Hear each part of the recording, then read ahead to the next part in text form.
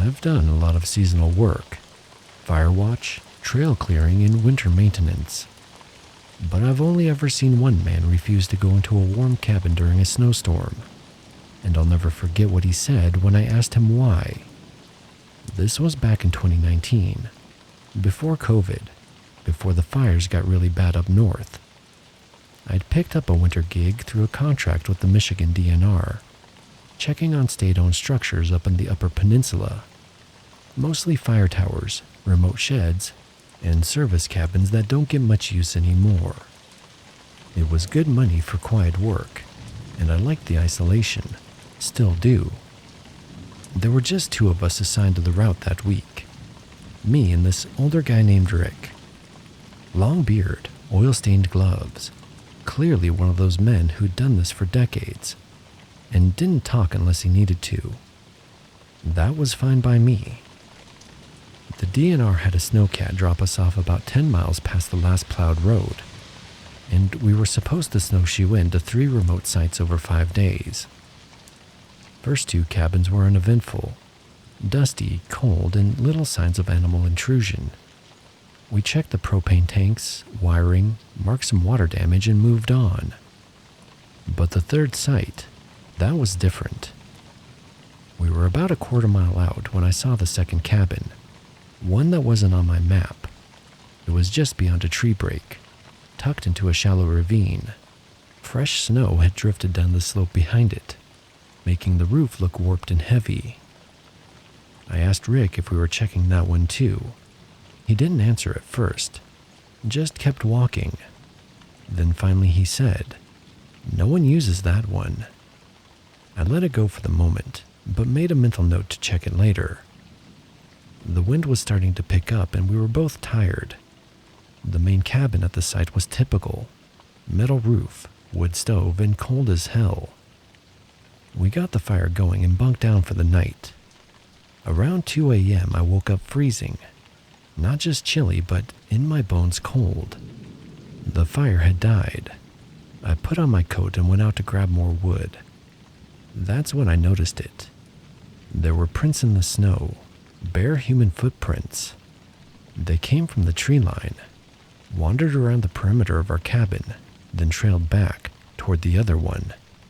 No shoe tread, no boot compression, just clean, deep, barefoot prints in snow thick enough to freeze a toe solid in minutes. In the morning, I brought it up. Rick just shook his head. That's why we don't go near that place. I thought maybe it was a squatter or a survivalist, maybe even a prank. Later that afternoon, we ran into trouble. A pressure fitting on one of the water lines we were inspecting cracked, and we lost a good bit of our heated reserve tank trying to fix it. Not life-threatening, but enough to make it uncomfortable. The wind had picked up again and temps were falling hard. I told Rick we should head for the other cabin, just to warm up for a few hours. It was closer than our snowcat pickup, and if there was a squatter, we could figure that out once we got inside. That's when he said it. It don't stay warm in there. Fire won't catch. I just looked at him. What do you mean it won't catch? He wouldn't elaborate any further. Just said that he wasn't going in. Told me if I had to, I could, but he wasn't following. So I went, but I really shouldn't have. The cabin wasn't locked. Door hung loose on a rusted hinge. The inside looked surprisingly clean. There was no dust, no animal scat. Nothing that made sense for how long it had supposedly been abandoned. There were little things that started to feel off almost immediately. For one, the stove was cold, but there was ash in it. Fresh ash. Not old gray settled powder, but soft black flakes like someone had burned something recently. There was a pot on the counter, frozen stew inside. I chipped at it with a spoon. Potatoes, carrots, and what looked like venison. There was no smell. I tried to get the fire going, but Rick was right. It wouldn't catch. Even with kindling, even with fire starter, it would spark, flame up, and then smother in seconds. I thought maybe the chimney was blocked, but on inspection I noticed it wasn't. Then I heard movement upstairs. This wasn't a two-story cabin. I stood there frozen, listening. A single creak, then another, then nothing. I stepped out onto the porch. Rick was still standing 50 yards away in the snow, arms crossed and watching. "I told you," he said when I came back out. "That place don't want you there." That night, we huddled in the main cabin with extra blankets and kept the fire going in shifts. Around midnight, the radio we brought, a shortwave hand crank, crackled to life. We hadn't touched it. The voice that came through wasn't English. It wasn't even speaking in full words, just broken syllables, like someone trying to imitate language.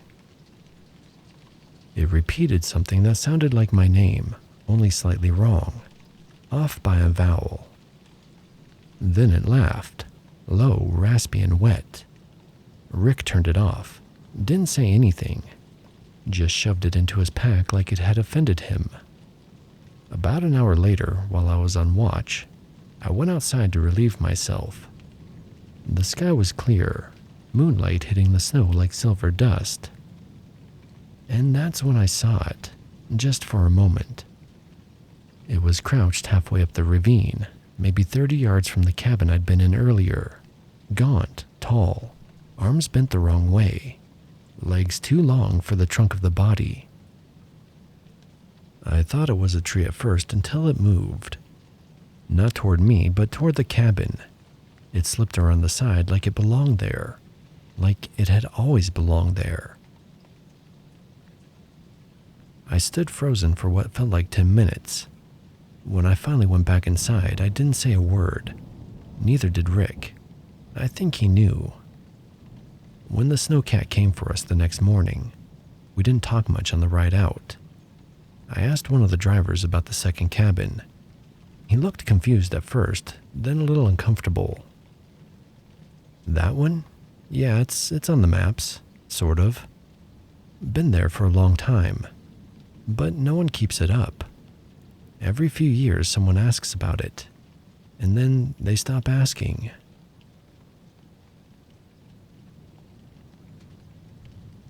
That wraps up our first story. Sounds like it could have been a Wendigo. What do you think? Drop your thoughts in the comments.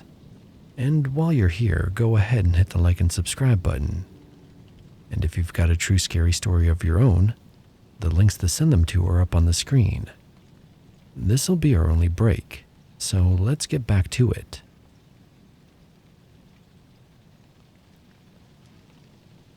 There's a noise your voice isn't supposed to make.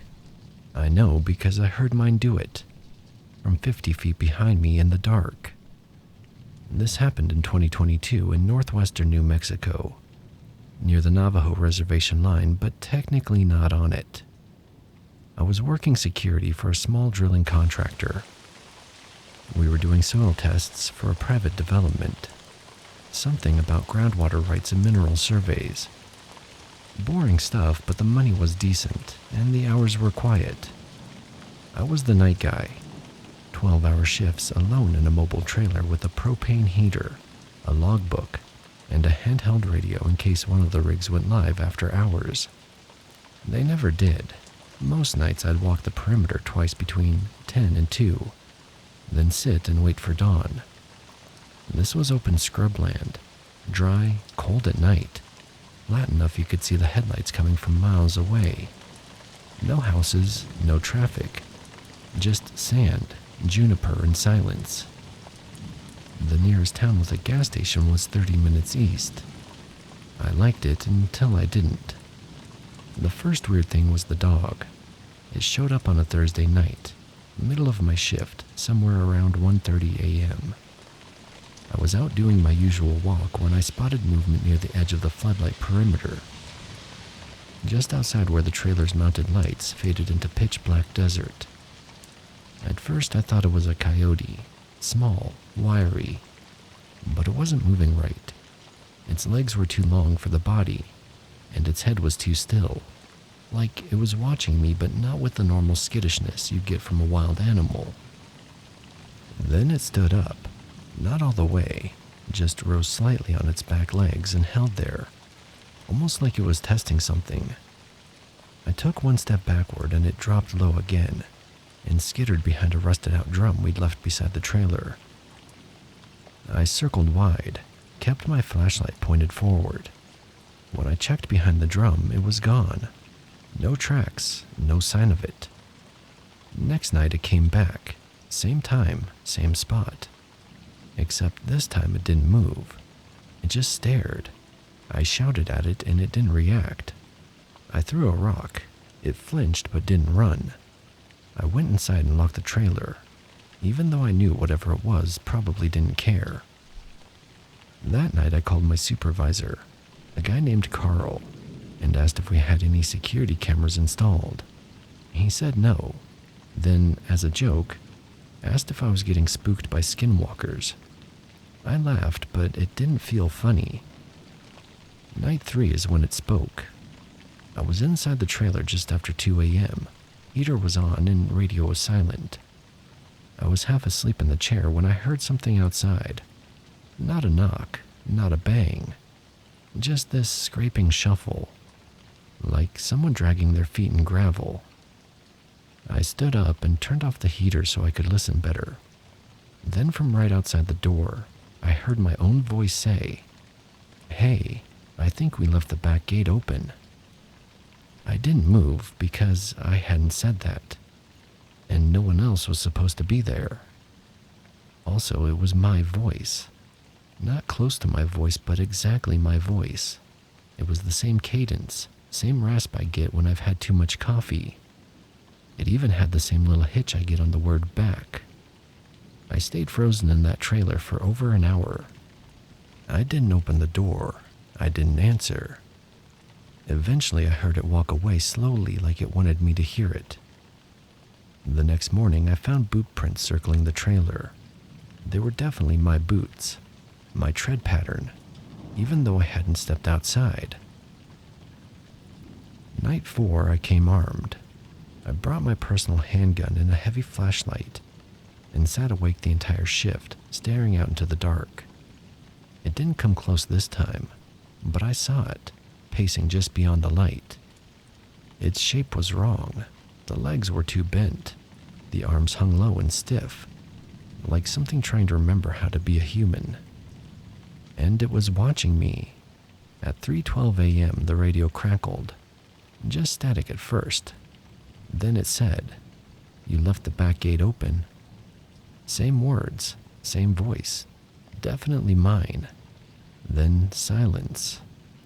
I cut the shift short that night, told Carl one of the locks was jammed and I didn't feel safe. He offered to come out and take over. I told him not to, but he did come out anyways. That was a mistake. He called me around 6 a.m. the next morning. He sounded tired and agitated. Said he never saw anyone, but around 3:30 he heard someone talking behind the trailer. When he stepped outside, he saw a figure crouched at the edge of the site. Thought it was me playing some stupid prank. He said he called my name, and it stood up, looked at him, then walked off into the dark. He said it was like watching someone try to walk with bones in the wrong place. I quit my job 2 days later. I didn't give a notice, didn't even ask for my last paycheck, simply left. Carl texted me a week later to say the company had pulled out of the land. Something about the client going dark and yanking their development plans. No explanation, and I haven't been back since. But sometimes when I walk alone at night, I swear I still hear my voice, calling from behind me, always just out of sight, always telling me I forgot something.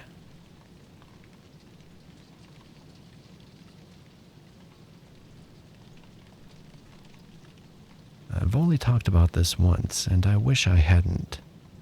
It was my uncle's land. That's how I usually start the story. Makes it easier to tell without sounding like I'm just trying to scare people. He had 40 acres up near Vermilion. Real thick woods up there and not far from the Canadian border. place with no cell signal, no neighbors, no light pollution. Just trees, frost, and silence. He bought it after his second divorce and spent the better part of a decade building a cabin by hand. I think it gave him something to do that felt like progress. He wasn't exactly what you'd call social. More the kind of guy who talked to dogs easier than people. But I liked him. He didn't talk much, but when he did, it was honest. I went up there in late November of 2021 to help winterize the place. His legs had been giving him trouble, and he needed help draining the lines, boarding the windows, and moving his solar gear into storage. He gave me a cot in the corner and said I could go hunting when I was up there, so I brought my rifle and a week's worth of food. We didn't have any issues for the first few days. The worst thing that happened was blowing a fuse trying to run the space heater and electric griddle at the same time. Then Wednesday came. We were sitting on the porch around dusk, watching the tree line like we always did, when he asked if I'd heard something the night before. I said no. He nodded and didn't push it any further. That was his way. But about 10 minutes later he got up, went inside, and when he came back, he locked the cabin door behind him, which was odd. I don't think I've ever seen him lock that door before, not even when we went into town. I asked him if something was going on. He said it was probably just a fox or a lynx, maybe something sick. But when he turned in for the night, I heard him get up and put something against the front door. A chair maybe, or one of the tool bins. I didn't say anything, I just listened. That night something walked around the cabin, not close at first. I figured it was a deer crunching through the crusted snow. But it didn't move like a deer. It paused, backtracked, took long, slow steps like it was thinking about each one. It circled us for almost 20 minutes. Then, just after 3 a.m., it tapped on the window. Not a hard knock, just a tap, like a finger. I didn't move. I don't even think I breathed. I waited for my uncle to say something, but he didn't. I thought maybe he'd slept through it. Then he whispered, "Don't answer it." That's when I realized he was awake the whole time. I barely slept after that. When morning came, we both pretended nothing happened, made coffee, talked about the pipes, and avoided eye contact. He was supposed to go into town that afternoon to pick up some copper fittings from the hardware store. It's about a 90-minute drive, and he asked if I wanted to come. I said no, figured I'd stay behind and work on the shutters, maybe go hunt the East Ridge. He didn't argue. I heard the truck crunch down the trail and disappear.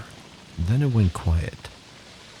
I went about my chores for an hour or two, but I couldn't shake the feeling that something was watching me. Not from the trees, but closer, like the woods themselves were leaning in. Around 2 p.m. I was walking the perimeter behind the cabin, checking for rot along the foundation skirt, when I saw something in the trees. Only a flicker, like a figure stepping between trunks. At first I thought it was my uncle. Maybe he'd come back early and parked the truck down the road for some reason. I called out, "Hey, you need a hand?" No response. I took a few steps toward the tree line. I didn't hear birds. I didn't hear wind. Just snow crunching beneath my own boots. Then I saw it again between 2 birches. Too tall, too still. Its skin was the color of dry meat. It didn't have any fur or clothes that I could see. I didn't get a clear look at the face. I didn't want to. Something in my body locked up before I could step any closer. My throat felt dry and my hands were shaking like I'd just gotten out of cold water. I backed away slowly and went inside, locked the door.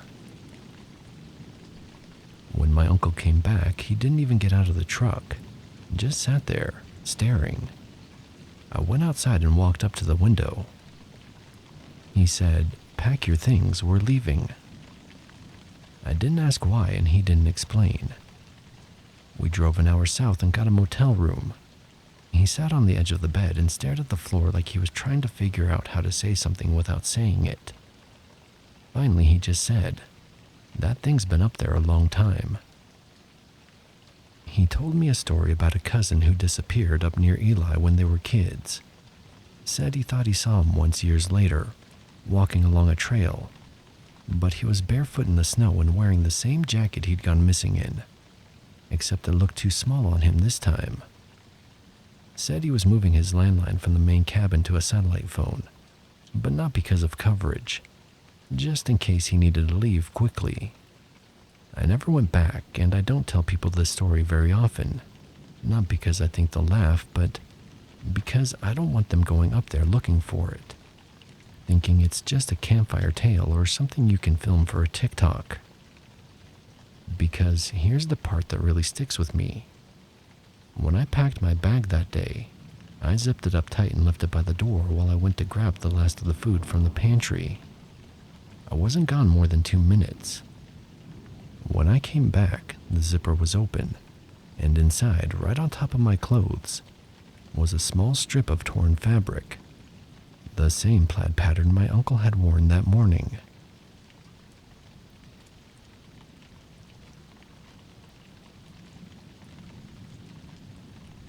I used to walk at night, not for exercise or anything like that. It was more like a habit. Back when I lived in northern Wisconsin, I had the stretch of road behind my place, County Road M, that ran along an old creek bed in some undeveloped forest land. I'd walk it late, usually after 11. No cars, no lights, just moon and gravel and the smell of pine. I know that sounds dumb now. You couldn't pay me to walk a dark road alone anymore. But back then I liked it. It helped me think. I was going through a divorce at the time. My house felt too quiet and the woods felt more honest than people I knew. That's the headspace I was in when it happened. This was during the spring of 2018, one of those weird in-between nights where the snow had melted, but the air still felt like winter. I had my hood up and my hands in my coat pockets, just listening to the wind and my boots crunching gravel. About a half a mile down the road, there's this old steel bridge. One lane, barely wide enough for a pickup. The kind they stopped building in the 60s but never bothered to replace. I used to stop at the middle and lean over the rail to look at the water. That night I smelled something before I saw it. It was strong, rotten, like wet fur and meat that had been left in the sun. I figured maybe a deer had died under the bridge, or something got caught in the ice and thawed too fast. Then I heard breathing, not mine, something low and ragged, like lungs full of water. I looked to my right, toward the embankment. That's when I saw it. It was crouched just past the guardrail, maybe 20 feet away. At first I thought it was a bear, but it was too lean, too long. Its limbs didn't sit right. Its arms, not front legs, but arms, were hanging forward, bracing it upright. Its head was wrong too, not just shaped wrong, but facing the wrong way, like it had turned its neck more than anything should be able to do, and it was looking right at me. And its eyes, that's what I remember the most. Not glowing, not red, not monster movie stuff. They were just open too wide, too human, too focused. Like someone staring at you through a mask, waiting to see what you do. I didn't run, I didn't scream. I just stepped backward one slow step at a time until I was off the bridge. It didn't move, well, not at first. But when I was maybe 30 feet down the road, it shifted. Not like a step, more like a twitch. Like it had been holding perfectly still and something in it suddenly slipped. That broke me. I turned and ran. I don't remember getting back to my house. I remember locking the door, sitting in the dark and trying to convince myself it was just a sick animal. Maybe a dog. Maybe my eyes were playing tricks on me. That was Thursday. On Sunday night I heard scratching. Not loud, not clawing, just the soft sound of something brushing the siding of my house. Like a branch tapping rhythmically. Only there were no trees near that wall. Then I heard something walk across my front porch. I could tell by the sound of the footsteps it was on two legs. Strangely, the motion sensor didn't trip. I sat in the hallway with a baseball bat until the sun came up. A few days later, I drove out to the bridge during the day. I wanted proof it was nothing. Maybe find a dead deer or a coyote den or tire tracks. But there was nothing. There were footprints in the mud just off the shoulder. Not boots, not paws, but something long, deep, like a human step but wider at the toes and sunk too far for the weight of a man. They traveled off into the trees and I didn't follow. I told one person, my cousin Nick. He was always into weird stuff. Cryptids, missing 411, all of that. Figured if anyone would believe me, it'd be him. But when I told him, he didn't laugh. He didn't nod either. He just got quiet and said, "You ever hear of the Bray Road sightings?" I had, vaguely. Some local thing from years ago. I thought it was a werewolf hoax or something out of a tabloid. But he said, they never stopped. People just stopped talking. He told me not to go back, not to walk that road again, not alone and not at night. That was 6 years ago. I sold that house 2 months later, moved 3 hours south and told myself it was because of the job market. I've never seen it again, but here's the part I don't like admitting. Some nights, if I'm up late and the windows are open, I still hear that same breathing, low, wet, and close. And once I heard something brush across the front steps. My motion light didn't turn on, but the porch still creaked.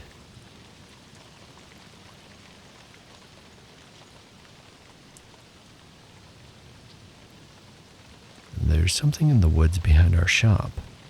I don't say that lightly. I'm not one of those guys that hears a branch snap and thinks Bigfoot's out there flipping my trail cams.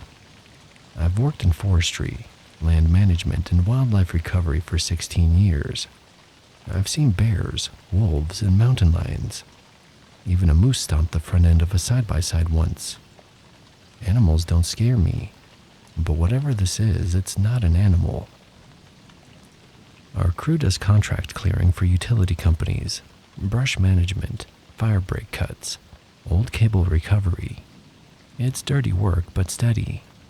Last fall, we had a long-term contract out near Clatsop County in Oregon, real heavy woods near state forest land. We'd set up a mobile storage unit and tool shed behind an old maintenance station. The place had been vacant for years, maybe decades. It had one of those battered green bunkhouses left over from the 70s, and a busted chain link fence that stopped nobody. The thing I remember most is the trees. They were packed in tight, not like the nice spaced out rows you see in a managed forest land. These were chaotic, thick trunks, mossy, leaning in on each other like they were hiding something. That's where I first felt it. That watched feeling. Not just once or twice, but every time I stepped behind the storage unit. Like something ducked just out of sight. It wasn't until about the 3rd week that I said something out loud. I was with Jason, another guy on our crew. Good worker, no nonsense. We were moving fuel cans around when I stopped and said, "You ever feel like something's just watching us out here?" He didn't laugh, just said, "Only when I'm alone." That stuck with me, because he didn't say if, he said when. A few nights later, I stayed late doing inventory. Everyone else had taken off. I was the last truck in the lot. Around 6:30, it started getting dark.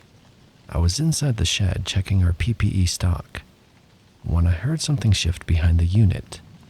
Not footsteps, just the dry crack of bark, like someone pressing their hand into a tree trunk. I stepped outside but didn't see anything. Walked around the unit, flashlight on, and that's when it happened. I swear to you, every time I moved, something moved with me. Always out of sight, not far, just a split second after I did. I'd round a corner and hear something shift behind the opposite wall, double back and it'd shift again. always behind something. I thought maybe it was a prank. Maybe one of the guys had come back to mess with me. But when I finally shouted, "All right, funny, you can come out now," I got no reply, only silence, until I turned to head back inside, and I saw it, just for a second. It was pressed against the tree maybe 10 feet into the forest, long and thin, like a tall man hunched low, hugging the tree like a shadow. It didn't flinch and it didn't run. It just leaned there, completely still, like it had been a part of the tree the whole time. Then I blinked and it was gone. No sound, no motion, just simply vanished. I stood there frozen for what felt like minutes. Then I backed toward the truck, climbed in, and left the lights on high all the way down the road. I didn't sleep that night. I kept seeing that shape behind the tree. Long arms, pale skin stretched over bone, head too high for a human. Eyes I didn't even fully see, but somehow felt. I didn't tell anyone the next day. Thought maybe I'd just been too tired and imagined it. Then Jason didn't show up. He wasn't answering texts or calls. Our supervisor figured he was just sick or bailed. These are temp jobs. People disappear sometimes. But I drove out to his rental place that evening. His car was there, door locked, no lights. I left a note under his wiper and went home. He texted me around 2 a.m. The text simply said, "Saw it, followed me home, can't sleep." That was the last message I ever got from him. A few days later, we were clearing brush on the far side of the lot. I noticed something strange, tree trunks that looked polished in spots. Not from wind, not from wear. Like something had leaned against them for hours. Flattened bark, skin oil maybe, I don't know. But they were high up, like shoulder height on a man 7 feet tall. I showed another crew member. He didn't say anything, just looked at me, looked at the tree and walked away. That same day, our supervisor called in a new guy, Lucas. He was younger, tougher than me by a long shot. Didn't buy into anything he couldn't hold. I overheard him talking crap on the radio later.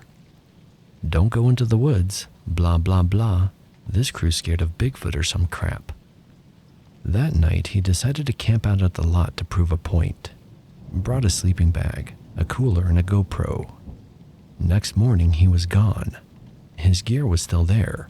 Sleeping bag, cooler, everything untouched. Only thing missing was the GoPro. They called in search and rescue, searched the forest for days, but there was nothing, not even a footprint. They never did give an explanation to what happened. Eventually, the company shut down the site, said the contract had ended early. No other explanation. We were told to pack up and leave within 48 hours. I haven't gone back, and I never got a call from Jason again. But here's the part I still think about. Right before we left, I went into the woods one last time, about 20 yards beyond the shed. I don't know why. Part of me needed to see it again, or prove to myself there was nothing there.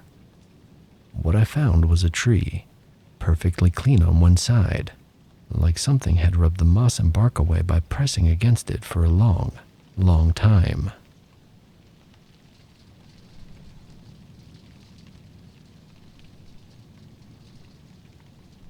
I worked maintenance at a water treatment plant just outside of Augusta, Illinois. Real small operation, mostly automated, so there's only 2 of us on night shifts. Me and a guy named Lonnie, good guy, retired Army. We do rounds together until midnight, then split up and take turns napping in the office. This happened last spring, still gets under my skin to think about. We had a fencing issue. Something kept triggering the motion sensors along the east perimeter, near the old lift station. First couple times we figured it was a deer, or maybe wind shaking loose brush.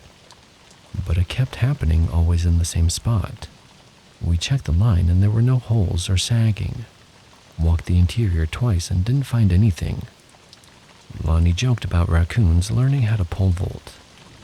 That night around 2:40 a.m., I was on a solo patrol. brought a coffee and figured I'd do one more lap just in case. When I reached the east side, the motion light flicked on before I got there. That gave me pause. It's one of those flood lamps that takes a few seconds to warm up, so it had been triggered just before I turned the corner. I slowed down and listened, but I didn't hear anything. The light was casting weird shadows through the fencing, long strips of chain link stretching across the gravel. For a second, I thought I saw someone crouched low on the other side of the fence near the brush. But then I realized the shape was inside the perimeter. I froze. It wasn't moving, not really, just crouched low, almost like a dog that didn't want to be seen. But it wasn't a dog. Its arms were too long, hands flat on the gravel. The longer I looked, the more I could make out. It wasn't wearing any clothes and it didn't have any fur. The skin looked a pale gray blue under the lamp. Its limbs were shaking, not like from cold, more like it didn't know how to be still. I wanted to call out, but my throat locked up. My flashlight was still on my belt. I didn't dare move to grab it. It slowly shifted like it had just noticed me. That's when I realized it didn't have visible eyes, just an empty space, a face without features or with features sunk too deep to catch the light. I backed away, not fast, but just enough to round the corner again. When I was clear of its line of sight, I bolted back to the main office. Lonnie was asleep and I didn't wake him. By the time morning came and we went back to check the fence again, there was nothing there. But right inside the gravel where I'd seen it crouched, the rocks had been pushed aside. I bought a 1940s craftsman house about 6 months ago, in a quiet neighborhood outside Cleveland. The house was a steal, way under market value, but the realtor was upfront about why. The previous owner, an elderly woman named Margaret Henderson, had passed away after living there for over 40 years. Her family just wanted it gone quickly. Nothing tragic about her death, just old age. But I guess the house sat empty for almost a year before I came along. The first few weeks were normal, typical old house stuff. Creaky floors, drafty windows, that musty smell that comes with houses that have seen decades of life. I was actually enjoying the character of the place. But then the small things started. I'd occasionally hear music, big band stuff from the 1940s, but so faintly I assumed it was coming from a neighbor's radio, or maybe their TV. A few times I caught the scent of pipe tobacco, which was odd since I don't smoke, and neither does anyone who visits me. The smell would just appear for a minute or two, usually in the living room, then disappear completely. I figured it was just the wood and fabric holding on to decades of someone else's habits. The first real incident happened about 3 months after I moved in. I was getting my morning coffee, half asleep, and walked into the kitchen. For maybe 3 or 4 seconds, everything looked completely different. The appliances were bulky and white, very 1940s style. The countertops were different, some kind of metal edging I'd never seen before. Even the linoleum pattern on the floor was different, with these bold geometric shapes. I blinked hard, shook my head, and everything snapped back to my modern kitchen. I chalked it up to being tired and maybe having watched too many old movies the night before. But it happened again 2 weeks later in the living room. I walked in and saw heavy dark curtains instead of my blinds. The furniture was completely different. A big radio cabinet against the wall, chairs with that stiff 1940s upholstery, family photos on the mantle of people I'd never seen before. A woman in a house dress was dusting the radio, but she was translucent, like looking through water. The whole scene lasted maybe 5 seconds before reality reasserted itself. That's when I started keeping a journal. Not because I believed anything supernatural was happening, but because I wanted to track if there was a pattern. Maybe I was having some kind of medical issue, or maybe there were environmental factors I wasn't considering. The episodes became more frequent. I'd hear conversations, always the same voices. A woman talking about sugar rationing, complaining about having to use honey in her coffee. A man discussing someone named Jimmy who was somewhere in the Pacific, and how they hadn't gotten a letter in weeks. The conversations were never directed at me, just fragments, like overhearing people in the next room. About a month ago, I found a newspaper on my kitchen table. It was from 1943, yellowed and brittle. The headline was about Allied forces in Italy. When I tried to pick it up, it crumbled to dust in my hands. I know that sounds impossible, but it happened. I stood there staring at the small pile of brown dust, wondering if I was losing my mind. My neighbor, Mrs. Chen, has lived next door for 15 years. She mentioned one evening that she sometimes sees old-timey lighting in my windows at night. Warm yellow light, like old incandescent bulbs instead of the LED bulbs I have installed. She said it's happened several times when my car wasn't in the driveway, so she knew I wasn't home. But she was wondering if I was restoring the old house to vintage. That's when I decided to research the house's history. I went to the local historical society and found city directory listings going back to 1941. The Hendersons family moved in that year, Robert and Dorothy Henderson, along with their son Jimmy. Robert worked at the steel mill. Dorothy was listed as a housewife.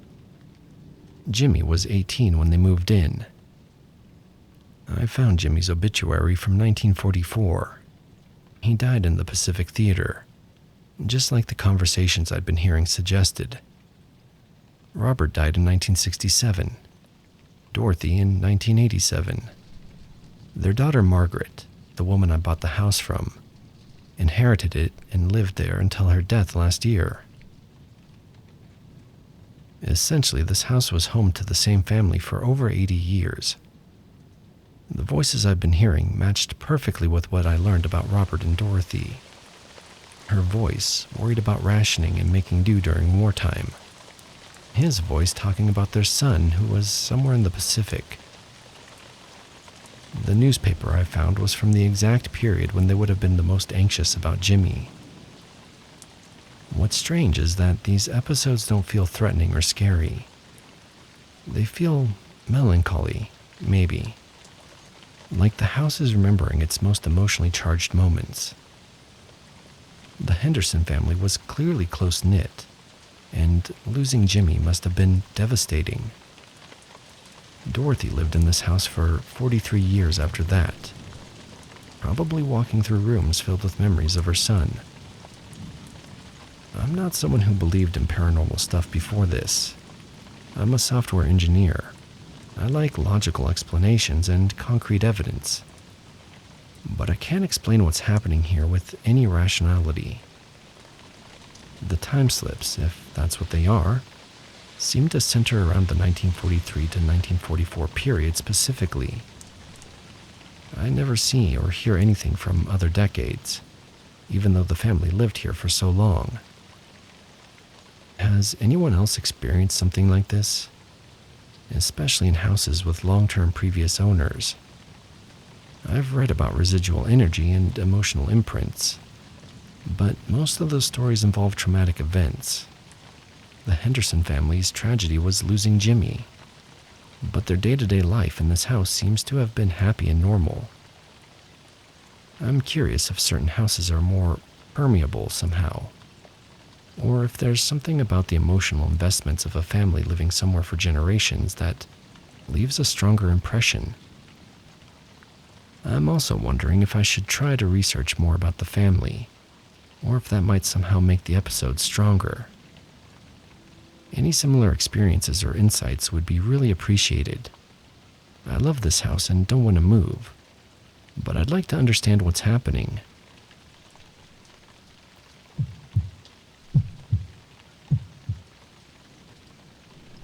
I know how crazy this sounds, but I need to know if other people have experienced this.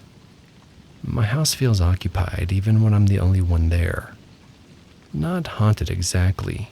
Nothing dramatic happens. But there's this persistent sense that I'm being observed. It's been 8 months now, and the feeling hasn't faded like I expected it would. I moved into a 1960s ranch house last spring.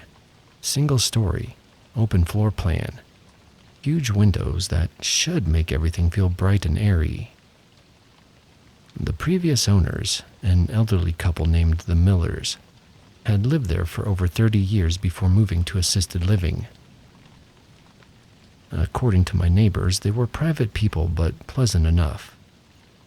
No dramatic history with the house. No deaths, no tragedies, nothing that would explain what I'm experiencing. The watching sensation started almost immediately. It's strongest in the living room, especially when I'm sitting on the couch with my back to the hallway. I'll be reading or watching TV, completely relaxed, and suddenly I'm hyper aware that someone is looking at me. The feeling is so strong that I have to turn around and check, even though I know the house is empty. It happens when all the curtains are closed too, so it's not someone outside. What makes it worse is that the visual stuff doesn't quite add up either. The shadows in this house are wrong somehow. I noticed it early on, but convinced myself I was imagining things.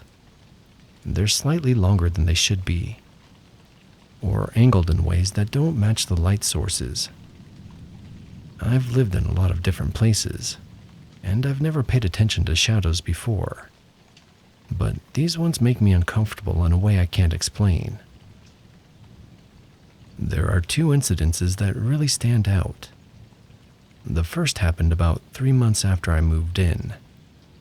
I was washing dishes one evening, just after sunset, and I clearly saw a human-shaped shadow pass along the kitchen wall. It moved from the direction of the living room toward the hallway, and it was definitely the shadow of a person walking, not a random shape from tree branches or passing cars.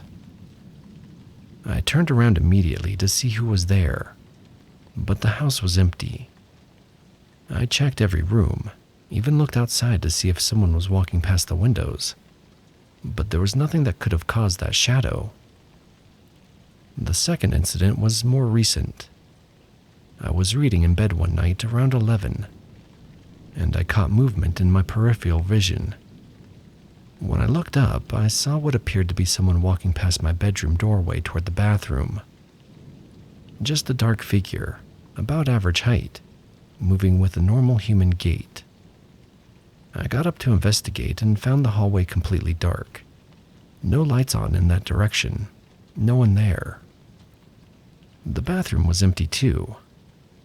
I know it wasn't my imagination because I was fully awake and alert. Beyond the shadows, there are smaller things that keep me on edge. Doors I leave slightly open are found fully closed, or cracked open more than I left them. Items get moved just a few inches from where I placed them. My keys end up on a different part of the counter. My coffee mug shifts from one spot on the table to another. Books I set down appear to have been picked up and put back down, not quite the same position. Even my houseplants seem affected. I have several scattered throughout the main living area, and they all seem to lean toward the same parts of the rooms, regardless of where the windows are. I've tried rotating them, but within a few days they're angled the same way again, like they're reaching towards something I can't see. The temperature is inconsistent too. There are spots throughout the house that feel heavier somehow, like walking through thick air. I'll hit these pockets randomly, sometimes in the hallway, sometimes near the kitchen counter, sometimes right in the middle of the living room. They're not cold exactly, just dense. and there are cool drafts that don't correspond to any vents or windows I can find. Sound behaves strangely too. Certain areas seem to muffle noises, while others create unexpected echoes. My voice sounds different depending on where I'm standing. The central air system kicks on at odd times, even when the thermostat shows it shouldn't be running. I've tried to find logical explanations. I talked to my neighbors about the house's history and came up empty. The Millers apparently lived quiet lives. He worked at the phone company for 40 years. She was a homemaker who kept an immaculate garden. They raised 2 kids here, both of whom moved away decades ago. No family drama, no financial troubles, no health crises until the very end when they needed more care than they could manage alone. I had the house inspected before I bought it, and everything checked out fine. The HVAC system is old but functional. Electrical is up to code. No structural issues. I even had someone come look at the air system again after I moved in, thinking maybe there were pressure issues causing the weird drafts and temperature variations. Everything tested normal. Part of me wonders if it's just the adjustment to living alone. I had roommates for years before buying this place, so maybe I'm not used to the silence and space. The open floor plan means I can see most of the house from any given spot, which should feel secure, but somehow makes me feel more exposed instead. I had considered whether work stresses or seasonal changes might be making me paranoid, but the feeling persists regardless of my mood or what happens in other parts of my life. Good days, bad days, busy periods, relaxed weekends, the house always feels the same. Occupied. The thing that bothers me most is how specific it feels. It's not a general creepy old house vibe. It feels like someone with a particular presence lived here for so long that they left an imprint. The Millers were here for over 3 decades, long enough to wear paths in the floorboards and leave handprints on door frames.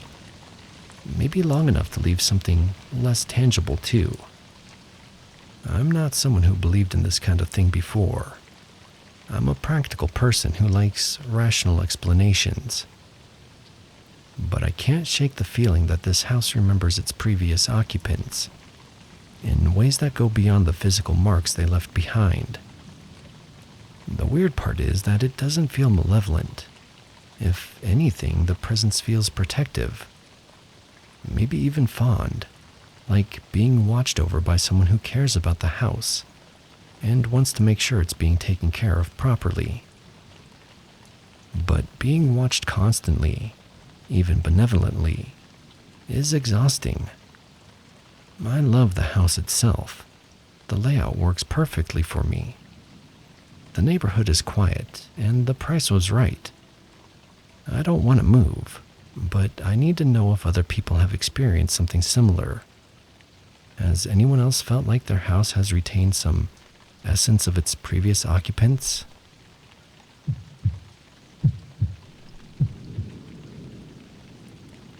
Three months ago, my 4-year-old daughter, Emma, and I moved into my great-aunt's house after she passed away. My great-aunt Rose lived there for almost 50 years, and the house came to me through the family. It seemed like perfect timing since I was going through a divorce and needed a fresh start. Somewhere Emma could have her own room and a big backyard to play in. Emma has always been a quiet kid, pretty shy around new people. It usually takes her weeks to warm up to strangers, and she's never been one for imaginary friends. So when she started mentioning Mrs. Rose within the first few weeks of moving in, I figured it was just her way of processing all the changes in her life. New house, parents splitting up, and starting at a new daycare. At first, it was just casual comments. She'd be coloring at the little table I set up in the sunroom, and say things like, "Mrs. Rose likes the purple flowers," or "Mrs. Rose says the birds need more seeds." The sunroom has these big windows that look out onto the backyard, and it gets beautiful morning light, so I thought it was the perfect spot for Emma to play. She took to it immediately, but she always referred to it as Mrs. Rose's room, which I found odd since I'd never mentioned my great-aunt's name around her.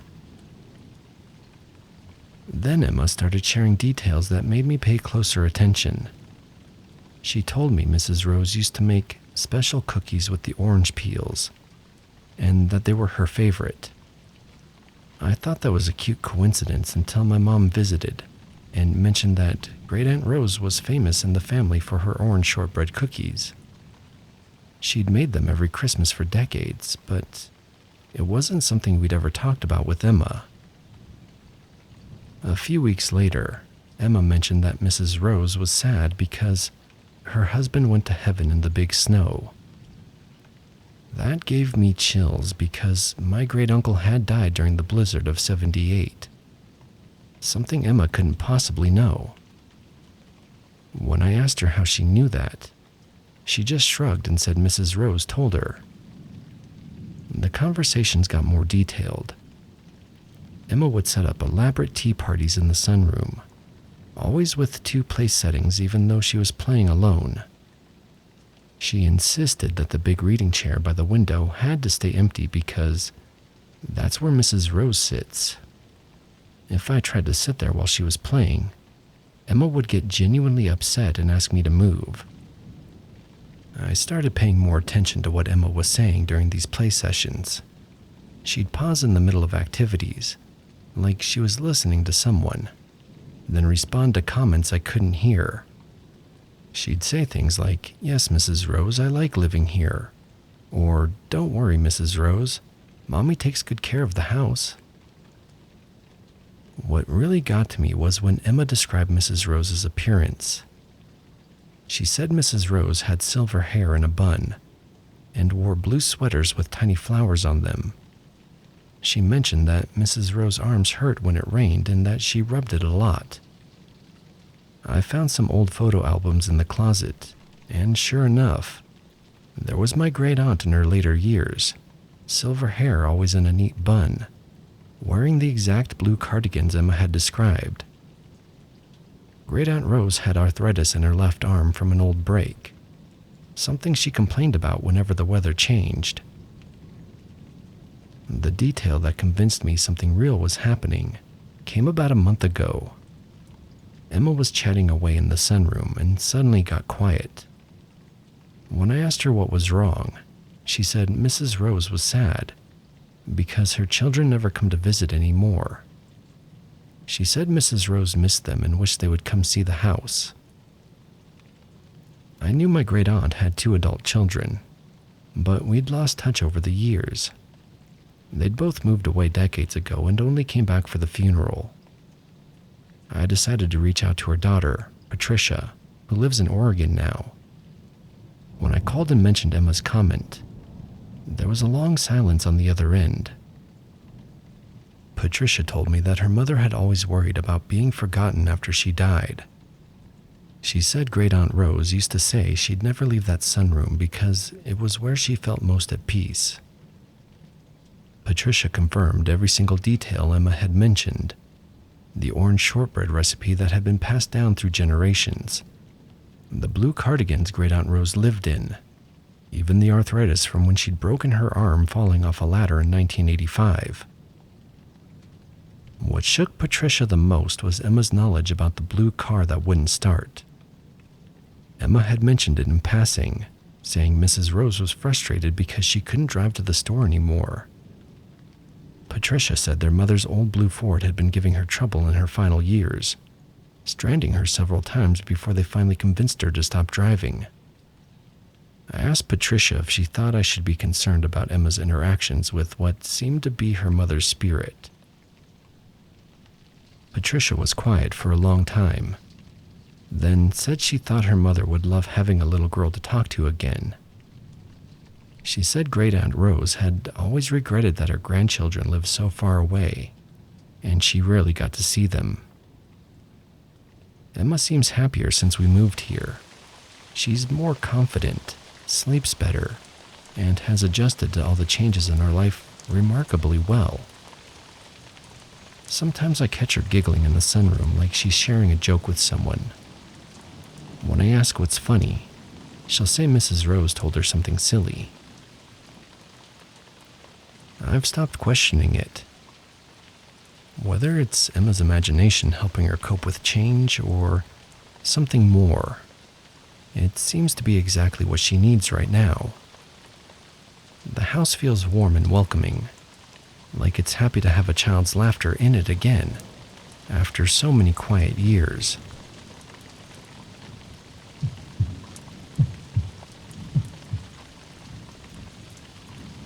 I'm not sure if what's happening in my apartment is supernatural, or if I'm just losing my mind. But I need to share this somewhere because it's getting harder to pretend everything is normal. I moved into a converted boarding house on Elm Street 6 months ago. The building is from the 1920s, and you can tell it's seen better days. High ceilings, original hardwood floors, those thick plaster walls that actually block sound. It was chopped up into 6 apartments sometime in the 1980s, but they kept a lot of the original character. My unit is on the 2nd floor, what used to be 2 separate rooms based on the layout. The rent was incredibly cheap for the area, which should have been my first red flag. When I asked the landlord why, he just shrugged and said the building had high turnover. He wasn't lying. I'm the 3rd tenant in my unit this year, and the apartment across the hall has been empty since I moved in. The first month was normal, typical old building quirks, pipes that knocked, floorboards that creaked, and the radiator that hissed at odd hours. I actually liked the character of the place. It felt lived in, comfortable, like it had absorbed decades of life. Then I started hearing conversations. It began with voices in the hallway at night. Not loud, just the murmur of people talking as they passed by my door. I'd look through the peephole and see nothing. I figured it was sound traveling strangely through the old building, maybe from the apartments below or next door. But the conversations were too clear, too distinct. I started recognizing different voices. An older woman with a slight accent, a young man who laughed frequently, and someone with a persistent cough. They discussed things like the weather, complaints about the radiator, someone named Mrs. Pedersen who collected everyone's mail. What made it stranger was that the conversation seemed to come from different time periods. I'd hear someone mention the war ending and the boys coming home. Another time, someone complaining about the price of milk going up to 35 cents. Once, I distinctly heard someone say they were saving up for one of those new television sets. 3 months in, I found the first piece of mail. It was slipped under my door. A letter addressed to Robert Rodriguez, Unit 2B, postmarked 1967. My apartment is 2B, but I'm definitely not Robert Rodriguez. The letter was from his sister in California, asking when he was coming home for Christmas. The paper was yellowed but not brittle, like it had been written recently using old stationery. I mentioned it to my downstairs neighbor, the only other tenant who's been here more than a year. She told me the building used to be a proper boarding house until the mid-1970s, housing mostly single working people, students, and folks down on their luck. She said people came and went constantly over the decades, some staying for weeks, others for years. More items started appearing. A newspaper from 1952 left on my kitchen counter, folded to the classifieds with apartment listings circled in pencil. A pair of reading glasses on my windowsill that weren't there when I left for work. A coffee cup with lipstick stains that I found in my sink one morning, even though I live alone and don't wear lipstick. The items never stayed long. I tried to photograph them or show them to friends, but they disappear within hours, sometimes minutes. The newspaper crumbled when I tried to pick it up. The glasses vanished while I was in the next room. The coffee cup was gone by evening, leaving no trace it had ever been there. I started researching the building's history at the local library. The records show it operated as Patterson's boarding house from 1923 to 1974. Mrs. Eleanor Patterson, the owner I'd heard mentioned in the hallway conversations, lived on the first floor and managed the place until her death in 1972. The city records were sobering. Over 50 years, hundreds of people had lived in this building. The death certificates had showed dozens had died here, some from illness, a few accidents, and several from old age. Most were people with no family nearby, folks who'd made the boarding houses their home for their final years. What struck me was how many of the names matched the voices I'd been hearing. Robert Rodriguez was listed as a resident from 1965 to 1969. The young man who laughed frequently was probably Thomas Murphy, who lived here in the 1940s. The woman with the accent could have been Anna Kowalski, who stayed from 1931 until her death in 1958. The conversations continue nightly. I've stopped looking through the peephole because I know I won't see anyone. Instead, I listen. They talk about everyday things, jobs, family letters, and the weather. Sometimes they mention current residents, discussing the new girl in 2B, or wondering if I'm settling in okay. It doesn't feel threatening. If anything, it feels welcoming, like the building is trying to help me feel at home among all the people who came before. But it's also overwhelming, knowing that so many lives played out in these rooms, that their traces somehow linger in the walls and floorboards. I've stopped trying to explain the disappearing items or rationalizing the voices. This place remembers everyone who ever called it home. And for reasons I don't understand, it's sharing those memories with me.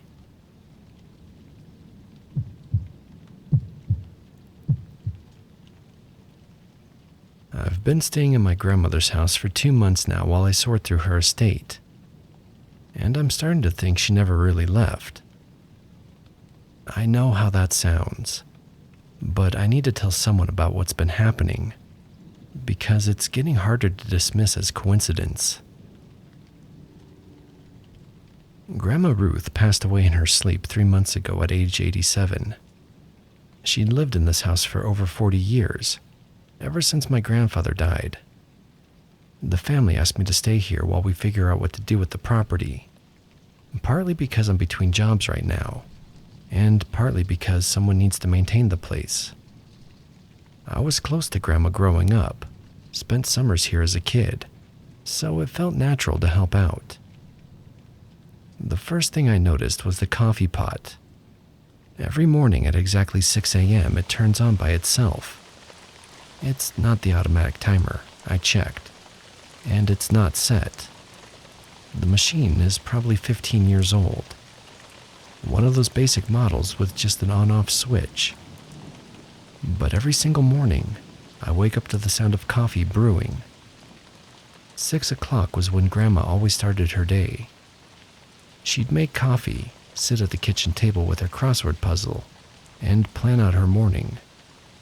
I thought maybe there was an electrical issue, so I unplugged the coffee pot completely. The next morning at 6, I heard the familiar gurgling sound. When I got to the kitchen, the pot was plugged back in and brewing a fresh pot. The cord had been neatly coiled the way Grandma always did it, wrapped just so and tucked behind the machine. Then there's the radio. Grandma had this old AM/FM radio on the kitchen windowsill that she listened to religiously. She'd turn on the news at 7 a.m., classical music at 10 for her morning cleaning, and talk radio at 2 p.m. while she did her afternoon baking. The radio has been doing exactly that schedule since I've been here, turning on and off at those precise times, always tuned to her favorite stations. The kitchen utensils keep rearranging themselves too. I'll put the wooden spoons in one drawer, the measuring cups in another, organizing things the way that makes sense to me. But the next morning, everything is back to Grandma's system. Spoons in the crock by the stove, measuring cups nested in the cabinet above the sink, exactly where she kept them for decades. At first, I convinced myself I was doing it unconsciously. Muscle memory from all those childhood summers helping her cook. But I started paying closer attention, and I know I'm not moving these things. I'll deliberately put the spatula in the wrong drawer before bed, and by morning it's back in its proper spot next to the stove. The emotional part is harder to explain. Sometimes I'll be sitting in her favorite chair going through old photos or paperwork, and I'll suddenly feel this overwhelming sense of being loved and protected. It's the exact feeling I used to get as a kid when Grandma would hug me after a bad dream. Warm and safe and completely understood. The feeling is so strong it brings tears to my eyes. I've started smelling her perfume too. White Shoulders, the same scent she wore for as long as I can remember. It happens at random moments, usually when I'm feeling overwhelmed by all the estate work, or missing her particularly badly. The scent will just appear, faint but unmistakable, like she's standing right next to me offering comfort. Last week I smelled something even more specific. Her snickerdoodles baking. Grandma made the best snickerdoodles, and the smell was so vivid I actually went to check the oven, thinking maybe I'd somehow turned it on by accident. The kitchen was empty, of course, but the cinnamon sugar scent lingered for almost an hour. 3 days ago I saw her. I was coming down the hallway from the bathroom, and I caught a glimpse of someone in a blue house dress walking from the kitchen toward the living room. Just a split second in my peripheral vision, but I knew instantly it was Grandma. She moved the way she always did, that slight shuffle from her arthritis, her hand trailing along the wall for balance. By the time I turned my head fully, she was gone. I should probably be scared, but I'm not. Everything that's happening feels like Grandma's taking care of me the way she always did. Making sure I have coffee in the morning, keeping her kitchen organized the right way, letting me know she's still here when I need her most. The house feels alive with her presence, like it's continuing the rhythm of her daily life, whether she's physically here or not. 40 years of the same routine, the same love poured into these rooms. Maybe that kind of devotion leaves an imprint that doesn't just disappear when someone passes away. I'm supposed to be preparing the house for sale, but I'm finding it harder and harder to imagine letting it go.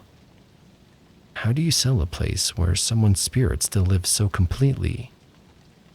How do you disrupt a routine that's been running smoothly for decades, even after death? My family thinks I'm just processing grief in an unusual way, and maybe they're right. But I know what I'm experiencing, and it feels like the most natural thing in the world. Grandma spent her whole life taking care of this house and everyone in it. Why would death change that? For now, I'm letting the coffee pot do its thing at 6 a.m. and keeping the measuring cups where she always wanted them. It seems like the least I can do.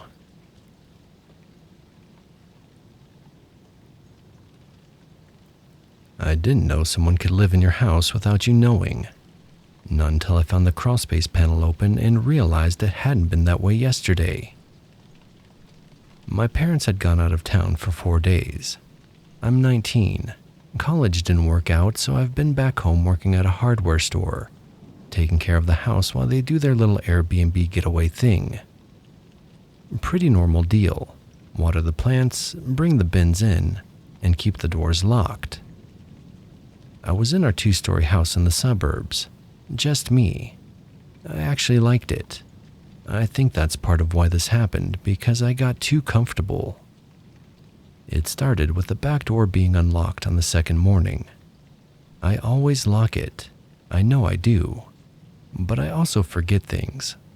So I told myself it was just one of those dumb slips. I chalked it up to habit blindness and locked it again. Nothing stolen. Nothing weird. The next day it was a light on in the downstairs bathroom. I hadn't been in that room all day. Again, could have been me. My mind loves playing maybe I forgot with stuff like that. But by the third night I started to feel watched. That kind of low simmer tension where the house just feels too quiet.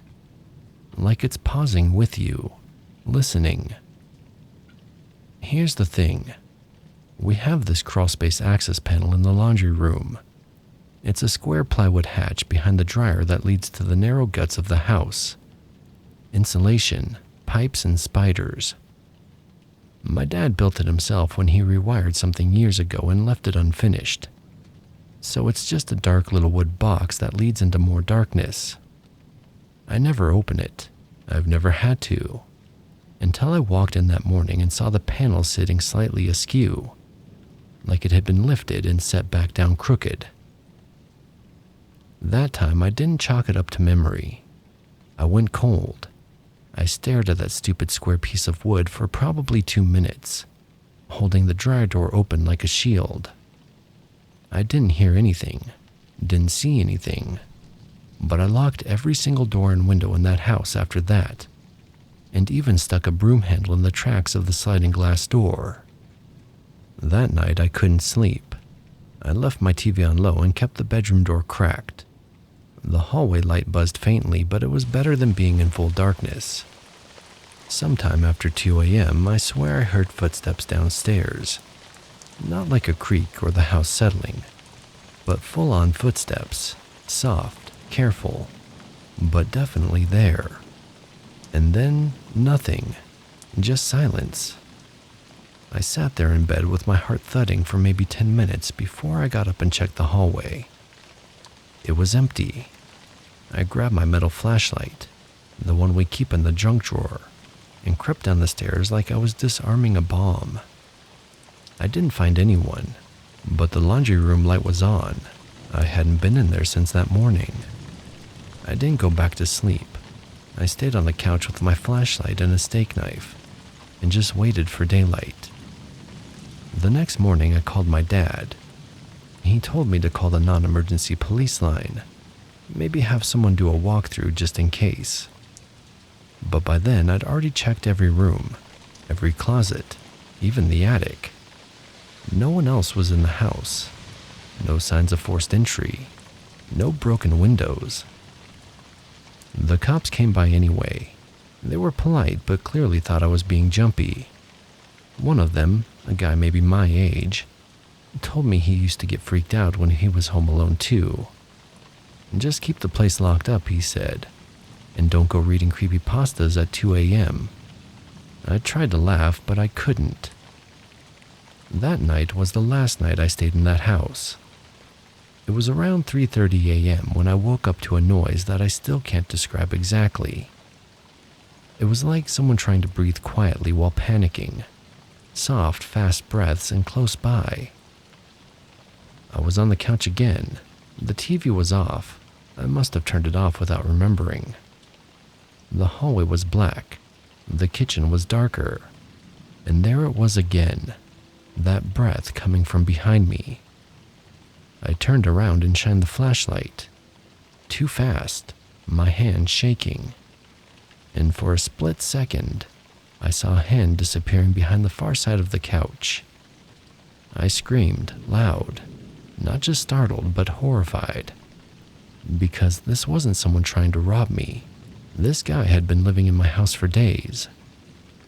I ran upstairs, locked myself in the bathroom, called 911 with my back against the tub and the steak knife clenched so tight in my fist that my hand cramped.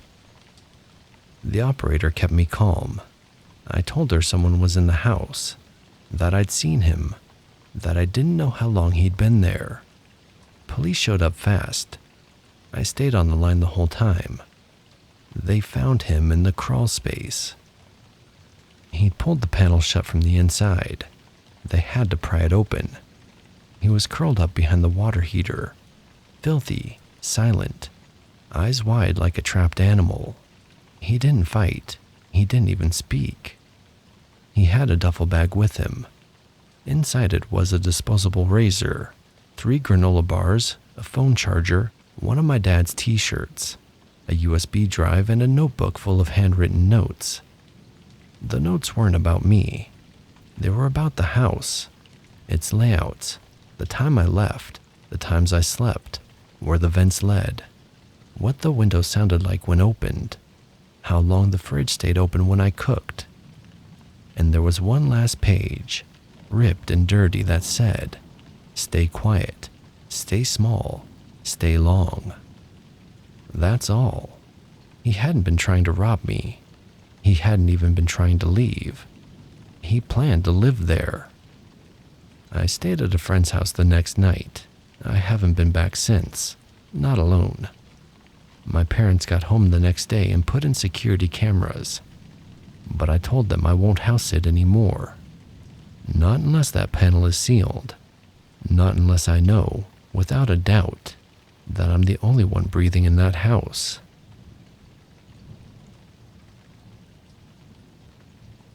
That wraps up our first story. I don't condone what he did, but I do feel for him. Living like that, hiding in walls. People don't end up there for no reason. I just hope he gets the help he needs. What do you think?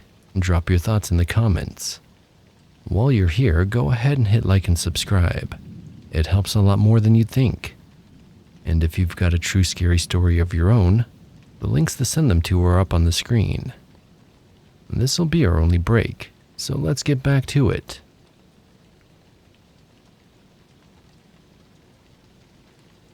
I recognized the guy before he said anything.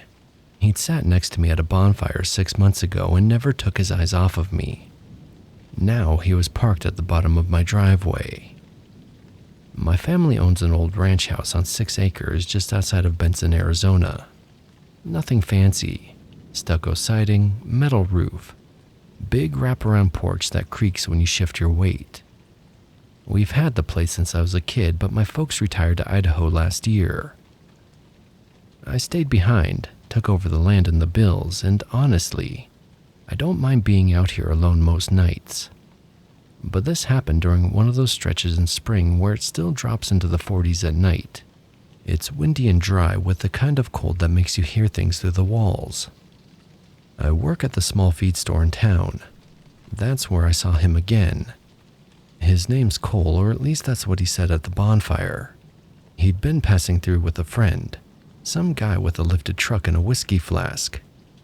We barely spoke that night, just enough for him to say he liked my boots and that I looked like I don't put up with shit, whatever that was supposed to mean. Now here he was 6 months later, standing in the feed store aisle with a bag of cracked corn and a smile like we were old friends. "Didn't expect to see you again," I said, keeping it polite. He smiled wider, "Just passing through." He paid cash. I watched him leave. And then, about an hour later, I saw his truck again, idling at the edge of my property, just past the mesquite trees that line the front pasture. He didn't come up the drive. He just sat there for a while and then drove off. I told myself maybe he got turned around or stopped to take a call. But something about it felt deliberate. Like he knew exactly where he was. Like he wanted me to know. I didn't sleep well that night. The next day was quiet. I didn't mention it to anyone. No reason to yet. I fed the goats, checked the well pump, did normal things. But when I went out to get the mail that afternoon, I found something wedged into the corner of the box. A folded-up gas station receipt. It wasn't addressed to me, just crumpled like trash. But it was from the Shell station in town, timestamped that morning. The name on the card swipe was Cole M. Again, maybe coincidence, maybe litter. I burned it in the fire barrel anyway. That night, I locked the doors and set the bolt on the laundry room. I even pushed the heavy wooden chair under the back door handle like we used to during monsoon storms. Around 2:40 a.m., I woke up. Not from a sound exactly, more like a shift, the kind of subtle wrongness that drags you out of sleep, even if you don't know why yet. I lay there, eyes open in the dark, ears stretching into the silence. And then I heard it, a soft knock on the front door. Not loud, not frantic, just polite. I didn't move. My bedroom's at the back of the house, but the walls are thin and I swear I could feel the knock more than I heard it. Like it came from someone standing still for a long time before raising their hand. There was a second knock, same volume, same rhythm, and then nothing. I stayed in bed until sunrise. When I finally opened the door, slow, hand on my old .22 pistol, I found nothing. No car, no tracks. The wind had kicked up during the night and the porch was covered in dust and pollen. But the doormat had been brushed clean, like someone stood on it for a while. I didn't go to work that day. I started keeping the pistol loaded. I also took the padlock off the barn and moved it to the front gate. Not like it would stop someone who wanted to come in, but it made me feel better. That night I left the porch light on. I sat in the living room with my dog in my lap and the TV turned low. Nothing happened, but at 6:02 a.m., just before dawn, I found a dead jackrabbit on the hood of my truck. No blood, no obvious injury, just placed there, stiff from the cold. I called the sheriff's office after that. They sent someone out, a younger deputy named Beckett. He was nice enough, but you could tell he thought I was being jumpy. Asked if maybe a coyote dropped it there. Suggested I put up some motion lights. I didn't bother explaining the man from the feed store. Not yet. That night I didn't sleep at all. It was the next afternoon when I saw the note. I'd gone to refill the goat troughs. On my way back up the path to the house, I spotted something wedged between the boards and the porch railing. White paper, lined and torn from a notebook. It only said, "You looked lonely at the fire." That was it. My hands went cold. I walked inside, locked the door, and called the sheriff again. This time I told them everything. Beckett came back, this time with a second officer. They searched the property, walked the fence line, and even checked the tree line with binoculars. No trucks, no tracks. No sign anyone had been watching. But when Beckett asked what Cole's last name was, I had nothing. I didn't know. No one at the feed store remembered him. I couldn't find him on social. It was like he'd shown up out of nowhere and melted back into it. They told me to keep a log of anything else unusual. Beckett gave me his personal number. I asked if I could shoot someone over a note, and he said, not unless he's inside the house. That was 2 weeks ago, and I haven't seen the truck since. No more knocks, no more dead animals. But I still feel like there's a weight pressing against the edges of the property, like something is just outside the frame, waiting for me to forget it exists. And sometimes when the wind cuts just right through the eaves, it almost sounds like someone whispering on the porch. I don't think Cole was passing through. I think he was circling. And I don't think he wanted to break in. I think he wanted me to let him in.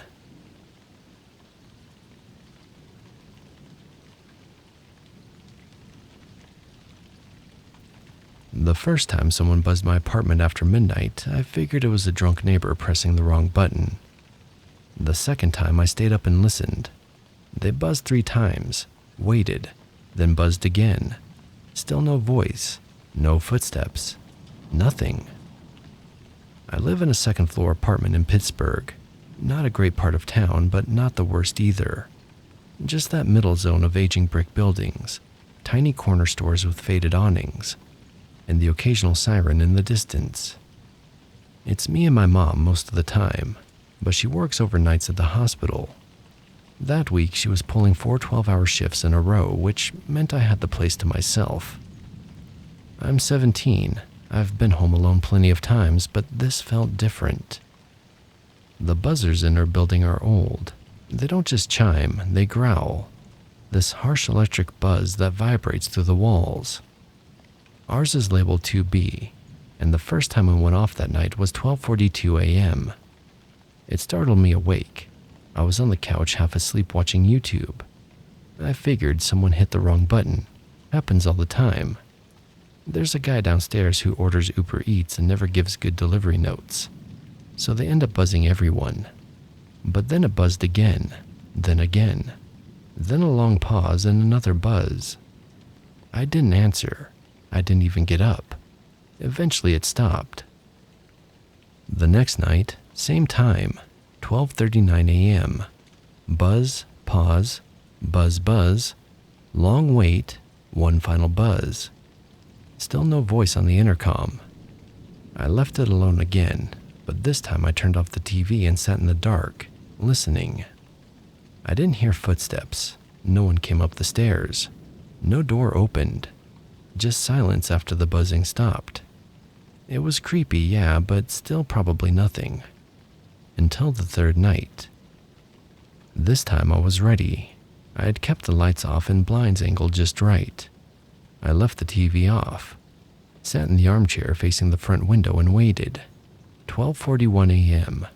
The buzzer growled. I stayed still, waited, then peeked through the blinds. There was a man standing on the sidewalk outside the front entrance. Not a neighbor and not a delivery guy. He was just standing there, too far back for the motion light to catch him clearly. I could barely make out his face, only a silhouette with a hood pulled up. His hands were at his sides. The buzzer went off again. Then I saw his head tilt like he was listening. I stepped away from the window. I texted my mom but got no answer. She was likely in the ER, not near her phone. I didn't call 911 because technically the guy wasn't doing anything illegal. He didn't try the door. He didn't yell or knock. Just stood there and buzzed. Eventually he walked off. The next day I told the building manager, but he shrugged, said the buzzer system's outdated and that people mess with them sometimes. I asked if the cameras caught anything. He just laughed. They haven't worked since 2018. That night I stayed in my room. I locked the door, kept my phone at 100%. I told myself I was just being paranoid. But then around 12:50 a.m., I heard soft creaking from the hallway. We've got old wood floors. Every footstep talks. One slow step, then another. It was definitely coming from inside the building. I froze. I didn't hear the buzzer that time, just those steps. Then a soft, almost polite knock. Not on the front door of the building, but on my apartment door. I didn't say anything. I didn't move. The knock didn't come again. I waited and waited. Then I heard the soft rustle of someone moving back down the hallway. I stayed up all night. The next day I told the manager again, and this time he offered to walk the halls with me. We didn't find anything. No notes, no signs of forced entry. But when I looked at the front entrance more closely, I saw that the lock plate on the outer door was scratched up, like someone had tried jamming it with something metal. The manager brushed it off. Probably the mail guy. He's rough with his keys. That night I didn't wait in the dark. I turned on every light in the apartment, pulled my desk chair in front of the door and sat with a kitchen knife in my lap. No buzz, no knock. I almost convinced myself it was over. Until the next morning. I woke up around 5:30 a.m., sun barely up, city still quiet. I was halfway to the kitchen when I noticed something strange about the front door. The deadbolt was turned halfway open. I froze. My mom always locks both the knob and the deadbolt when she leaves, and I triple-check them before bed. But now the deadbolt was halfway, like someone had started to unlock it from the inside, then stopped. I checked the peephole. Nothing. I stood there shaking for maybe a full minute before I slowly opened the door. and that's when I saw a screwdriver wedged into the lower lock. It wasn't even subtle, jammed in at an angle, scratched up from torque. Whoever it was had tried to force the bottom lock, and probably failed, then tried to be quieter with the top, and then either got spooked or realized I was awake. I backed into the kitchen and called 911. The cops showed up within 10 minutes. I stayed on the line the whole time, breathing like I was underwater. They didn't find anyone in the hallway or outside, but they did find fresh boot prints on the landing near my door, and a dark gray hoodie stuffed behind the radiator in the stairwell. They bagged it for evidence. One of the officers walked the block and caught sight of someone running between parked cars, but they lost him near the corner store. They didn't catch him, but they believe me now. That night, my mom stayed home. She called the landlord, had the entire lock system changed out, and made sure the deadbolt now auto-locks. She's also trying to get the building's buzzer system disabled until it can be repaired properly. I haven't slept in my room since. It's either the couch or her bed. It's been 3 days since then. No buzzing, no footsteps. But I still flinch every time I hear a sound near the door. And I keep thinking about how long he must have stood out there listening, waiting for the right moment to try the handle.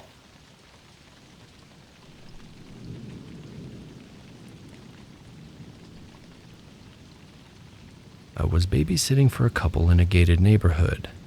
It was supposed to be the easiest $80 I'd make all week. Then a man walked into the front yard at 11 p.m. and just stood there, swaying back and forth like he was listening for something. The kid was already asleep when it started. I was babysitting for a couple my mom knows through work. They're friends of friends. It was a nice house in one of those little gated neighborhoods outside the city. The kind where all the mailboxes match and everyone has 2 dogs and a ring cam. I had babysat for them once before. Their daughter, Emma, is 6. Easy kid. Loved her iPad and grilled cheese. The parents were going to a dinner thing downtown and said they'd be back by midnight. They told me to help myself to anything in the fridge and text them if needed. I did just that around 10:58 p.m. The man came from the woods behind the house. There's a row of trees past the backyard fence, maybe 50 feet deep, and then a street that loops behind the neighborhood. I saw him through the sliding glass door. At first I thought it was a deer or maybe a neighbor's dog, but then I noticed the shape swaying. He stepped out of the tree line slowly, dragging one foot like he was limping. He had jeans on, no shirt. One arm hung stiff at his side like he'd either hurt it or forgot it was attached. Then he crossed into the yard. Not fast, but like he belonged there. I locked the back door immediately, double-checked it, pulled the curtains closed. The front of the house has this big window near the foyer that looks over the lawn. I crept around and peeked out and saw him again. He'd walked all the way around the house and was now standing in the middle of the front yard, still swaying, still watching the house. I texted the mom, "Hey, there's a guy in the yard. Do you know your neighbors?" No reply. I tried the dad too. Still nothing.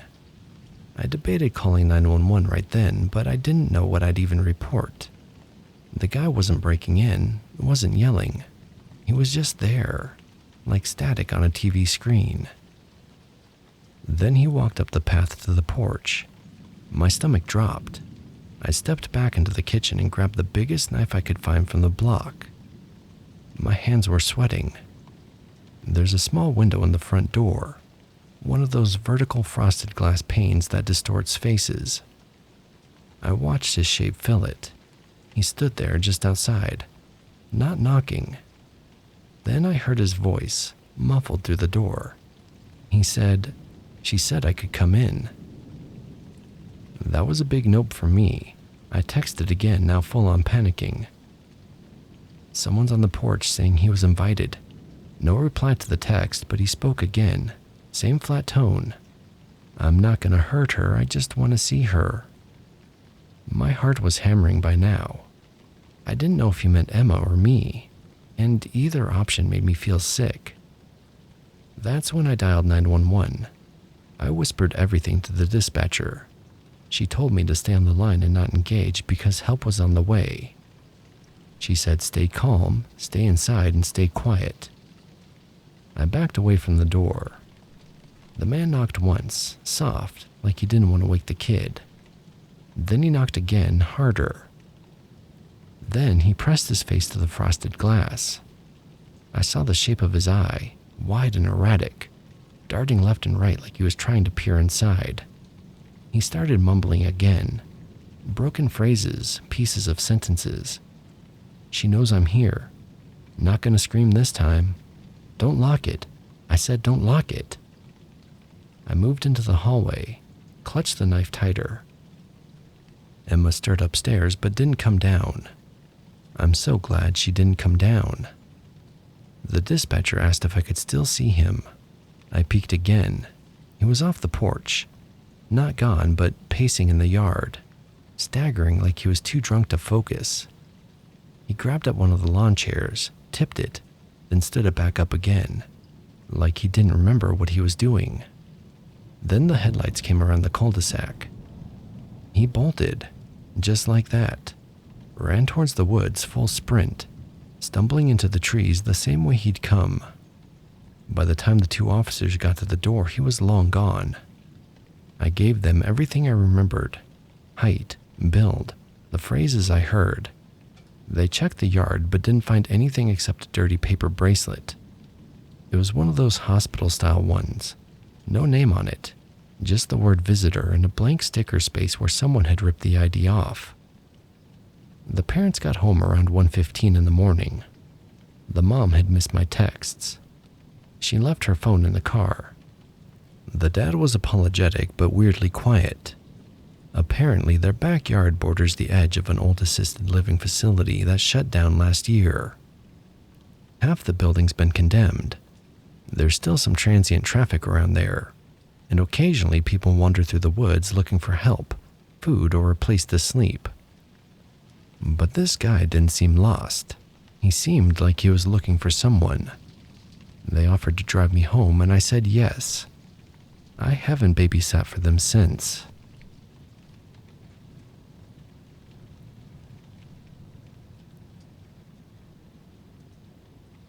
I live alone in a studio apartment above a bookstore, top floor, decent part of the city even if the building's old and everything echoes like a church.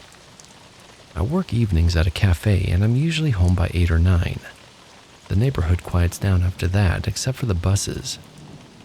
Anyways, last Friday night I got home around 8:30. Usual routine, keys on the hook, shoes by the door, microwave dinner in the fridge. But when I went to grab clean clothes from the closet, the door was open. Not wide, but a few inches. The only thing is I don't leave it open. I hate seeing open doors at night, especially in small spaces. It makes me feel like something's behind them. Still, I stood there for a minute trying to think if maybe I'd rushed that morning and forgot to shut it. I had been tired, running late. Maybe I grabbed a hoodie and just didn't notice. I pushed it closed, then went and locked the deadbolt on my front door. I didn't feel scared, just unsettled. The next morning, I found something worse. There were 2 faint muddy smudges on the floor near my closet. Not footprints exactly, but more than dirt. Like someone stepped in, dragged a toe slightly, then backed up. I checked my shoes, and all of them were dry.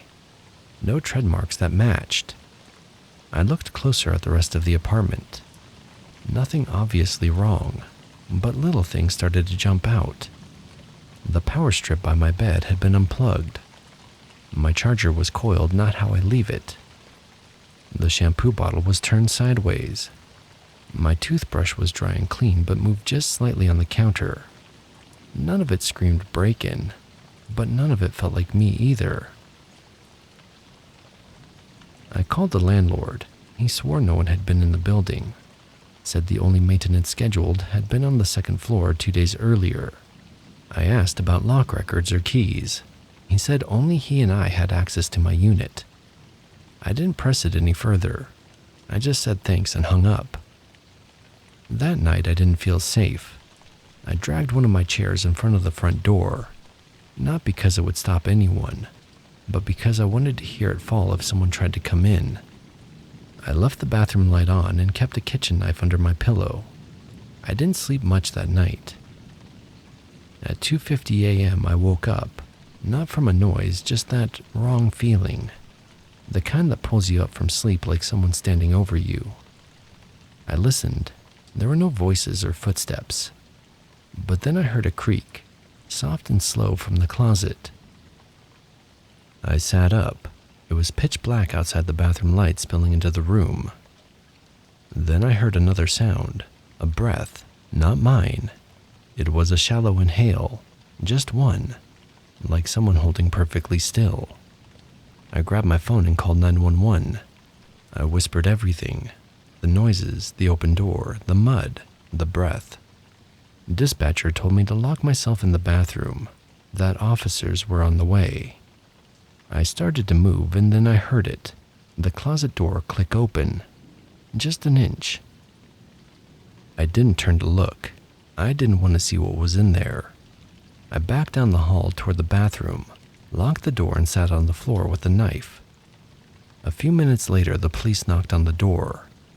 By the time I came out, he was gone. They checked everything. The front door was locked. The closet was empty. But the window was open with the screen popped out. The fire escape ladder was still swinging slightly in the breeze. They found boot marks inside the closet, old carpet pressed down where he'd been laying, a black hoodie stuffed behind the hamper, a half-eaten granola bar, and a prepaid flip phone with no SIM card. He'd been staying in there for who knows how long. The cop said it wasn't that uncommon. People slip into buildings, find unlocked windows, test doors. Some live in crawl spaces, closets, under beds, especially in older buildings with loose security and quiet tenants. He said the guy probably waited until I left for work, slept during the day, ate from my kitchen, listened to my routines. Said he might have been there for days. I haven't gone back. My friends let me crash on the couch while I figure out what to do next. I'm changing the locks, but honestly, that doesn't feel like enough. I keep thinking about the moment I closed the closet door that first night. How close he must have been, how quiet, and how many nights I slept while someone listened 6 feet away, just behind a thin wooden door.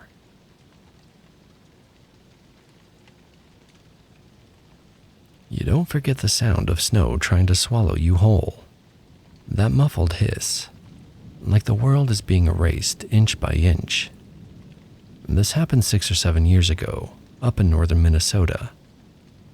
I was on a solo trip to photograph winter wildlife, mostly owls, but I'd pushed my luck with the weather. The forecast promised the storm would pass north of me, but of course it was wrong. By mid-afternoon, the sky was gone, just a wall of white, and the wind had teeth. I was heading back to the trailhead when I spotted a sign, a little blue metal square on a post. Emergency shelter, 1/4 of a mile. I didn't hesitate. The shelter was barely a shack, a single room with a knee-deep drift blocking the door. Inside was Spartan, a bench, a propane heater, and some emergency rations. But it was warm. I sank onto the bench, rubbing my hands together, feeling the slow pulse of heat from the heater. Outside, the snow hammered the roof with a relentless rhythm. I tried to calm down, telling myself the storm would pass by morning. I pulled out a small notebook and started sketching the owl photos I'd taken earlier, but my eyes kept drifting to the frosted window. By 4 o'clock, something shifted. The wind didn't die, I just noticed it was gone. When I stepped outside, the snow had stopped. The sky was now a pale gold. The sun was already slipping behind the trees. I thought about leaving.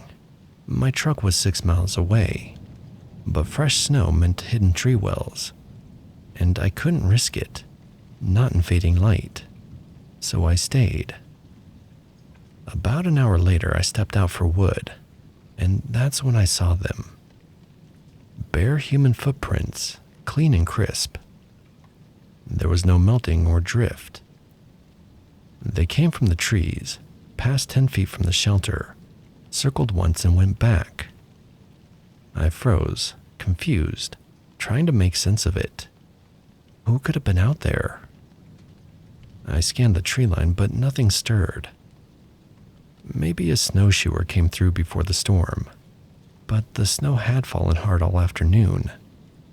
These prints had to be minutes old. That night, the storm returned. Walls creaked. The wind moaned in the roof seams. Around midnight, I heard it. Snow crunching outside. A single set of steps, slow, pressing down through the crust. Not circling this time, just stopping right outside the wall. I grabbed my flashlight and moved to the window. Frost covered the glass. When I looked out, there it was, low in the tree line. It didn't move until my light touched it. Then it shifted, tilted its head. The skin looked drawn tight, like ice pressed flat over the shape beneath. It wore no hat, no coat, just a hollow where the mouth should have been, rimmed with frost. The wind came rushing back. Snow blasted across the glass. When it cleared, it was gone. I didn't sleep after that. Every time the wind dipped, I thought I heard it again. That slow rhythm in the snow. By dawn, the clouds were heavy, but the storm hadn't fully returned. I packed up and opened the door. The footprints were there again, heading the same way I needed to go. For a mile, they stayed just ahead of me, neat and sharp in the snow. Then they stopped. There was nothing else for 50 yards, only open snow, no wind and no cover. Then they started again, right beside mine. I sped up, not running, just quicker. I wanted to believe it was my imagination. The snow started again soon after, heavy and blinding.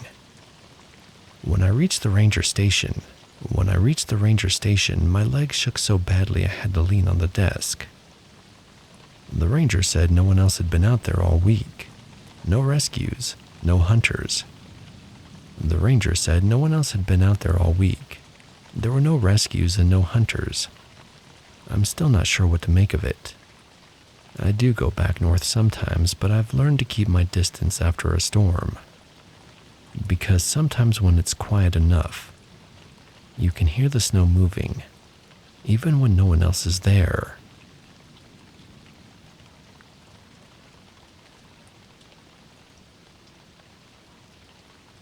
I used to work security for a private development company out in Michigan's Upper Peninsula. Most of what we did was patrol half-built lots, keep squatters off company land, and make sure no one walked off with copper wiring. It wasn't exactly glamorous, but it paid better than the gas station, and I didn't mind night shifts. I actually preferred them. Less people to talk to. Anyways, this would have been about 5 years back, in late October. We had a couple lots up out the way in Ottawa National Forest, not far from a town called Bergland. If you've never been that far north, imagine a place where your cell signal vanishes 10 minutes after you leave town, and you can drive for an hour without seeing another set of headlights. We're prepping a new site up there, clearing trees, digging test trenches, staking the survey lines. My job was to sit overnight in a trailer with a floodlight, keep the machines from getting vandalized. There had been talk of some local kids throwing beer bottles at equipment, maybe slashing a few tires, nothing crazy.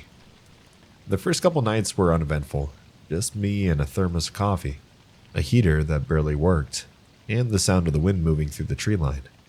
Then came night 3. It started like a normal. I got there around 6, took over for the day guy, picked on the lights and checked the locks. By 9, I was reading a paper bag with my boots up on the desk. That's when I heard something knock against the side of the trailer. It wasn't loud, more like a tap tap. Then nothing. I figured maybe it was a branch. The wind had been kicking up a little, but when I stepped outside, flashlight in hand, I didn't see anything out of place. I shrugged it off and went back in. An hour later, there was that tap tap again. This time near the back corner. I went out again, walked the full perimeter. Light sweeping through brush and machinery. I saw nothing. Everything was still. The only sound was the noise of leaves crunching under my boots. And that feeling you get when there's something watching you, even when you know there's no one there. By midnight, the woods had gone dead silent. The quiet was deafening, no crickets, no wind, not even the distant hum of traffic. It was like sound had been sucked out of the world. I turned off the heater just to be sure. That's when I noticed something off about the floodlights. They're trained on the machines for about 30 yards away. A bulldozer, a backhoe near the edge of the lot. And now the shadows behind the dozer looked off. They were longer and moving. I thought maybe an animal had wandered in. Could have been a bear. Happens up there. But whatever this thing was, it didn't move like a bear. It stood straight. It stepped out of the shadows, and I dropped the book and just stared through the window. It was tall. Easily 7 feet, maybe more. Gaunt, but wide at the shoulders. Covered in something black. Fur maybe. I saw a long snout, ears pointed like a coyote. But the way it walked, it wasn't on 4 legs, it moved like a man. Then it turned towards the trailer. I backed up, slow, locked the door out of habit, even though I knew that wouldn't do much. The thing just stood there, watching. I didn't know what it wanted, but I could feel it thinking, like it was weighing something. I didn't breathe. It didn't move. And then it grinned. This wide, toothy grin, not like a dog baring its teeth, but something worse, like it knew I was afraid and it enjoyed it. After maybe 30 seconds, it backed into the dark, disappearing behind the dozer. I didn't sleep. Didn't even sit down. I just kept pacing and checking the windows every once in a while. I'd hear something outside, leaves crunching, branches snapping, but I never saw it again that night. When the sun finally came up, I damn near cried. I told my supervisor what happened. Laughed out the weird details, said I thought it might have been a bear walking funny. She gave me a look but didn't press. She said she put someone else on the site for a week. I figured that was it, deal done. But then 2 nights later I get a call from the new guy who took over my shift. Marcus, younger kid, ex-army. Not the type to spook easily. He asked me if I'd ever seen anything weird up there. I tried to play dumb, but he went quiet for a second. Then said, something followed me back to the truck last night. Stayed in the trees, big and fast. I could hear it breathing. I didn't know what to say. He quit the next day. A couple weeks later, the company pulled out of that site completely. Said the permits got held up, but I don't buy it. Too many guys had issues up there. Equipment moved during the night. Claw marks on the trailer door. Weird howls echoing through the hills. I still keep in touch with a few of the crew. We all agreed not to talk about it too much. It's one of those things you'd better off leaving alone. But sometimes, I think about how it looked right at me. That grin. It enjoyed me being scared.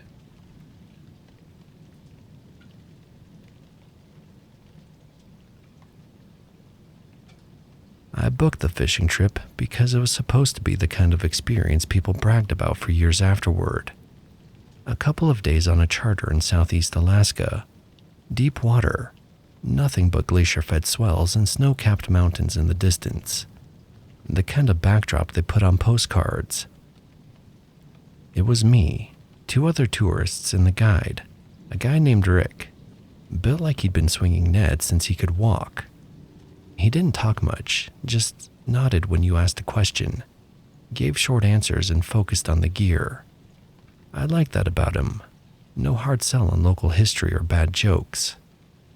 The first morning was overcast, low clouds skimming the peaks. The sea was calmer than I expected, but the air had this kind of dense stillness to it, like sound didn't travel right.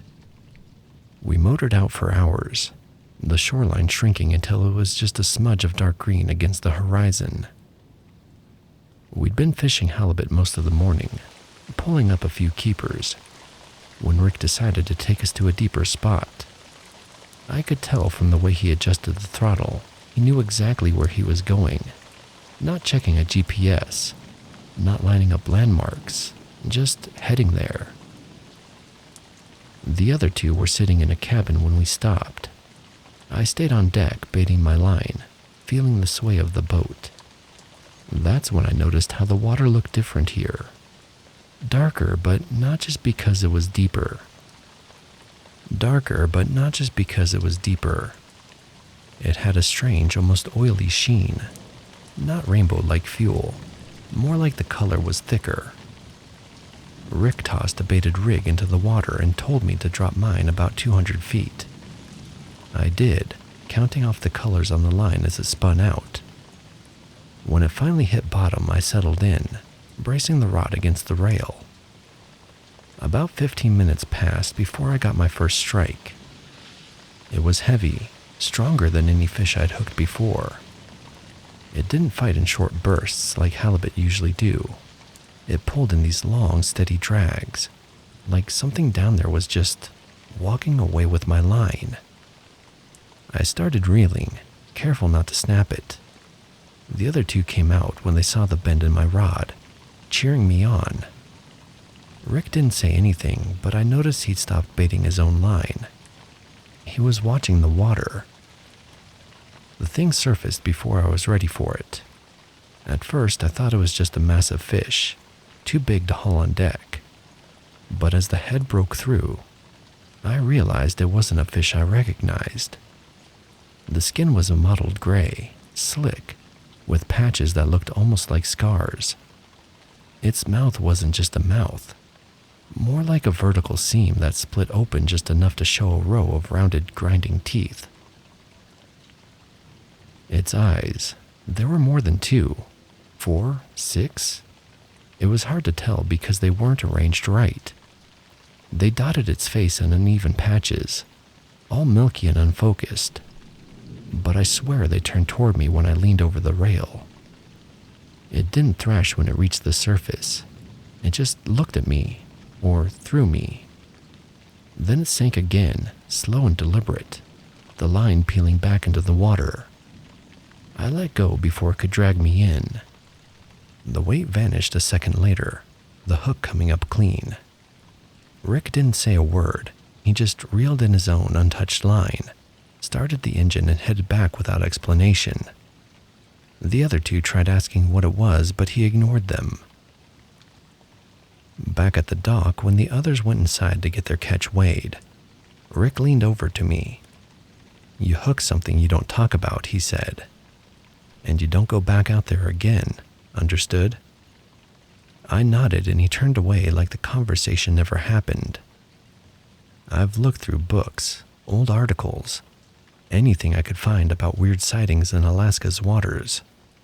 Some of the stories are close, none are exact, but I can still feel the weight of it on the line, like something old and heavy decided, just for a second, to let me know it was still there.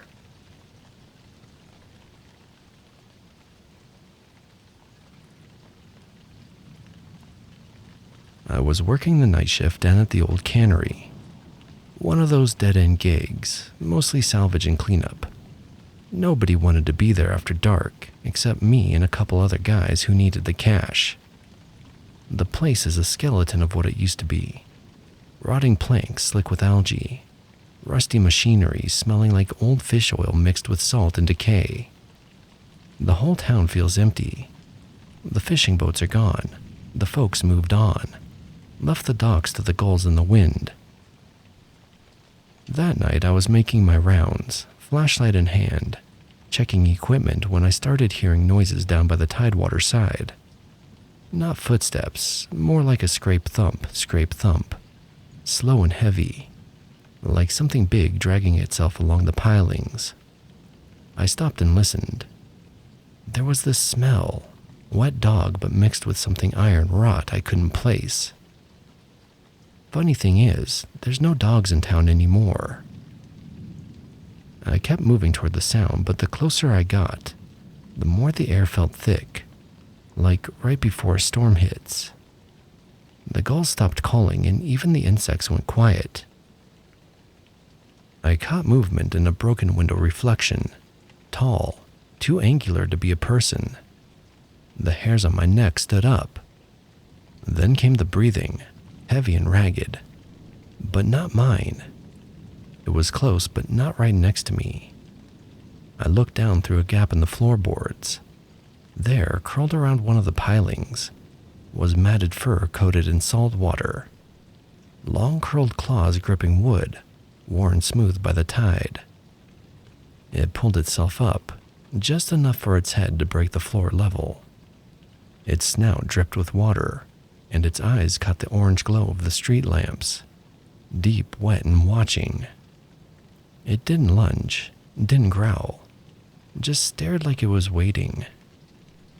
My heart hit my throat. I backed away slowly, but I knew it was moving with me, sliding silently between the shadows, tracking my steps as I made for the dock's exit. I jumped in my truck and slammed the door. In the rearview mirror, I caught one last glimpse. A hunched silhouette, still over 6 feet tall, moving like a ghost across the rotted pilings. I quit that job the next day. I won't set foot on those docks after dark again. Later, I heard about a man from town who went missing after a late-night fishing run on the tide flats. Just never came back. I don't know if it was the same thing I saw, but out there, in the quiet salt air, some things don't want to be found.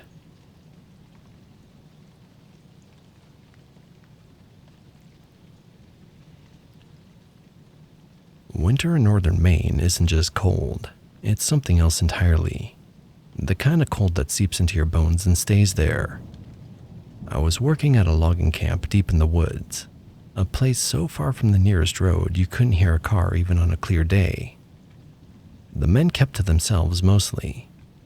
We hauled logs all day, sat around the fire at night, and tried not to think about the silence outside. On the second night of a heavy snowstorm, something changed. It was just past dusk when I heard it, a howl that didn't sound right. It was too long, too loud, too low to be any kind of animal I've heard before. We tried to brush it off, wolves maybe, or some wind playing tricks. But then one of the men didn't come back from checking his traps. We found his tracks near the edge of the clearing, then nothing. No footprints leading away, just a patch of broken brush. The next morning, giant footprints appeared near the camp. Not bear prints and not moose. They were bigger, clawed, deep in the snow like something heavy had been dragging itself. That night, the wind stopped completely. No snow falling, no trees moving.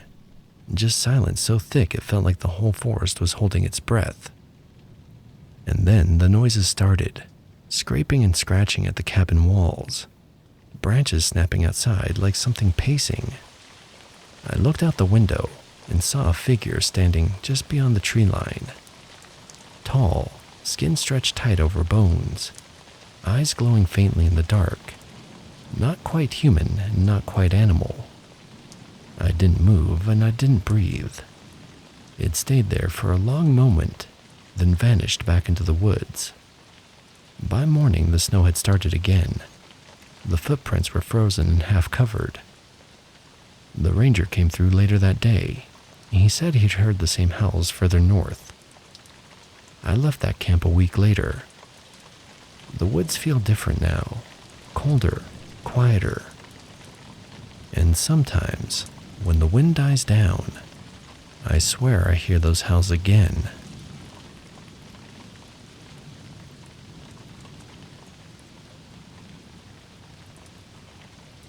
I didn't expect much from this trip. Just 2 friends, some fishing gear, and 4 days to get away from everything. We found a spot near Redwood Creek, remote, tucked away in Northern California's deep woods. The kind of place where the trees crowd tight, and the sunlight barely touches the ground. The first day was normal. We set up camp, lit a fire, and talked about plans for the next few days. The air smelled fresh, pine and damp earth. It felt peaceful, but that first night things changed. After dark we heard footsteps, heavy, slow, moving just outside the firelight. Branches snapped. Low, guttural grunts echoed from the trees. We told ourselves it was a deer or bears, but the sounds didn't quite match. They were different. The second night was worse. The noises came closer. Shadows shifted just beyond the circle of light from our fire. We locked up all our food and double-checked the campsite. Neither of us slept well that night. The third day brought more signs. Near the creek, we found footprints.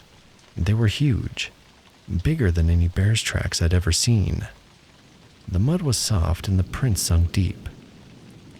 We also spotted broken branches and flattened brush, like something large had pushed through. That evening, as the sun was dipping low, we started packing up. We figured we'd leave early the next morning. Then, out of nowhere, I saw it. A large figure moving slowly between the trees, too tall to be a man, too upright to be any animal I knew of. It didn't come close, it didn't make a sound, but just seeing it made every hair on my body stand on end. We didn't waste time. We grabbed everything, fishing gear, backpacks, even the cooler, threw it all in the car as fast as we could. I didn't look back. We left the campsite behind, and the woods swallowed the road again. I don't tell this story much. Most people don't want to hear it. But sometimes, when the wind shifts just right, I remember that figure in the trees, and I'm glad we left when we did.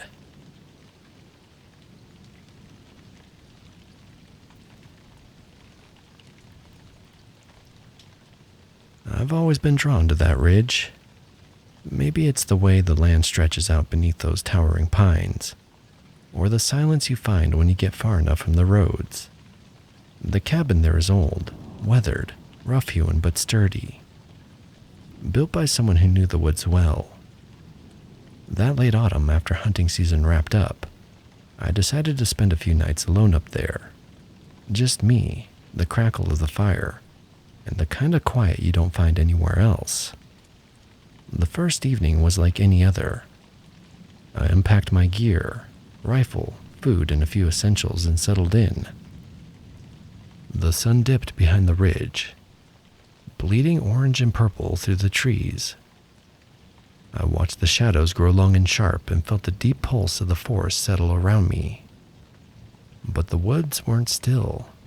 No, they were alive. But something was different this time.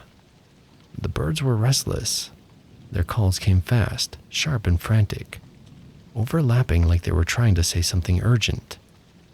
I'd never heard anything like it before. Sometimes the chorus would stop abruptly, like they were holding their breath, only to explode again with more intensity. It was as if the forest itself was warning me. That night, after the fire had burned low, I heard it. A howl that didn't fit the usual wildlife. Low and guttural, distant but close enough to unsettle me. I grabbed my flashlight and stepped outside. The air was thick with the scent of damp earth and pine needles. A mix that always pulls me deeper into the woods, but this time it felt heavy. Near the cabin I saw the first signs, tracks in the soft soil. Not the neat round prints of a deer or the wide pads of a bear.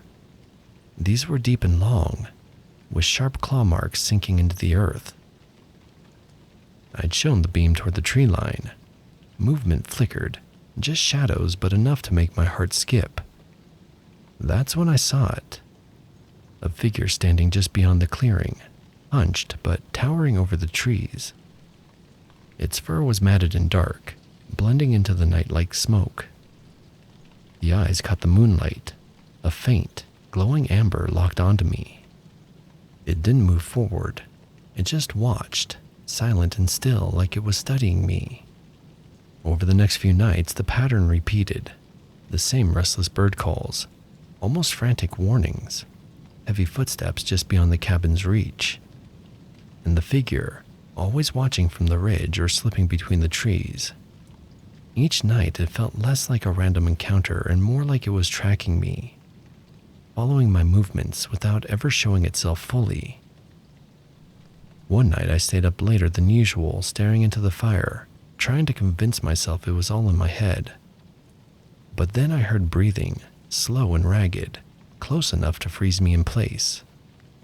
I peeked outside and caught a glimpse of that shadow again, larger than any man with limbs that stretched too long, and a face twisted somewhere between human and beast. It didn't growl or attack, just let out a warning growl, a sound that vibrated through the cold night air. I didn't sleep much after that. By the final night, I was exhausted but couldn't bring myself to leave. I wanted to see it again. I wanted to understand what I was dealing with.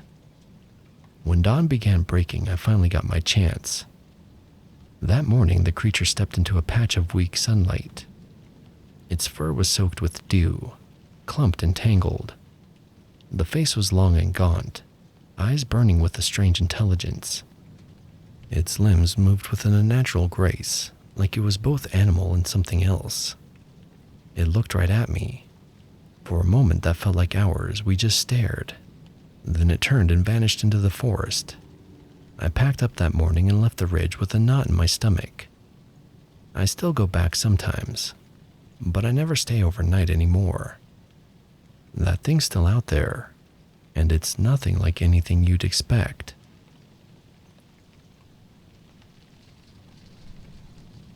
I've crossed the Atlantic more times than I can count, but only once did I ever feel like something was pacing us out there in the dark. We were 3 days into a run from Norfolk to Lisbon, a standard cargo haul, with steel coils, machinery parts, and the usual containers stacked like Legos on deck. The air had been calm all morning, the kind of flat blue you get when the wind dies and the sun hangs low and lazy. The hull hummed beneath my boots, steady as a heartbeat. But by the time I came on watch for the night shift, there was a haze on the horizon. Not fog exactly, more like the air itself was turning pale. Around 0200 I spotted lights off our starboard side. At first I thought they were distant, maybe another freighter on a similar route. But they didn't fade or drift the way distant lights should. They stayed there, level with us, just far enough that I couldn't make out the ship's shape. Only the glow of what looked like portholes or deck lamps. "Starboard traffic 2 points," I told the captain over the radio. He stepped out, peered through binoculars, and frowned. Nothing on AIS. Automatic identification system should have shown their location, heading, name, but there was nothing, and the radar sweep came back clear. We watched it for an hour, same speed, same bearing. I tried hailing on VHF, but I got nothing but dead air, no crackle, not even static. The wind had picked up, cold and wet, carrying that metallic tang of distant rain. By morning it was still there, pale light in the growing daylight, so faint you could convince yourself it wasn't there at all. The haze lingered too, draped over the water like a thin veil. That afternoon the interference started. GPS blinked in and out. Our comms picked up odd tones, like bursts of Morse code that didn't mean anything. Once the engine room called up and asked if we'd been messing with the PA system. Said they heard someone speaking, just a few words, in a voice none of them recognized. By the second night, the lights were closer. I could finally make out its silhouette. It had a long hull, with a high stern, and a shape that looked 50, maybe 60 years out of date. No modern container rigs, and no cranes. It was riding low in the water like it was heavy with cargo, or something else. The captain ordered a slight course change. We turned 5 degrees north. The lights matched us perfectly.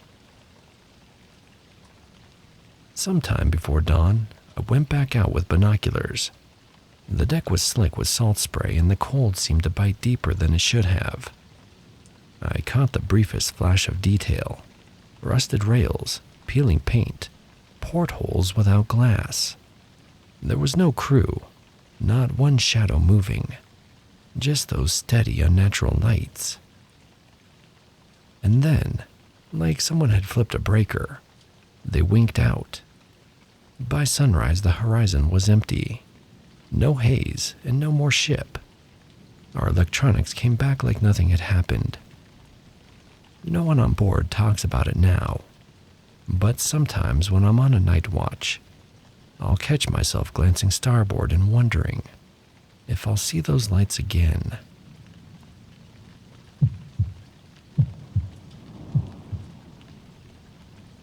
I've been working container ships since I was 19, but what happened during our last 18-day Pacific crossing has me seriously considering a career change.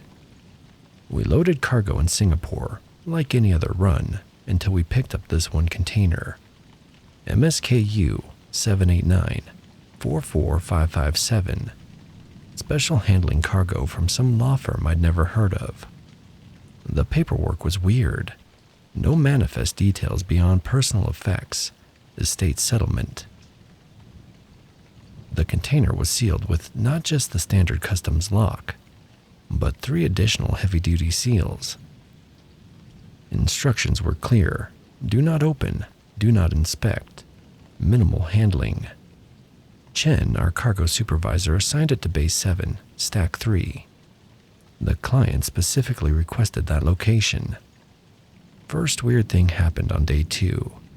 Martinez was doing security rounds when he came back looking shaken. Said he heard deliberate tapping from inside of it. 3 short taps, pause, 3 more taps, over and over. We laughed it off. Containers make noises when the ship moves, but Martinez insisted this was different. Chen checked the manifest again. Personal effects from an estate. Could be an antique clock or music box, something with a mechanism that activates with movement. We've transported weirder things before. By day 5, Martinez wasn't the only one hearing things. Rodriguez heard scratching from the container during night shift. Not metal on metal, but like fingernails on wood. He called me over around 2 a.m. to listen. Standing next to the container, I heard soft scratching sounds, irregular but persistent.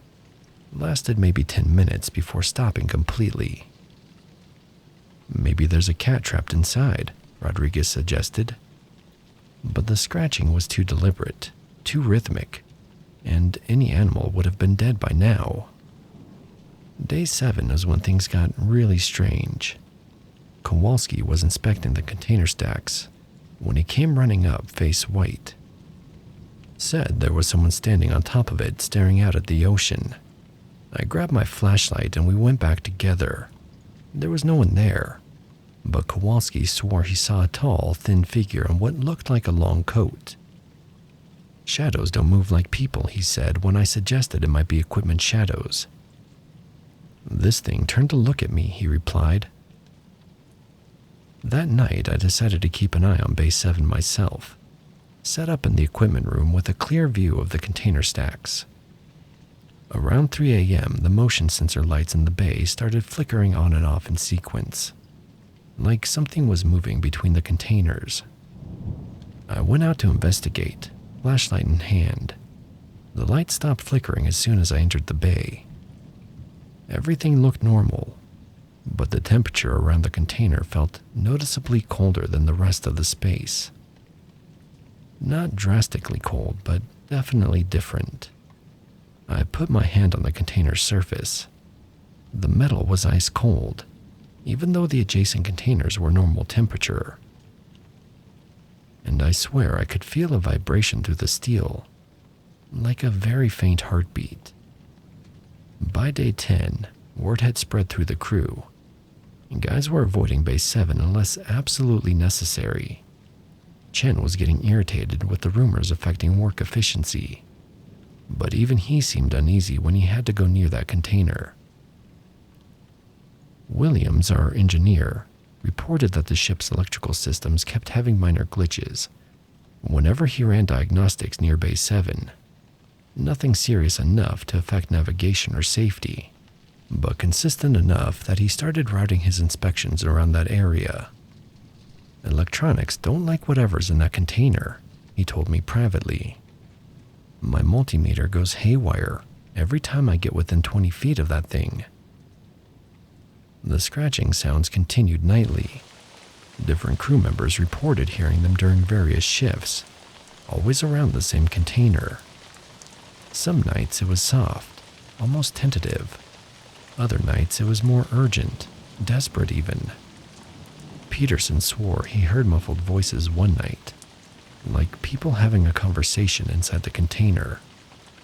But when he pressed his ear to the steel wall, everything went silent immediately. Day 14 brought the worst incident. Martinez was doing his rounds again when he came sprinting back to the bridge, barely coherent. Took us 10 minutes to calm him down enough to explain what happened. He said he was walking past the container when all the lights in Base 7 suddenly went out. Emergency lighting kicked in, but it was dim and cast everything in this eerie red glow. That's when he saw handprints appearing on the outside of the container. Not like someone was pressing from inside, but like the impressions were forming on the metal itself. By the time we got back there with flashlights, the main lights were working fine, and there were no handprints visible. But Martinez was done, refused to go near Base 7 for the rest of the voyage. Chen tried to keep morale up by joking about ghost cargo and telling stories about other supposedly haunted containers he transported over the years. But I could tell he was just as unsettled as the rest of us. The last 4 days dragged by. Crew was jumpy, productivity was down, and everyone was counting hours until we reached Long Beach. The noises from the container seemed to get more frequent as we approached port, like whatever was inside knew we were getting close to land. On our final night at sea, I couldn't sleep. I went up to the deck for some air and found myself staring down at Base 7 from above. The container looked different somehow, darker than the others, like it was absorbing light instead of reflecting it. As I watched, I could have sworn I saw movement in the shadows around it. Not the crew doing rounds. This was something else. Something that didn't belong on a cargo ship in the middle of the Pacific. We docked in Long Beach on schedule. The container was the first container off the ship, priority unloading at the client's request. I watched from the bridge as the crane lifted it onto a waiting truck. The moment it cleared the ship, I felt this overwhelming sense of relief, like pressure I didn't know I was carrying suddenly lifted. The truck driver signed for the container and drove off without a word. No small talk, no pleasantries, just business. He looked like he wanted to get away from that container as much as we did. Chen never officially reported any of the incidences, said there was no point filing paperwork about strange noises and spooked crew members when no actual safety violations occurred. Cargo was delivered intact and on time. That's all the company cares about. But I've been checking the shipping schedules, and that container hasn't appeared on any manifest since we delivered it. Like it just vanished from the system entirely. I'm hoping I never see that container number again. Been doing this job for over a decade, and I've never felt genuinely afraid of cargo before. Whatever was in that container, it didn't belong on my ship. Some containers are meant to just stay sealed.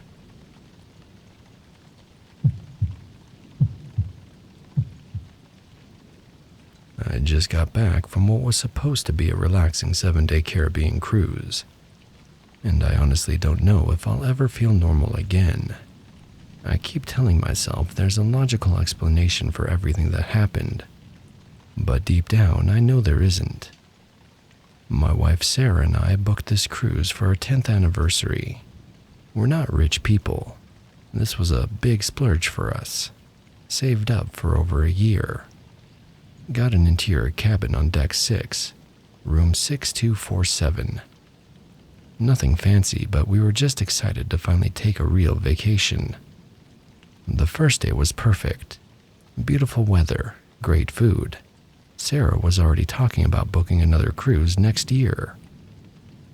We went to bed around 11 p.m., both exhausted from traveling, and excited for tomorrow's port day in Cozumel. That's when the knocking started. It was soft at first, 3 quick taps on our cabin door around 1:30 a.m. I figured it was some drunk trying to find their room. You know how cruise ship hallways all look identical. I ignored it, but then it happened again about 10 minutes later. Same pattern, tap, tap, tap. I got up and looked through the peephole. The hallway was empty and dimly lit by those emergency exit signs. There was no one there. I chalked it up to the ship settling or maybe noise from the cabin next door. But it kept happening, every 15 to 20 minutes until about 4 a.m. Always 3 taps, always the same rhythm. Sarah's a heavy sleeper, so she didn't wake up, but I barely got any rest. When I mentioned it at breakfast, she suggested I call guest services if it happened again. Day 2 was Cozumel. We had an amazing time. Snorkeling, lunch on the beach, and margaritas.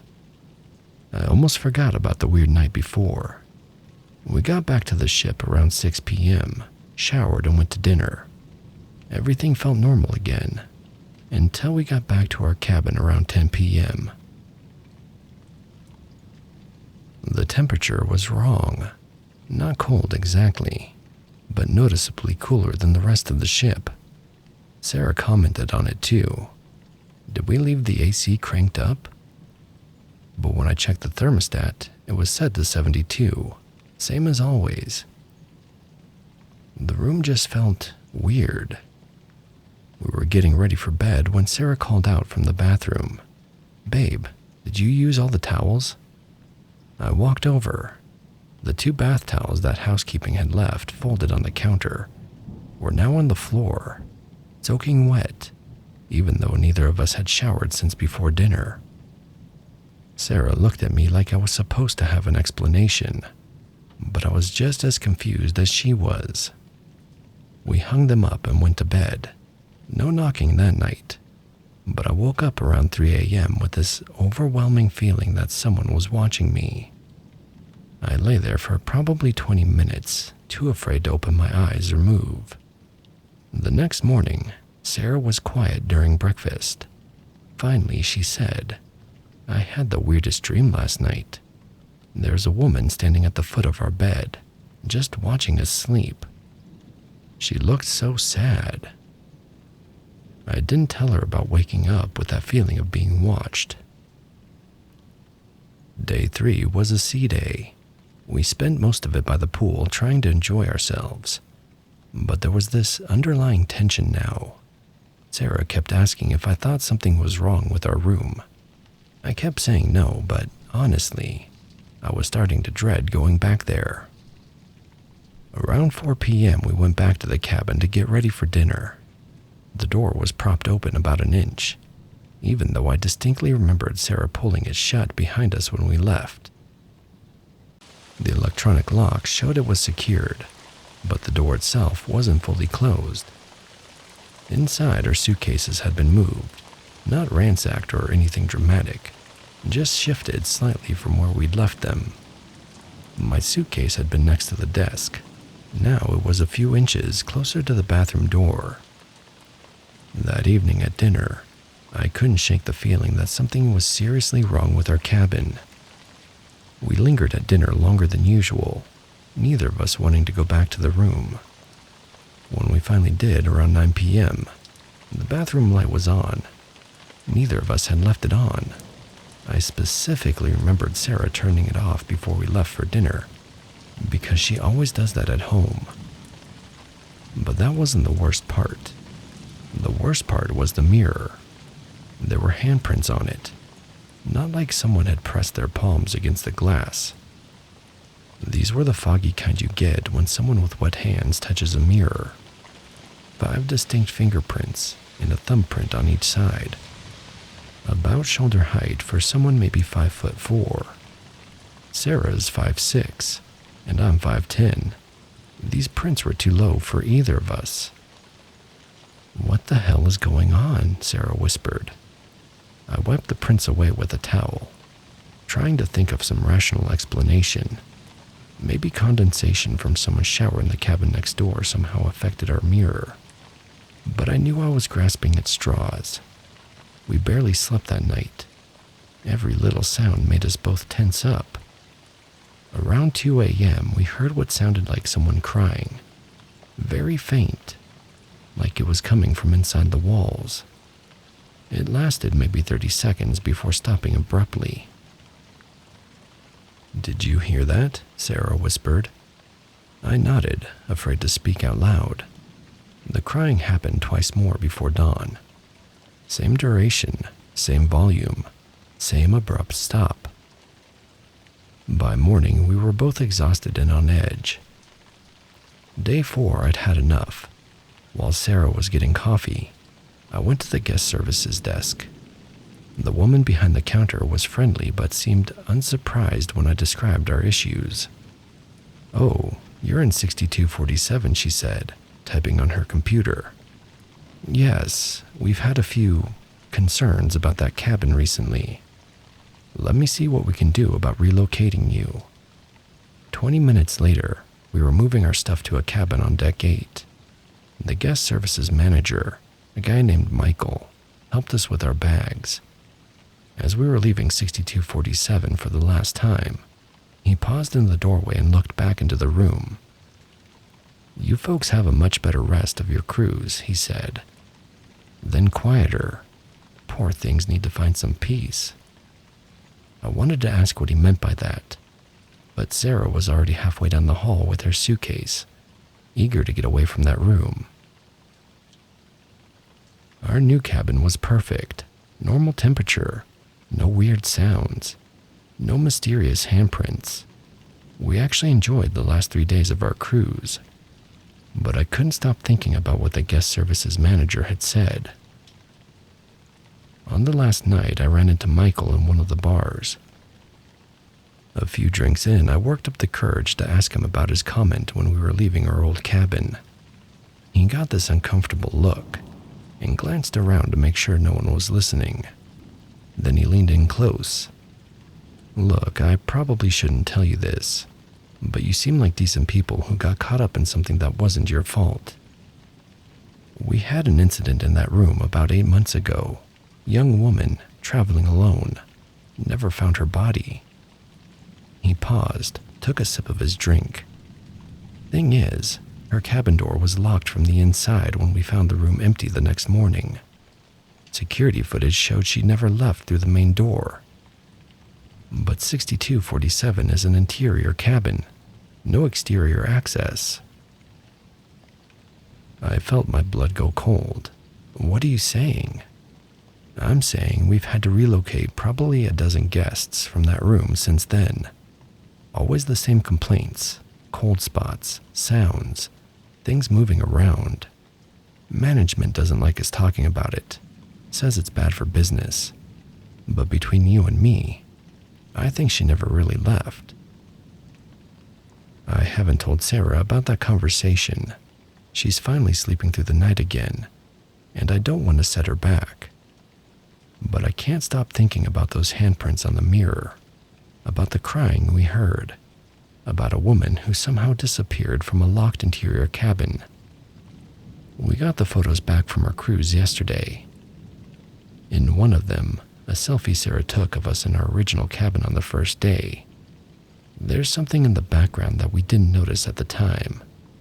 It's blurry and you have to look carefully, but there appears to be a figure standing in the bathroom doorway behind us. I've looked at it 100 times now. It could be a shadow or a trick of the light, or just the way the photo compressed when Sarah uploaded it to her phone. But it looks like a woman, and she looks impossibly sad. I'm never going on another cruise.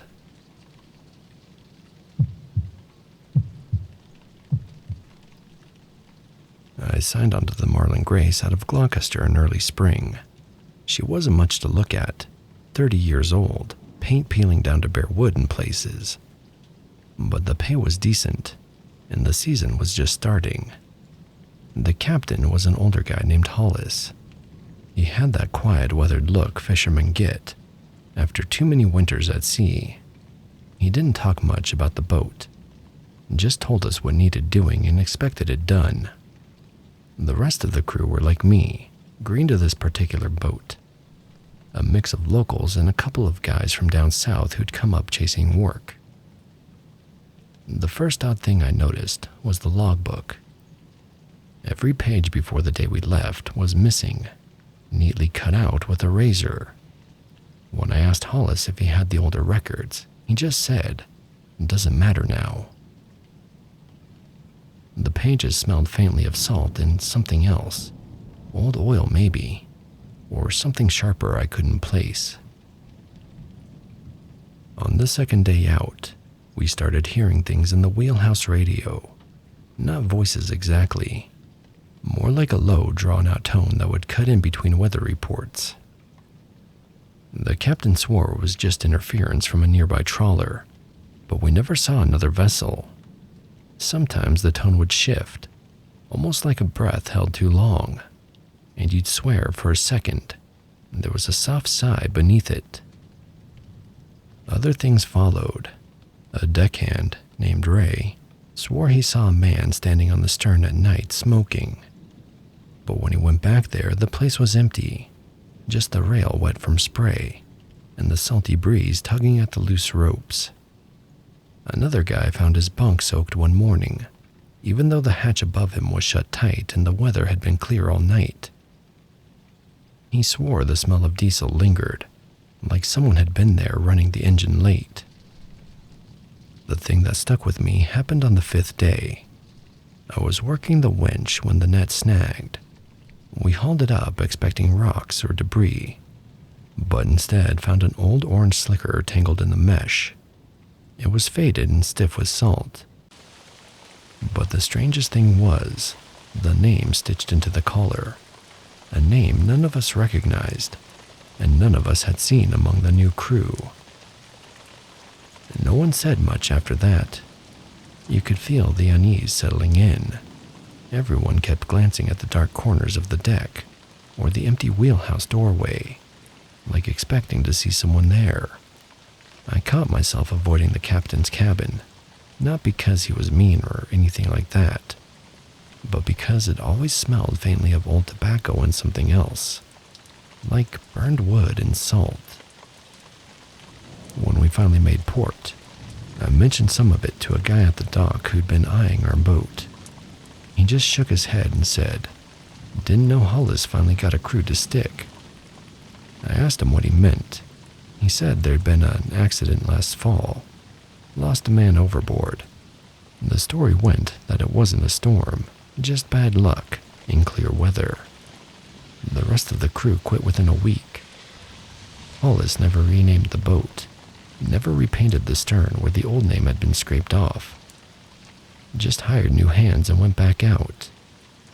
That was my first and last trip on the Marlin Grace.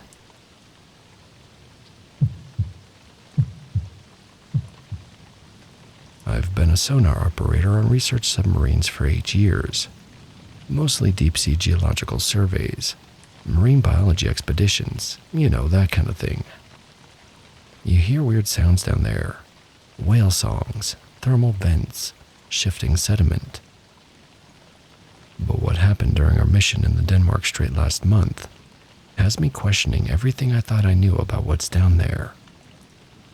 We were conducting a survey of the sea floor about 200 miles southeast of Iceland, looking at volcanic activity and mineral deposits. Standard 3-week research dive, collecting core samples and mapping the ocean floor. Our sub, the Deep Explorer, is a civilian research vessel. Nothing military about it, just scientists doing their job. The weird contact started on day 4. I was running passive sonar sweeps around 1,800 feet down when I picked up something large at the edge of our detection range. Bearing 270, roughly 2,000 meters out. Big enough to be another submarine, but the signature was odd. Not quite right for any civilian or military vessel I'd seen before. I reported it to Dr. Martinez, our mission commander. She had me switch back to active sonar for a clearer reading. The ping came back showing a cylindrical object, approximately 220 feet long, holding steady at our same depth. Probably a research vessel from another country, Martinez said. Log it and keep monitoring. But here's the thing. When we changed course to investigate a thermal vent cluster about 10 kilometers north, the contact moved with us, maintained the exact same distance and bearing. When we slowed down, it slowed down. When we accelerated, it kept pace perfectly. Day 5, I started paying closer attention to the contact's behavior. Whatever it was had incredible maneuverability for something that size. No engine noise that I could detect. No propeller signature. It was silent, except for the occasional metallic groaning sound, like an old hull under extreme pressure. Could be a military drone submarine, suggested Paddle, our marine biologist.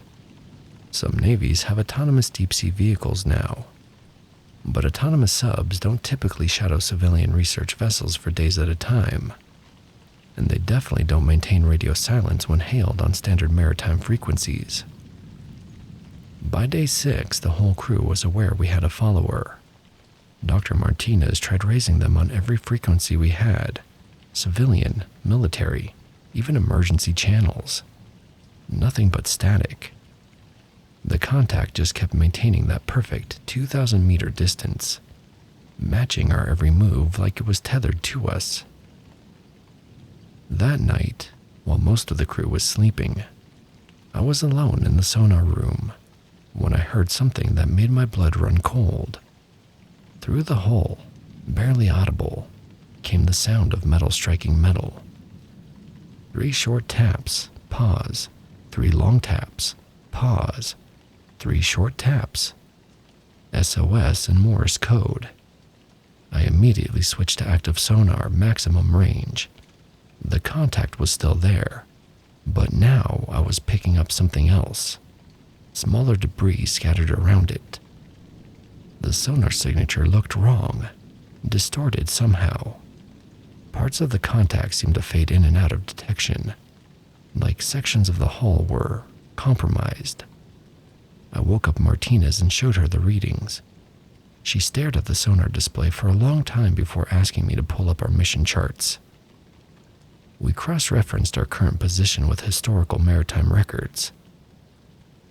Her face went pale. My God!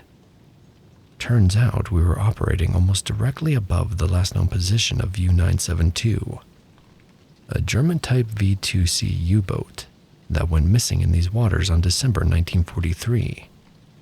It was 220 feet long, lost with all 52 hands during the height of the Battle of the Atlantic. The wreck was never found despite multiple search efforts. What made it even stranger, U-972's last radio transmission was sent from coordinates just 15 miles from our exact position on December 15th, 1943. Exactly 81 years ago, almost to the day. Martinez ordered us to service immediately. As we ascended, I kept tracking our mysterious follower. It rose with us initially, maintaining that same perfect distance. But around 600 feet depth, the contact simply vanished. One moment it was there on sonar. The next moment our screen showed empty water. We spent the next hour on the surface, scanning all directions with both radar and sonar. But there was nothing. Whatever had been following us was gone without a trace.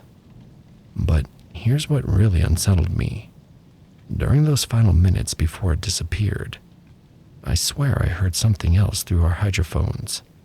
Faint voices speaking what sounded like German, mixed with that metallic tapping, like someone was trying to communicate using the old Kriegsmarine short signal codes. When we got back to port, Martinez filed a report with the maritime authorities about a possible unidentified submarine in the area. But when they sent a patrol vessel to investigate 2 weeks later, they found nothing. I've been going over the sonar's recordings every night since we got back. The contact's dimensions match U-972 almost exactly. The debris field I detected corresponds to what you'd expect from a submarine that's been sitting on the ocean floor for over 8 decades. But German U-boats from 1943 don't just start following research vessels. They don't maintain perfect formation for days at a time either. And they definitely don't vanish into thin air when you're actively tracking them with multiple instruments. I keep thinking about those SOS signals I heard tapping against our hull, and those faint German voices on the hydrophones. Like 52 souls down there were still trying to get help after all these years, still following their last orders to patrol those dark waters. The thing that really gets me is the timing. U-972 sent her final transmission on December 15th, 1943.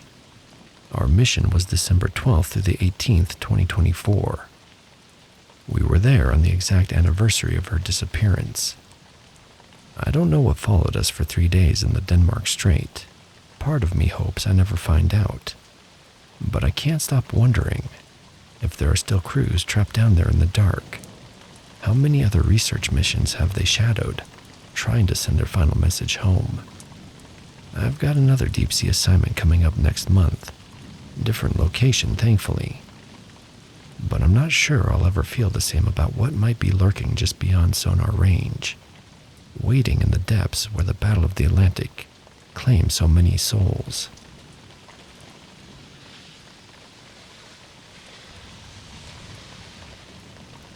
I worked the carnival circuit from 2018 to 2021. Started when I was 19 and broke. Figured it'd be an adventure. Traveled all over the Midwest and South setting up rides, running games, the whole thing. The money was decent if you didn't mind living in a trailer and moving every week. Here's something most people don't know about carnival work.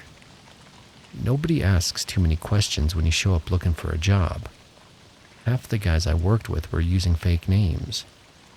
Some had warrants, some were hiding from ex-wives. Some just wanted to disappear for a while. Management didn't care as long as you showed up and did the work. Background checks were basically non-existent. I worked with this guy, Danny, for almost 3 seasons. That probably wasn't his real name, but that's what everyone called him. He was maybe 45, quiet, and kept to himself most of the time. Nothing too unusual about that. Lots of carnival workers are loners. But there were things about Danny that always felt off. First thing I noticed was how he acted around families. Most of us would joke around with the kids, help parents get their toddlers on the kiddie rides, that kind of thing. It's part of the job. But Danny would get this tense look whenever families with young kids came around. He'd find excuses to walk away, or suddenly need to check something on the other side of the midway. Danny always volunteered for the breakdown shifts too. After the fair closed each night, we'd start tearing down rides and packing equipment. Most guys hated that work. It was hard and you were usually exhausted by then. But Danny seemed to prefer it. He'd stay behind cleaning up while everyone else went to grab beers or whatever. He never talked about his past either. In 3 years, I never heard him mention where he was from. Any family, old jobs, nothing. If someone asked direct questions, he'd just change the subject or walk away. A few guys tried to get him to open up when he was drinking, but Danny barely drank at all. The thing that really stood out was how he knew things about the towns we'd visit. We'd roll into some random place in Missouri or Arkansas, and Danny would know exactly where the good diners were, which parts of town to avoid, stuff like that. When people asked how he knew, he'd just say he'd been through before. In July 2021, we were setting up outside Tulsa for a week-long fair. Everything seemed normal until Wednesday morning when Danny just wasn't there. His trailer was empty. Truck was still parked outside. Keys on the counter like he stepped out for a minute and never came back. This was weird because Danny never left his truck. It had all his tools and personal stuff. The supervisor didn't seem surprised when I mentioned Danny was missing. Just said something about how some people wear out their welcome, and told me and another guy to clean out Danny's trailer before we moved to the next spot. When I asked if we should call the police to report him missing, the supervisor got this look and said Danny probably just caught a ride with someone else and would pick up his truck later. But we both knew that didn't make sense. Inside the trailer was mostly regular stuff. Clothes, some tools, and a hot plate. But under the bed, we found this old duffel bag. Inside were newspaper clippings, lots of them, all missing persons cases, mostly kids between like 8 and 14. The articles were from different newspapers going back maybe 10 years. What really freaked me out was that a lot of them were from towns we'd hit that season, or the season before. There was this one article about a 12-year-old girl who disappeared from a county fair in Tennessee. We'd been at that exact fair 6 months earlier. Another one about a boy who vanished from a festival in Arkansas. We were there the same weekend. I counted at least 8 cases that lined up with places we visited. Some of the clippings were really old and yellow, from newspapers in towns I'd never heard of. But others looked recent, like Danny had been cutting them out and adding them to the collection. A few still had dates written in the margins in Danny's handwriting.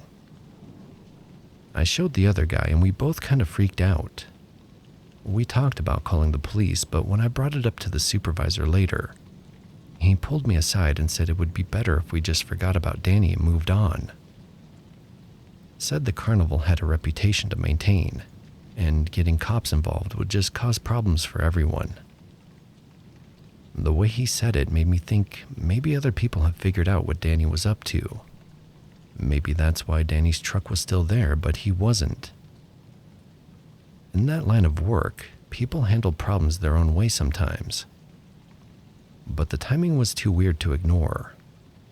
All these missing kids from towns where our carnival had been, and Danny always working the late shifts when fewer people were around, always avoiding families during the day. I quit the next week. I couldn't stop thinking about those clippings and wondering what really happened to Danny. The other guy quit too. Neither of us wanted to ask too many questions about where Danny went. I've thought about those articles a lot over the past couple years.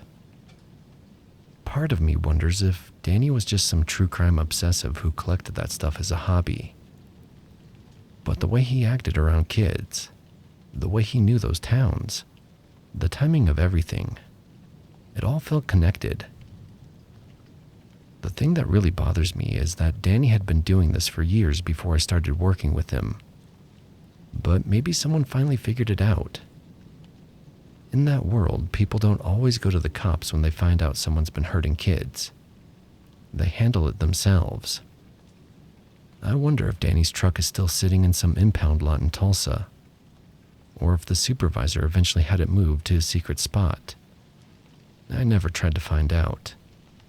Some things are better left alone. I sometimes search online for missing kids from towns where I know carnivals were set up, just to see if there are any new cases. I haven't found anything definitive, but there are always a few that make me wonder. If you have kids and take them to country fairs or traveling carnivals, just keep an eye on them. I'm not saying all carnival workers are dangerous. Most of the people I worked with were decent folks just trying to make a living. But places like that attract people who want to stay anonymous, and there's not much oversight. I never found out what happened to Danny or what his real story was. Maybe I'm wrong about everything and he just was a weird guy with a morbid hobby who decided to skip town. But I don't think so. And honestly, if my suspicions were right, I'm not sure I want to know what happened to him.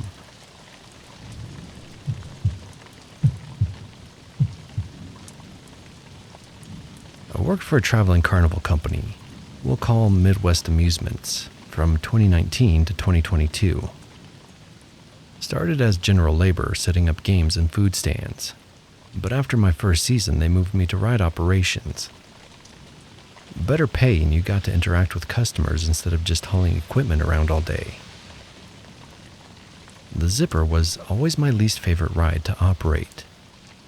If you don't know what that is, it's basically a tall metal wheel with about 24 cars that flip and spin as the wheel turns. Each car holds 2 people and has a door that's supposed to lock shut. The whole thing looks like a giant spinning torture device, which honestly isn't far off. Our Zipper was old, really old. The ride itself was probably from the late 80s and it showed. Paint was chipped everywhere, metal was rusted in spots, and half the safety decals had worn off years ago. But it was popular with teenagers and made good money, so management kept it running. The problem was the door latches. There were these spring-loaded mechanisms that were supposed to click shut and stay locked until the ride stopped. But on our Zipper, probably 6 or 7 of the 24 cars had latches that would randomly pop open during the ride. Not every time, maybe once every few cycles, but often enough that we all knew about it. I brought this up to my supervisor, Frank, during my second week running the ride. He just shrugged and said they'd been dealing with it for years. His solution was to station me and another operator at opposite ends of the ride platform to watch for doors coming open. If we saw one pop, we'd hit the emergency stop and get the people out safely. This seemed insane to me, but Frank explained that getting replacement parts for a ride that old would cost thousands of dollars and probably take weeks to arrive. We'd lose money every day the ride was down. He said as long as we stayed alert and stopped the ride when needed, nobody would get hurt. So that became our routine. 2 operators watching constantly, emergency stop button always within reach. We probably had to stop the ride 4 or 5 times a week for pop doors. We'd tell customers there was a minor technical issue, get them off safely and restart with different cars. Most people didn't think much of it. The close calls were terrifying though. Picture someone hanging upside down, 30 feet in the air when the door suddenly swings open. We'd slam that emergency stop so hard I'm surprised we never broke it. A few times people's phones or wallets would fall out when doors popped, but we always managed to stop before anyone fell. This went on for almost 2 years. Frank kept promising he'd order parts, but there was always some reason to wait. Business was slow, or we were between seasons, or corporate was being tight with money. The Zipper kept running with its broken latches and us frantically watching for problems. Then in August 2021, we were set up at a county fair in Missouri. Really busy night. Long lines for everything. I was running the Zipper with a new guy named Marcus, who just started that week. I was training him on what to watch for, how to spot a door that might pop, all of that. About halfway through the evening, we loaded up a family. Mom, Dad, and their daughter, who was maybe 13 or 14. They got into car number 18, which was one of the problem cars, but I'd run that car earlier with no issues. I did my usual safety check, made sure their door was locked tight, and started the ride. Everything was normal for the first few rotations. Then I saw it happen in what felt like slow motion. Car 18 came upside down and the door just swung wide open. The girl was only held in by her seatbelt, dangling 35 feet up with nothing but air below her. I hit the emergency stop button immediately, but these rides don't just instantly halt. It took maybe 15 seconds for car 18 to rotate back to where we could reach it. And those were the longest 15 seconds of my life. The girl was screaming. Her parents were screaming. Other riders were yelling. I thought for sure I was about to watch someone die. Marcus and I got them down as fast as we could. The girl was shaken up, but physically fine. Her parents were furious and demanded to know what happened. Before I could say anything, Frank appeared out of nowhere with this big apologetic smile. He immediately started explaining how these things happen sometimes, how carnival rides have built-in safety systems, how she was never in real danger because of the seatbelt. He was smooth about it, made it sound like a freak accident instead of something we'd been dealing with for 2 years. Then came the part that still makes me sick. Frank pulled the family aside and offered them free passes to everything. All rides, all games, and all food. He said the carnival company really valued their understanding and hoped this wouldn't ruin their night. The parents were still angry, but the free stuff seemed to calm them down. Frank asked them not to mention the incident to other families because it might cause unnecessary panic about ride safety.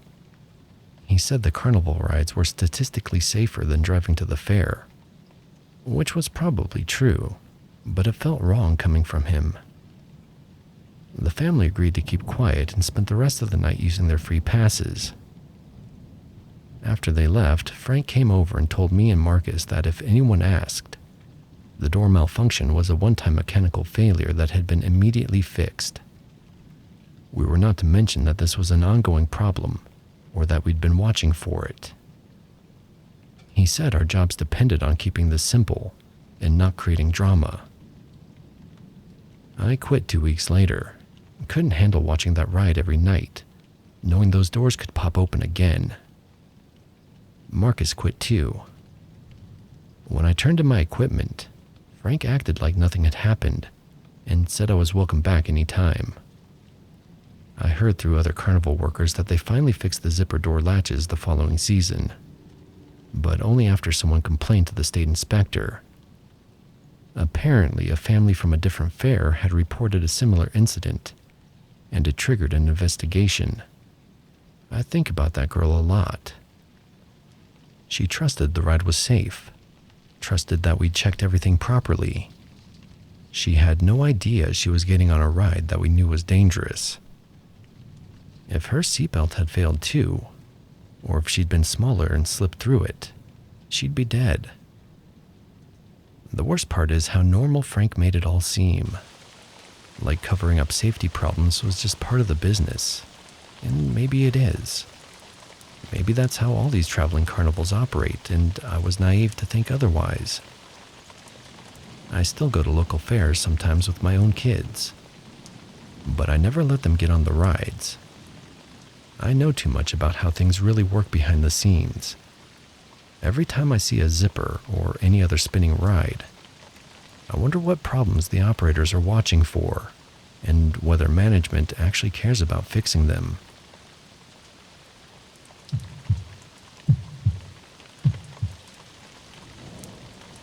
This happened last summer at the Douglas County Fair in Colorado. I'm 19 female, and was there with a group of friends from college. We'd been looking forward to it for weeks. It was one of those big county fairs with lots of rides, games, live music, the whole thing. We got there around 6 p.m. on a Saturday. The place was packed, which we expected. Families everywhere, teenagers hanging out, couples on dates, normal fair crowd. We started with some of the rides, just the basics, tilt-a-whirl, bumper cars, that kind of thing. Just having fun, taking pictures and being loud college kids. I first noticed this guy when we were in line for the Ferris wheel. He was maybe 30, average height, wearing a black baseball cap and jeans. Nothing really stood out about him except that he kept staring at me. Not casual glances, but full-on staring. When I looked back at him, he'd look away, but then a minute later, he'd be staring again. I pointed it out to my friend Sarah, and she said I was probably imagining it. Fair enough, crowded places make everyone feel watched sometimes. We rode the Ferris wheel and I forgot about it. But then I saw him again at the ring toss game.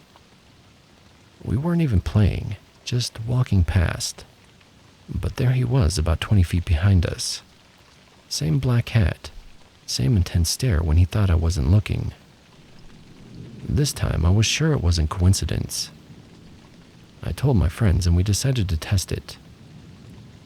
We made a sudden turn toward the livestock barns on the other side of the fairgrounds. Sure enough, Black Hat Guy changed direction too. We stopped at a random booth selling homemade jewelry and pretended to browse. He lingered nearby, pretending to read a sign about 4-H competitions. This went on for maybe an hour. Everywhere we went, he followed at a distance. Never got too close, never tried to approach. He just kept us in sight. My friends were starting to get worried too. We talked about finding security, but weren't sure what we'd tell them.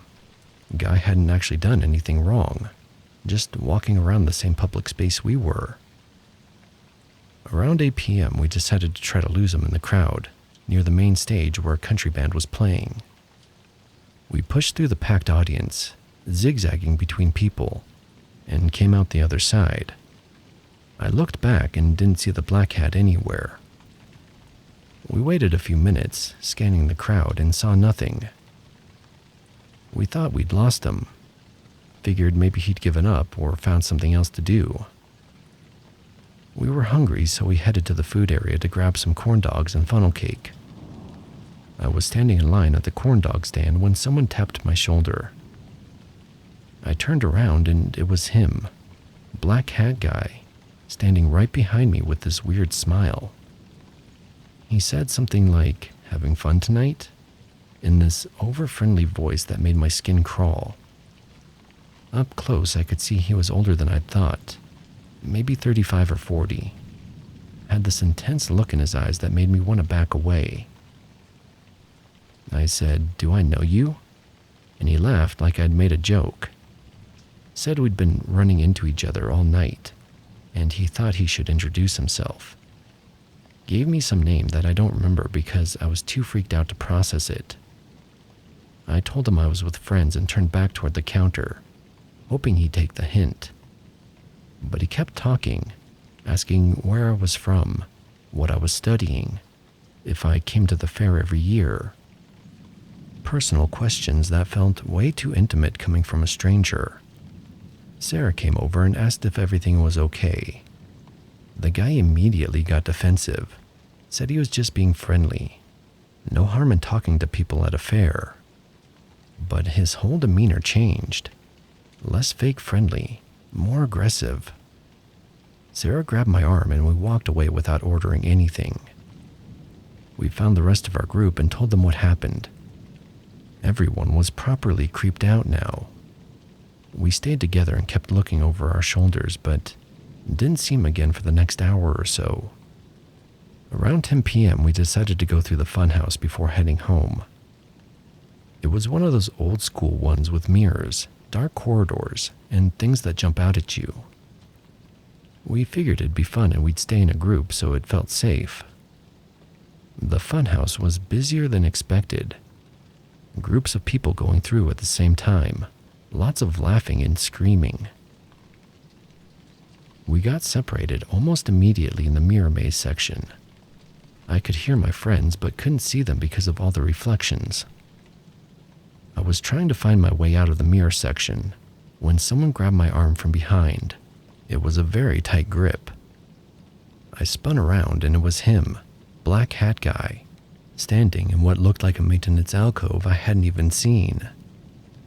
No hat this time, and his whole face looked different in the weird colored lights. He looked angry. He said something like, "Stop running away from me," and tried to pull me toward the alcove. I screamed as loud as I could and tried to yank my arm free. He had a strong grip, and for a second, I thought he was going to drag me into that dark space. Then this carnival worker appeared out of nowhere. Big guy in coveralls who looked like he worked maintenance for the funhouse. He yelled something at the black hat guy and stepped between us. The stalker let go of my arm immediately and said it was just a misunderstanding, that we were friends. The carny wasn't buying it. Told the guy to get out of his funhouse right now or he'd call security. Black hat guy looked like he wanted to argue, but the carny was twice his size and clearly wasn't messing around. The stalker left without another word. The carnival worker asked if I was okay and helped me find my friends. He said people sometimes tried to use the funhouse's dark areas for things they shouldn't be doing, and he kept an eye out for problems. Said he'd been watching this particular guy acting suspicious near the entrance. My friends wanted to leave immediately, but I insisted we find security first and report what happened. We found a sheriff's deputy working the fair and told him everything. The following, the conversation at the food stand, and the grabbing in the funhouse. The deputy took it seriously and called for backup to search the grounds. They looked for maybe an hour but never found Black Hat Guy. Deputy said he'd probably left as soon as he realized we were reporting him. He took my statement and said they'd keep the report on file in case the guy showed up at other local events. We left right after that, spent the whole drive home talking about how scary it was and how quickly the situation had escalated. What started as just weird staring turned into him physically grabbing me in a matter of hours. I think about what might have happened if that carnival worker hadn't shown up. The alcove the guy tried to pull me into was completely hidden from the main funhouse path. Nobody would have seen or heard anything over the normal screaming and music. The scariest part was how entitled he acted, like I owed him my attention because he decided to follow me around. When I tried to ignore him or get away, he got angry instead of taking the hint. That's not normal behavior. I never found out who he was or if police ever identified him from other incidences. Part of me wonders if he was local to that area and knew the funhouse layout, or if he just got lucky finding that hidden spot. Either way, it was clearly planned. I still go to fairs and festivals, but I'm much more aware of my surroundings now. If I notice someone following me or paying too much attention, I find security immediately instead of trying to handle it myself. That night taught me that gut feelings about creepy behavior are usually right, and situations like that can escalate fast. The carnival worker probably saved me from something much worse than just being grabbed. I never got his name, but I'm grateful he was paying attention and stepped in when he did.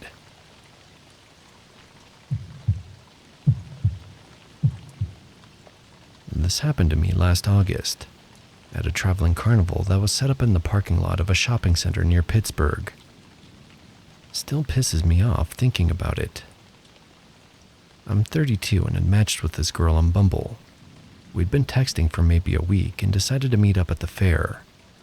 Nothing fancy, just grab some food and walk around. I got there at 7 p.m. like we'd planned, but she never showed. Waited around for 45 minutes, texting her twice with no response. I was annoyed, but figured since I was already there and hadn't been to a fair in probably 10 years, I might as well look around. Bought a beer and walked through the midway, checking out the games and rides. Kind of nostalgic, actually. It reminded me of going to the county fair as a kid. I was watching some teenagers try to win a stuffed animal at the basketball game when this woman working the ring toss booth started talking to me. She was probably mid-20s, blonde, really attractive. Not what I expected from a carnival worker, if I'm being honest. She was making jokes about how rigged all the games were, and seemed genuinely funny. We talked for maybe 20 minutes while she worked. Her name was Jessica, and she said she'd been traveling with the carnival for 2 years. I asked where I was from, what I did for work. Normal conversation stuff. She seemed interested and was definitely flirting. After getting stood up earlier, the attention felt good. Business was slow, so she could talk pretty freely. She mentioned that carnies don't get many chances to meet normal people, since they're always moving around.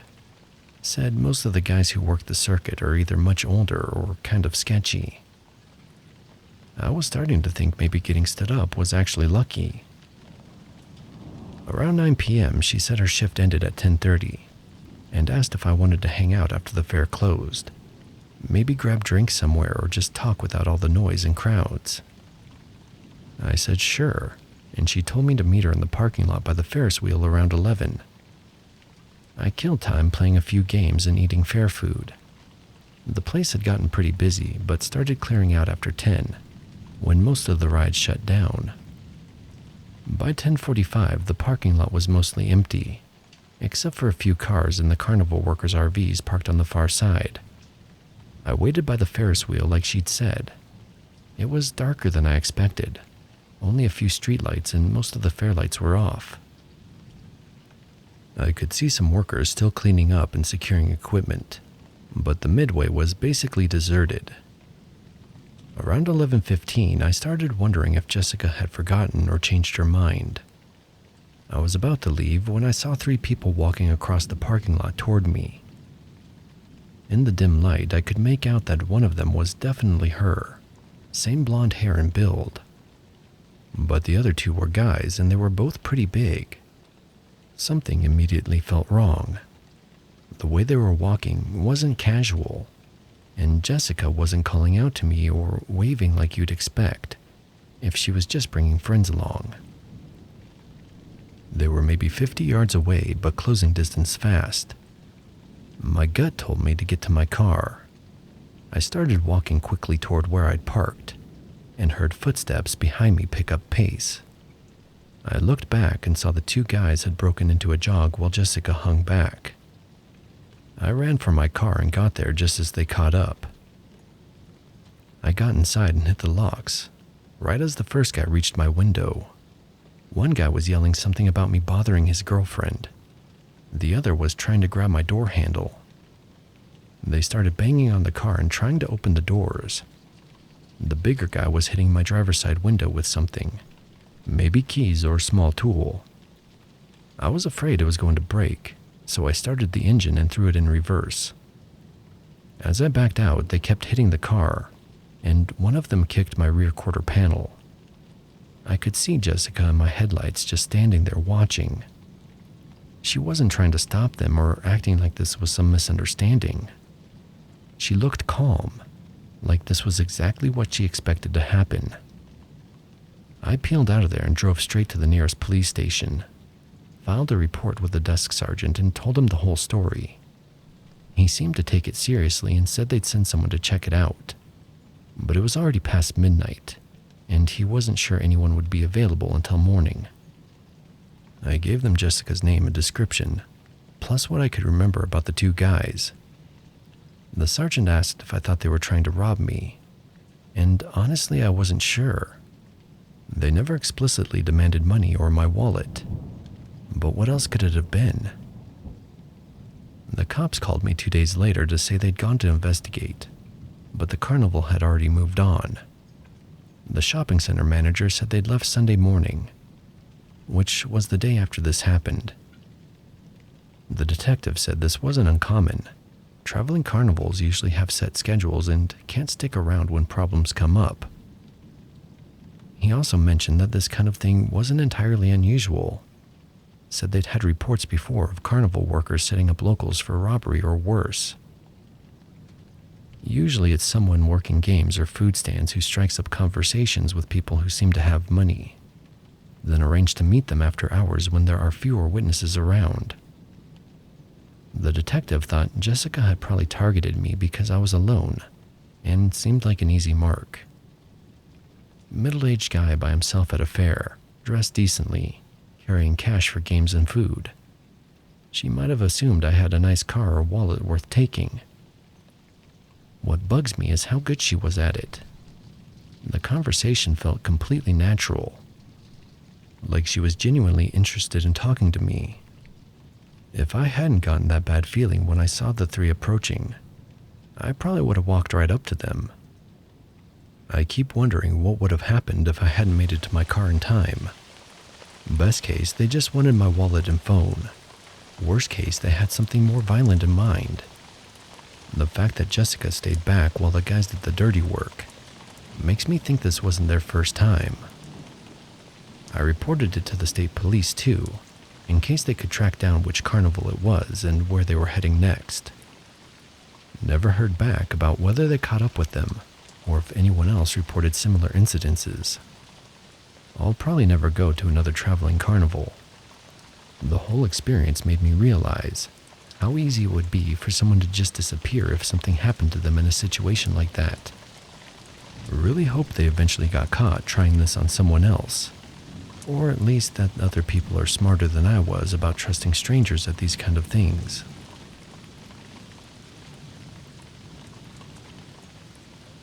I grew up in a small town, right on the edge of the Arkansas-Missouri border, the kind of place with more churches than gas stations, and where people still wave when they pass you on the dirt road. I left after high school and never really looked back. Too many bad memories tied to that place. But about a year ago, I came back for a funeral. My childhood friend, Mason, had lost his dad. After the service, we ended up grabbing a few beers and driving around like we used to. You know, windows down, radio low, letting the summer wind do most of the talking. Somewhere along the way, we turned down an old country road I hadn't thought about in years. "You remember the Danner place?" Mason asked.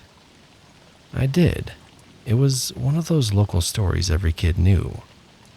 An old shack out in the woods where some drunk hermit supposedly lived until he disappeared back in the 90s. No one ever found him, just his truck parked outside, keys still in the ignition. Naturally, we all turned it into a dare spot in high school, but I never actually went inside. Mason grinned like he knew what I was thinking. "You never stepped foot in that place, did you?" "No," I admitted. "You did though, didn't you?" "Yeah, once. Didn't go far. Chickened out." He turned down a side road that had almost been completely overtaken by weeds and tree limbs. The deeper we went, the more the headlights caught the soft glitter of old beer bottles and shotgun shells buried in the mud. Finally, the shack came into view, sagging, half-choked by kudzu, with the porch still clinging on by a couple of nails in stubborn memory. We stepped out and killed the headlights. The air was thick with humidity and honeysuckle. Not a sound but the cicadas and the slow creak of a wind-blown shutter tapping against the wall. "Let's check it out," Mason said. I didn't want to, not really, but there was something about being back home, like the old peer pressure never really left you. So I followed him through the overgrowth and up the warped porch steps. He pushed the door open without hesitation. Inside, it smelled like mold and rat piss. The floor was rotted in spots and every footstep threatened to go straight through. Empty cans lined the counter, some modern, some old enough to be rusted solid. A broken-down recliner sat dead center, and beside it, a pile of ash and a half-collapsed fireplace. Mason moved with the confidence of someone used to creeping through places like this. I kept close behind, squinting at every shadow. That's when I noticed the rug, a heavy braided thing in the corner, out of place in a house with nothing else but rot and dust. I stepped toward it, and the boards groaned louder than anywhere else in the room. Mason looked at me. "That wasn't here before." We rolled it back. Underneath was a square cutout in the floor, maybe 3 feet by 3 feet. The kind of thing you'd miss unless you were standing right on it. There was a metal ring bolted into one side. Is that a trapdoor? I asked. We rolled it back. Mason crouched, ran his fingers under the edge, and pulled. The wood resisted like it hadn't been moved in years. Then it gave way with a wet snap and a gust of air spilled out. Cooler than the room, but sour and wet smelling. Like a root cellar that hadn't breathed in decades. There was a staircase, wooden, narrow, leading into pitch black. Mason pulled out his phone and turned on the flashlight and aimed it down. Holy shit, he whispered. There's a whole basement. No way that's up to code, I said, trying to keep it light. He grinned. You going down? I hesitated, then nodded. The stairs groaned but held our weight. The air got colder with every step. The smell intensified. Something earthy with a faint hint of something metallic. When we hit the bottom, I instantly regretted coming down. The room was bigger than I expected. Cement floor, brick walls, the remains of a workbench along one side, shelves lined with old cans and boxes. And in the far corner, something that didn't fit the rest of the space. A metal folding chair, directly across from it, an old VHS camcorder mounted on a tripod. It was pointed straight at the chair. Mason whispered, "What the hell?" We walked closer. The camera was off, but the red sticker on the side had a date stamped in faded marker. 2001. The chair looked used. The floor beneath it was scuffed, like something heavy had been dragged across it more than once. And beside the chair, almost hidden in the shadow, was a pair of rusted shackles bolted into the wall. I turned in a slow circle, stomach tightening. The walls were lined with shelves, and tucked between dusty jars and broken tools were tapes. VHS tapes, each labeled by hand with masking tape. Mason grabbed one. "They're numbered," he said. "This one says number 18, 41701. "Put it back," I said, suddenly uneasy. "Why would someone need this setup?" he asked. "This is like some Silence of the Lambs shit." "I don't want to know," I said. Then I saw something in the corner, a box of clothing. At least, I thought it was clothing until I noticed how small the shirts were. They were child-sized. Something cracked above us. We both jumped. The house groaned, but it sounded like more than just wind. Like something had shifted. Something that knew we were here. "We need to go," I said. Mason nodded and we bolted up the stairs. I didn't look back. I didn't want to see if that chair was still empty.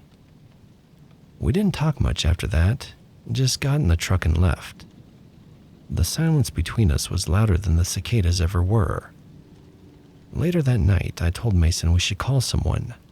Police, sheriff's department, hell, even a local journalist. But he shook his head. "You think anyone's going to believe we didn't plant that stuff ourselves?" he said. "Even if they did, that place has probably been like that for 20 years. You think the Boone County Sheriff's Office is going to drop everything to chase VHS tapes in a hole no one's supposed to know about?" I didn't have an answer. A few days later, I was back home, hours away. I called the local non-emergency line anyway.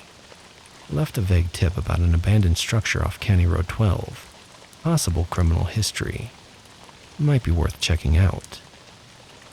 I didn't leave a name or a callback number, just a voice on a machine. I never heard anything about it again. A couple months after that, I got a text from Mason out of the blue. He said, "Place got torn down. No record it was even on the county parcel maps. Weird, right?" I asked if he had told anyone. Nope, didn't want to be involved. He never brought it up again, and I never pressed. Some nights I think about those tapes.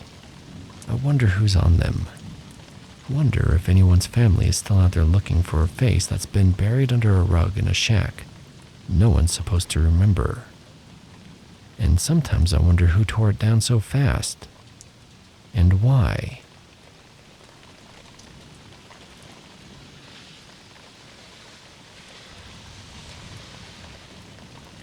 I don't usually post stories like this online, but I've been carrying this weight for months now, and it's starting to feel like I'm suffocating. I went home to the Ozarks a while back to help my dad clean out the attic of the old farmhouse. My mom passed away a couple years ago, and the house has been mostly empty since. Dad's getting old. He's in his 70s, and I figured it was time to sort through decades of stuff before it all got tossed. The attic was worse than I expected. There were stacks of dusty boxes, trunks packed tight with old clothes, brittle newspapers, and faded photographs. Everything smelled like mothballs in time. As I was digging through a trunk near the far wall, I found a thick, leather-bound journal hidden under some blankets. The leather was cracked and the pages yellowed, but it was in surprisingly good shape. What stopped me was the handwriting. It wasn't Dad's, but whoever wrote it knew this place like the back of their hand. The journal was full of notes on a series of disappearances around Cedar Lake, which is about 5 miles from the farm. People who vanished without a trace over the last 40 years. There were names, dates, and locations. Some looked like coordinates. Others were just cryptic notes referencing the old pier or the hollow by the sycamore. They were also pasted in newspaper clippings, most too faded to read easily. When I asked Dad about it, he went silent for a long time. Then he told me to forget about it. Small town gossip, legends, nothing worth digging into. But when I pushed, his eyes darkened and his hands trembled just a bit. He admitted he had his suspicions, but said it was best to leave the past alone. I could tell there was more he wasn't saying, but I didn't push. Still, I couldn't stop thinking about it, so one night, I drove down to Cedar Lake alone. The air was thick with fog and the water was black and still. I walked down to the shoreline near the old boat launch. That's when I saw it. A small memorial made of wildflowers tied with faded ribbon, a couple of half-burned candles, and some stones arranged in a circle. The hair on the back of my neck raised like I was being watched. My eyes darted back and forth as I scanned the tree line, but I saw nothing. The only sound was the quiet lapping of the water and the distant hoot of an owl. I stayed until the candles burned out, then headed back. Back at the house, things started to change. Dad became quieter, more withdrawn. One evening, I caught him talking on the phone in hushed tones. When I asked who it was, he said, "Just an old friend." But he looked like he wanted to say more. Later, I found a folded note on the porch with no writing on it, just blank paper. Then there were the boots. A pair of worn leather boots caked with mud appeared outside the barn. They weren't ours, and no one in the family wore that size. When I asked Dad, he shrugged it off, but I could see the flicker of something in his eyes. I couldn't make out if it was unease, fear, or guilt. One night I stayed up late going through the journal again. Between the clippings, I found a list of names, including one that looked eerily like Dad's childhood friend, someone who had vanished in the late 80s. There were notes next to his name: last seen near the pier, unexplained disappearance. The more I read, the less I understood. Was Dad trying to solve these cases? Was he protecting someone? Or was he involved in things darker than I ever imagined? I decided to confront him one morning. We stood on the porch, the sun cutting through the mist. I asked him straight, "Did you have something to do with this? With any of it?" He looked at me, eyes steady but distant. "Some secrets aren't mine to tell," he said. "Sometimes it's safer to watch and wait than to act." You need to decide what you're willing to carry. The next day, I found a small key taped under the kitchen table. It didn't fit any locks in the house, so I went and tried it on the old cellar door beneath the back porch. It clicked open. Inside, the cellar was dry but smelled faintly of damp earth and something metallic. There was an old rifle case and several dusty bottles, some broken, some full. On the floor, I saw fresh footprints leading to a trap door covered by a loose board. I wanted to lift it to see what lay beneath, but I didn't. I put the key back and shut the door. I don't know if my dad was trying to protect those who disappeared, or if he was hiding something darker. Maybe he's just a man caught between his past and a town full of silence. I left the journal and key behind when I left, but sometimes I think the house holds its own secrets, and maybe I'm not done carrying them.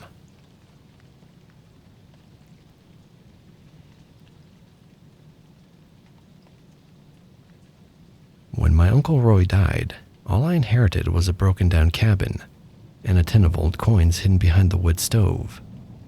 The coins were worthless, the cabin barely more, but I took it anyway. After my divorce, I didn't have a lot of options. Couldn't afford to stay in Springfield, didn't want to move in with my sister, so I came here, to a patch of Ozark Mountains thick with dogwood and decay, where even the power lines looked like they gave up years ago. The cabin sat about 100 yards from the only neighbor in sight, a sloped 2-story farmhouse half hidden in overgrowth. I never saw a light on, didn't see smoke either. First couple days I figured it was abandoned. Then I heard the digging. It started the third night, just past midnight, shovel and dirt, slow, methodical, like someone was pacing themselves. I stood at my window with the lights off, trying to make out movement between the trees. But it was dark out here, darker than I was used to. All I could see was the faintest rhythm of motion, just enough to know it was coming from the neighbor's lot. By morning, the yard looked untouched. I went to the general store down by the highway that afternoon, a place called Jackie's Stop, though I never saw anyone named Jackie. I asked the cashier, a guy about my age in a Bass Pro hat, if he knew the man who lived next door. He paused, then grabbed a can of dip from the shelf behind him. "Which cabin you in?" he asked. "The one up off Dry Creek Road, white shack with a dented mailbox." He didn't answer right away, just let out a breath like he'd heard that one before. "You're up by Colburn's place," he said finally. "At least it used to be." "Used to be?" He looked down at the counter, then back at me. "Folks up that way don't tend to stay long, not in that stretch." "What do you mean?" I asked. He shrugged like it wasn't his story to tell. "I mean, it's quiet out there. Some say too quiet." The digging kept happening, always after midnight, always slow, and always done by the time the sun came up. I'd walk to the edge of the property in the morning and look for evidence, but the grass always looked the same, like nothing had ever disturbed it.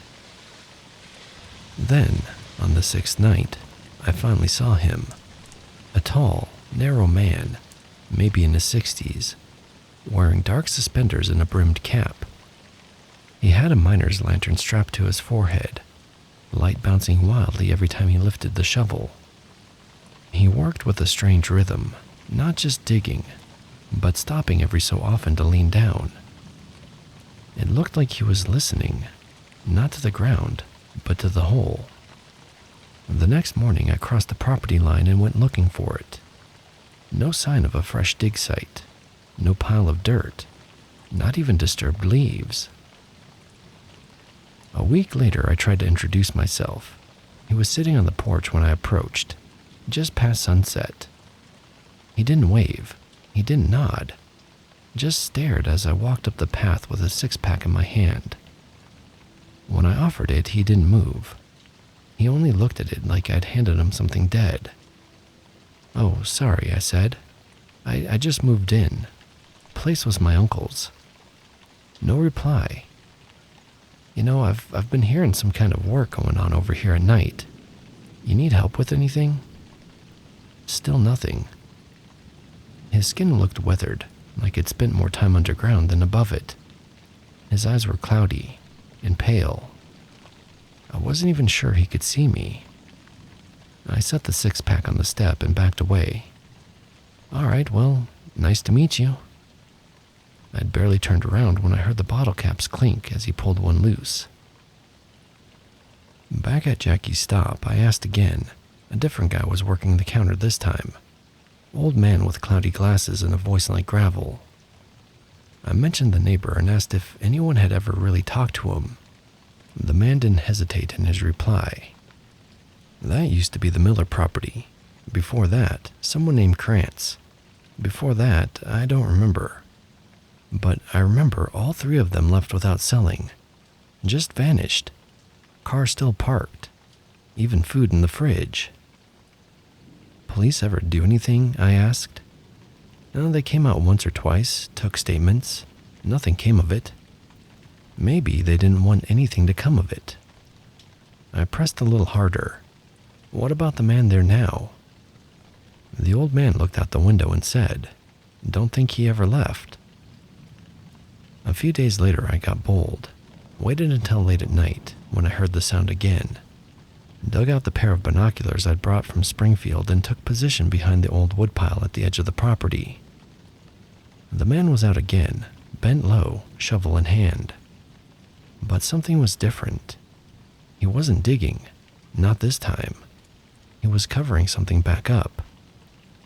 I caught the faint glint of metal and dirt. A long object. Could have been a pipe. Could have been a blade. Could have been a damn arm for all I know. He shoveled with urgency now, looking over his shoulder between every scoop. Not like someone finishing a job, but like someone who'd been caught. I was still watching when he stopped suddenly, turned and looked straight at me. The light from his headlamp hit my binocular lens dead on. I ducked, heart pounding. I didn't dare to peek again. The next morning, there was a dead rabbit on my porch. I called the county sheriff that afternoon, told him I was hearing strange activity, that I was concerned someone might be digging up graves or burying something they shouldn't be. The deputy they sent out was polite but disinterested. He walked the neighbor's lot, asked a few questions, and told me, "It's just an old man keeping to himself. There's nothing illegal about digging." I asked if he checked what he was digging. He's got a bunch of old metal detectors and survey maps in the house. Says he's searching for old well lines or buried iron. There used to be a church foundation up that way, he says. And you believe that? The deputy shrugged. Well, he's not hurting anybody. Weeks passed. The noises never stopped. Some nights I'd hear muttering. Other nights I swore I heard something else, like scraping from beneath the soil. I didn't sleep much after that. Started writing things down. Dates, times, and patterns. Tried to map where on the property the digging sounded loudest. It felt stupid, but I couldn't stop. I told myself I was being rational, that if something was going on, I'd need proof. I even bought a cheap drone from a pawn shop in West Plains and flew it over the neighbor's property. The camera was garbage, but on one pass, I caught something odd. A rectangular patch of dirt, lighter than the surrounding area, and about 10 feet long. When I checked the footage again that night, the patch was gone. I never did go over there, not because I was scared, at least not in the traditional sense, but because I couldn't think of a single reason that didn't make me sound like a lunatic. What would I say? Hi, sorry to bother you, just wondering why you dig holes every night and never talk to anyone. It sounded ridiculous, even in my head. So I kept watching, and the days kept sliding by like wet leaves in a creek. I'd go into town every few days for groceries, just to see other faces. The guy at the general store eventually stopped asking how I was settling in. like he already knew the answer. And the neighbor kept digging. Sometimes he'd stop for a night or two, then resume again, just as methodically. Always around the same time, always in a different part of his property, never using the same hole twice. I marked the locations on a map once just to see if there was a pattern. If there was, I wasn't smart enough to see it. And then, one morning, I realized it had been quiet. Not just one night, but 3 in a row. No lantern light, no scraping, no slow, rhythmic thud of the shovel. I watched for signs of life that day. The truck was still there, sitting on bald tires. The curtains were still drawn. By the 5th quiet night, I walked to the edge of the property line and stood there, just out of sight. There was no sound. The digging stopped, and I don't know why. Maybe he finished what he was doing. Maybe he found what he was looking for.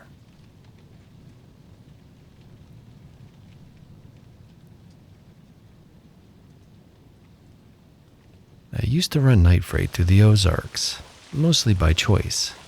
There was less traffic, fewer way stations, and a kind of peace you don't find in the daylight. Highway 65 was a regular route for me. It was straight enough and quiet enough. But there's a different kind of quiet in the Ozarks. Not silence, more like the land is listening. This happened about 5 years ago, late October. I had left Springfield around 1:45 a.m., tank full and thermos loaded. My drop was in Harrison, Arkansas. I figured I'd push through the fog and get a few hours at the truck stop on the south end of town. The stretch, just past the Hercules Glades Wilderness area, is where things got weird. I'd slowed down to around 45. Dense fog laying across the pavement, like someone poured it out of a bucket. It clung to the road, swallowing my light, making the trees look closer than they were. Every shadow had weight. Every bend felt tighter than it should have been. That's when it stepped out, from the left side, out of the trees, like it knew the exact timing. Not a lunge, not a scramble, just a quick, purposeful stride. First thought was deer, maybe a tall one mid-leap. But this wasn't a deer. It walked on 2 legs, smooth and confident. It was tall like one of those NBA guys, maybe 6.5 feet. Thin frame, long arms that swung a little too slow, shoulders set wide, and its head, small like it didn't match the rest of the body. I couldn't see eyes, not in that fog, but the thing never turned, never acknowledged me. Just moved across like it had done it 100 times before. The weirdest part was how efficient it was. No wasted motion, no hesitation. Like it knew how fast I was going and how long it had to clear the road. It never broke stride. I hit the brakes out of instinct, not slamming them, but enough to feel the jolt in my gut. My headlights caught it fully as it passed. Gray-brown skin, maybe even leathery. Not shiny and no fur. It looked raw, like it belonged out there. And then it was gone, back into the trees on the other side. No pause, no sound, just gone. I sat there idling for a solid minute, hands still on the wheel, heart thumping like it almost hit a person. Eventually I climbed out, flashlight in hand, walked up and down the shoulder. The leaves were thick from the season, so I didn't expect prints, but I still looked. There were no drag marks, no blood, no crash sounds in the brush, just fog and trees and a stillness that didn't feel natural. That was the part that stayed with me, how quiet it all sounded. Even the engine felt too loud, like it was the only thing alive out there. I got back in the cab and kept driving. I didn't tell anyone. Not at the truck stop, not my dispatcher, not even my brother, who's usually the first person I'd call when something weird happens. People hear Ozarks and think hill folk, or Bigfoot, or meth heads wandering in the woods. This wasn't any of that. It wasn't wild-eyed or crazy. It wasn't a joke or some guy in a suit. It was something else entirely. I've driven that stretch a dozen times since, never seen it again, but I still think about it, especially around that same curve, near the tree line, where the road drops a little and the trees crowd in. Sometimes I think about how it didn't care that I was there, didn't hurry, didn't even react, like I wasn't worth noticing. That's the part that gets me. It wasn't afraid. It was just used to moving at night.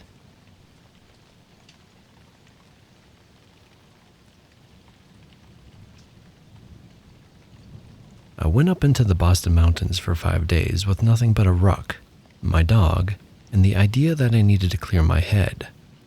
The trail I picked wasn't on any map, just a worn footpath a friend marked on my topo, tucked between switchbacks like someone wanted it hidden. I was maybe 3 hours from the truck when I realized we hadn't passed another soul. That's rare in August.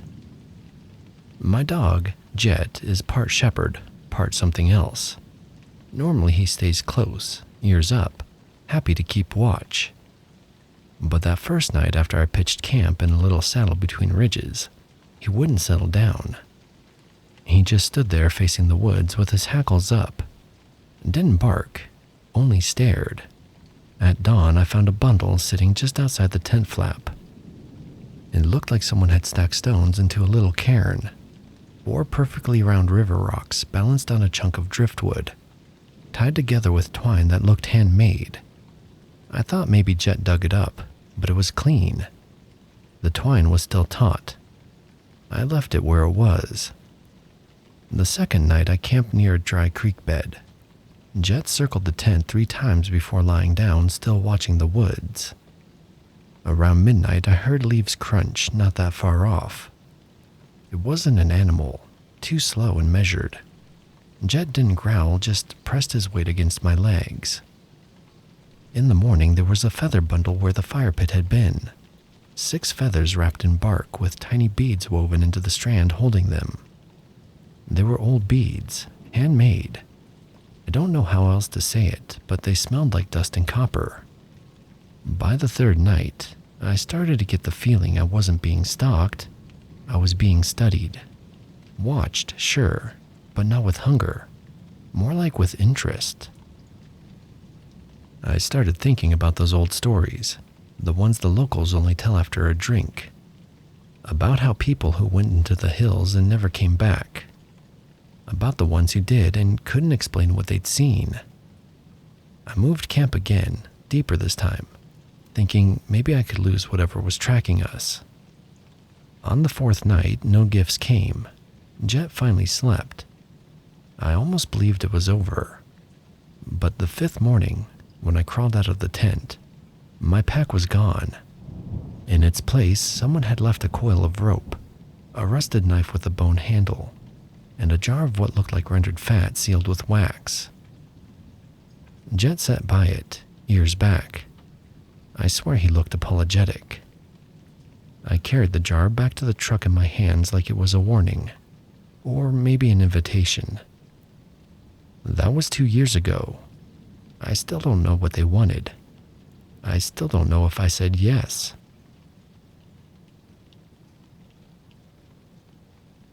This is probably going to sound fake as hell, but I swear on my mom's life this actually happened. I'm 17 and live in rural Iowa, about an hour south of Des Moines. My friends think I'm being dramatic, but they were all there and saw the same thing I did. So last Saturday night, me and 4 of my buddies decided to have a little bonfire in this field behind my friend Jake's house. His parents were out of town and we figured we'd drink some beers, smoke a little weed, typical weekend stuff. The field is like 100 acres of corn that got harvested a few weeks ago, so it's just stubble now with some random patches of trees scattered around the edges. We got the fire going around 9 p.m., and everything was totally normal at first. Mason brought a speaker and we were playing music, talking about girls from school. You know, just chilling. The fire was going pretty good, and we had a decent pile of wood Jake's dad had left behind his barn. Around 10:30, maybe 11, I started smelling something weird. At first, I thought maybe someone had stepped in dog shit or something, but it kept getting stronger. It was like, imagine a wet dog that's been rolling around in garbage for a week, mixed with that smell you get when something dies under your porch in the summer. Really musky and rotten, but also kind of wild, like a zoo smell but worse. I asked if anyone else could smell it, and they all could. Tyler said maybe there was a dead deer somewhere nearby, but the smell was getting stronger, not weaker like it would if we were just catching it on the wind. It was thick enough that it was cutting right through the wood smoke from our fire, which is saying something because we had oak burning.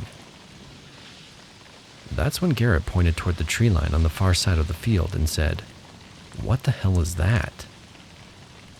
There was something moving along the edge of the trees, maybe 200 yards away.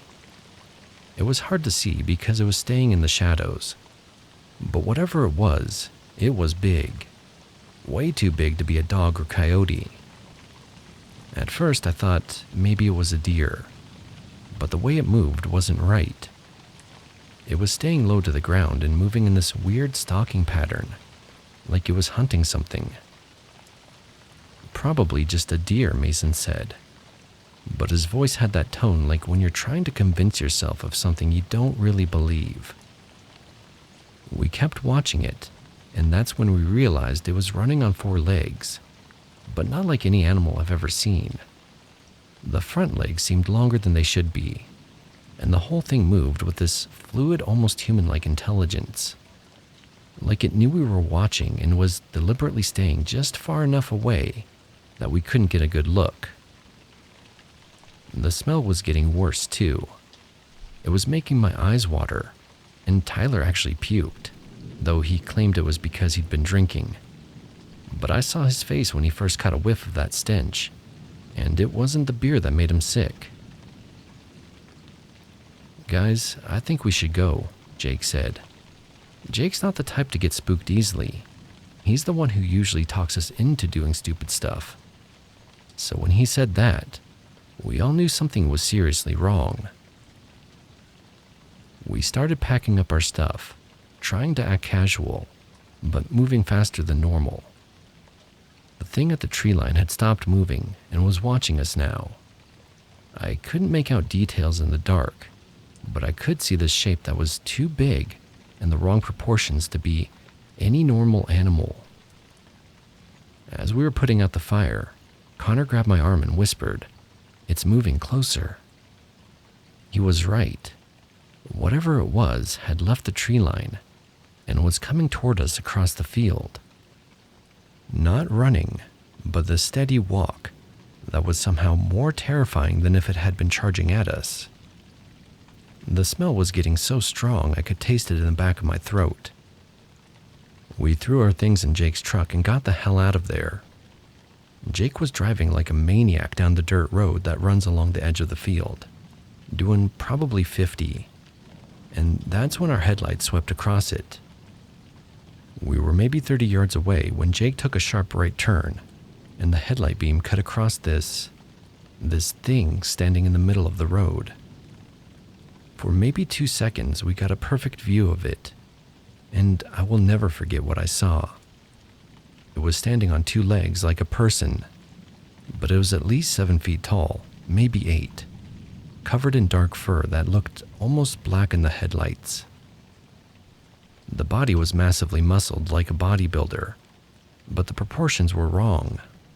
The arms hung down almost to its knees and ended in hands that looked human, except for claws that had to be 3 inches long.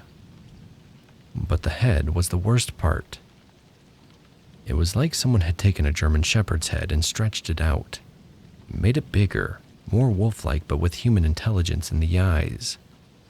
The snout was long and full of teeth that reflected our headlights like knives.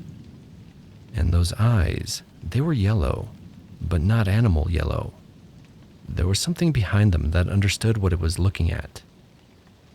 When our lights hit it, the thing turned its head toward us and I saw recognition in those eyes, like it knew we were the same kids from the field.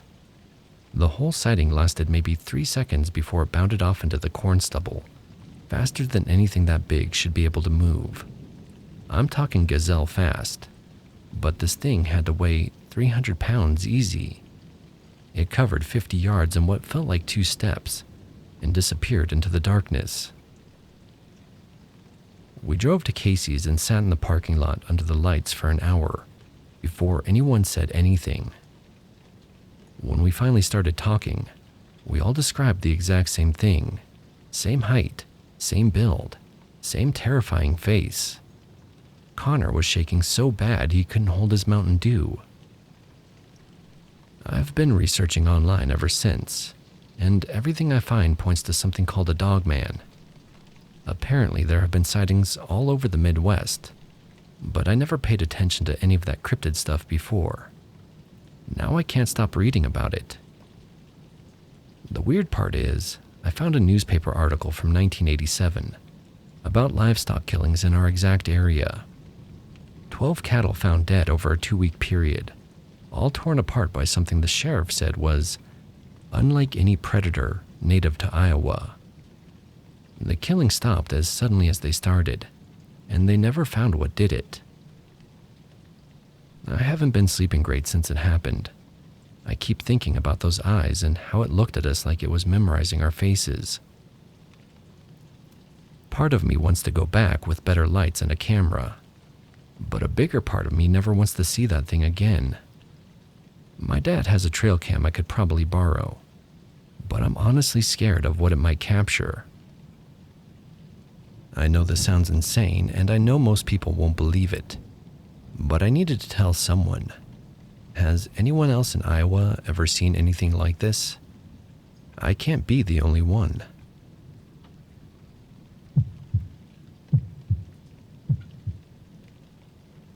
I'm 47 years old, and I've lived in Southern Illinois my entire life. I'm not someone who believes in ghosts or monsters or any of that nonsense. I'm a practical person. I work as a medical receptionist, raised 3 kids mostly on my own, and I've always prided myself on having both feet firmly planted in reality.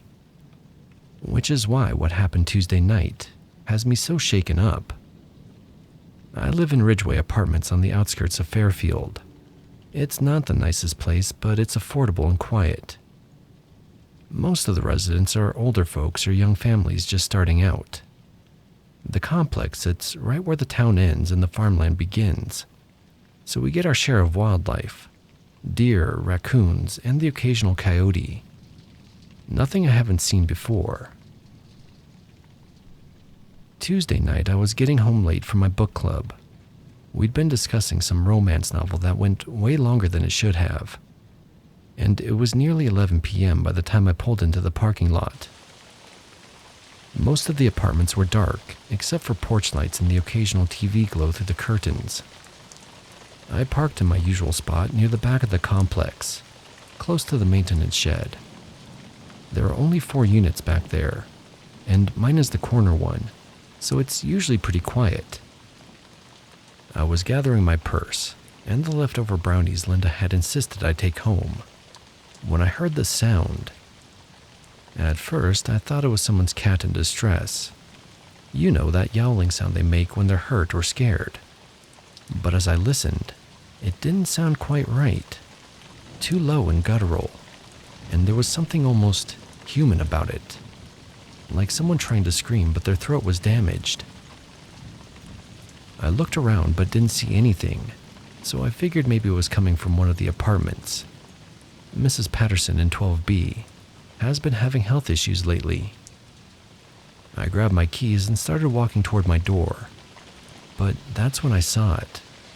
There was something crouched behind the dumpster near the maintenance shed. In the dim light from the parking lot lamps, I could make out a shape that was all wrong. It was about the size of a medium dog, but the proportions were completely off.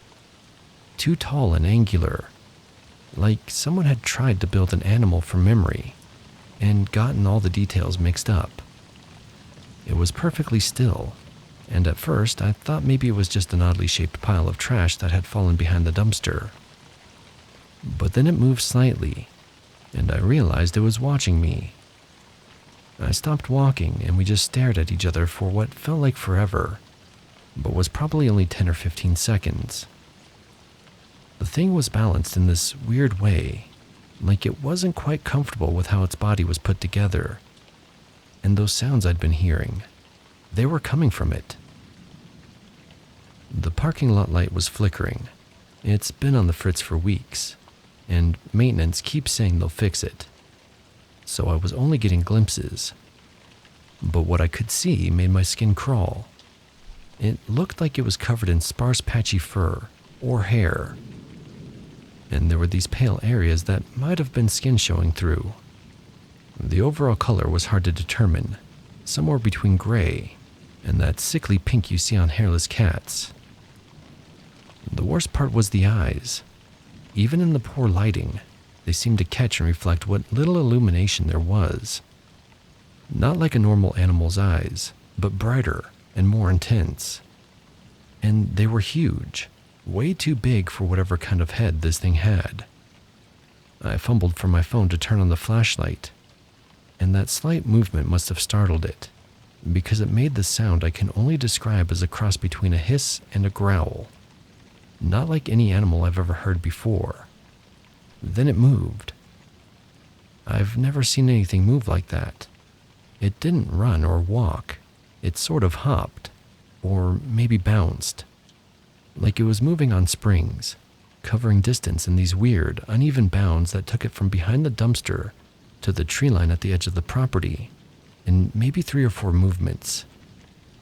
By the time I got my flashlight on, it was gone. I stood there in the parking lot for another 5 minutes, shining my phone light around and listening, but I didn't see or hear anything else. I practically ran to my apartment and locked the door behind me. I didn't sleep much that night. Every little sound had me checking the windows. And I kept thinking about those eyes and the way the thing had moved. It was like watching something that was trying to pretend to be an animal, but couldn't quite get it right. The next morning, I walked over to the dumpster area to see if there were any tracks or signs that I'd actually seen something, and not just imagined it. The ground was too hard to show any footprints, but I did find some scratches on the side of the dumpster. Deep gouges in the metal, like something with serious claws had been climbing on it. I asked around to see if anyone else had seen anything unusual, but most people just gave me that look you get when they think you're losing it. The maintenance guy, Dave, said he'd noticed the cats in the area have been acting weird lately, hiding and not coming around for scraps like they usually do. I've lived in this area my whole life, and I've never seen anything like what I saw Tuesday night. I keep telling myself it was probably just a sick animal, maybe a dog with mange or some kind of deformity, but I can't shake the feeling that what I saw wasn't natural. I've been parking closer to the front of the complex ever since.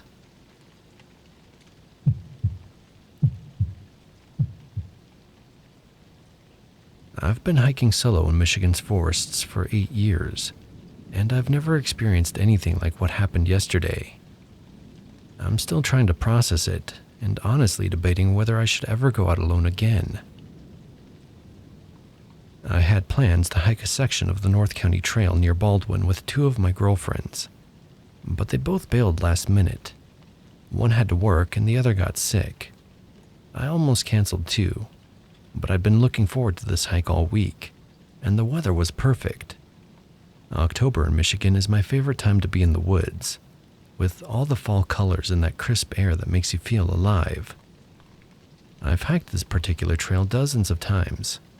It's about a 6-mile loop through mixed hardwood forests, with some really beautiful overlooks. I know it like the back of my hand, which is why what happened felt so unsettling. This was my safe space, my sanctuary, and something violated that. I started the hike around 10 a.m., planning to take my time and maybe do some photography. The trail was gorgeous. Maples turning bright red, Oak leaves, that golden brown color I love. Carpet of fallen leaves crunching under my boots. For the first hour and a half, everything was perfect. I saw a few other hikers heading back toward the parking area. But after that, I had the trail to myself. That's when things started to feel wrong. It began as just this nagging sense that I wasn't alone anymore. You know, that feeling when someone's watching you. That prickle on the back of your neck. I kept turning around to check behind me, expecting to see another hiker coming up the trail. But there was never anyone there. At first, I chalked it up to just being nervous about hiking alone. My mom has been on my case about it lately, always sending me articles about women who disappear in national forests. But I've been doing this for years and I'm careful. I always tell people where I'm going, carry a GPS, and have my bear spray and whistle. But the feeling kept getting stronger. Not the usual alertness you get when you're alone in the woods, but something much more intense, like being studied by something with hostile intentions. I stopped at the 2-mile mark to drink some water and really listen to the forest around me. That's when I noticed how quiet it had gotten. There were no birds or squirrels chattering, not even insects buzzing. Just a dead silence except for the wind through the leaves. In 8 years of hiking, I've learned that when the forest goes completely quiet, there's usually a predator nearby. I pulled out my bear spray and clipped it to my belt where I could reach it quickly. Michigan doesn't have grizzlies, but we do have black bears. And while they're usually not aggressive, I wasn't taking any chances with how weird I was feeling. The oppressive sensation got worse as I continued hiking. It felt like something was pacing me, staying just out of sight but matching my speed. I kept stopping and turning around, scanning the trees, but I never saw anything. Just that overwhelming sense of being hunted. I've had panic attacks before. Started getting them after my divorce 3 years ago, and I know what they feel like. The racing heart, the shortness of breath, that sense of impending doom. This felt similar but different. My body was reacting to something real, not just my anxiety playing tricks on me. Every instinct I had was screaming that I needed to get out of there. At the 3-mile mark, I made the decision to turn around. I've never cut a hike short before because of nerves, but something was seriously wrong. The feeling of being watched had intensified to the point where I was constantly looking over my shoulder, and my hands were shaking as I tried to take photos. I picked up my pace heading back, not quite jogging, but walking much faster than normal.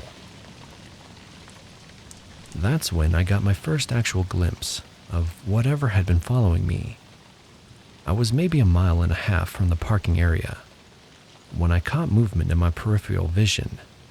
Something large had darted between 2 oak trees about 50 yards off the trail to my right. It was there and gone so fast, I almost convinced myself I'd imagined it. But the image burned into my brain was unlike anything I'd ever seen. The best way I can describe it is a dog in the shape of a man. It was moving on 2 legs, upright like a person, but the proportions were off. It was too tall and too muscular through the chest and shoulders, with arms that hung down further than they should have, and it was covered in dark fur or hair. What struck me most was how quietly it moved. Something that size crashing through the underbrush should have made noise, broken branches, rustled leaves. But it was almost silent, like it knew exactly how to move through the forest without disturbing anything. I didn't run. Some part of my brain was still rational enough to know that running might trigger a chase response. But I definitely picked up the pace. My heart was pounding so hard I could hear it in my ears, and I kept my hand on the bear spray. Over the next half mile, I caught 2 more glimpses of it. Once crossing the trail behind me, maybe 100 yards back, and once moving parallel to the trail on the left side.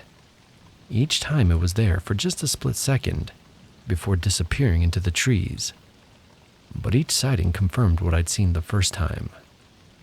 By the time I could see my car through the trees, I was practically power walking. I fumbled with my keys.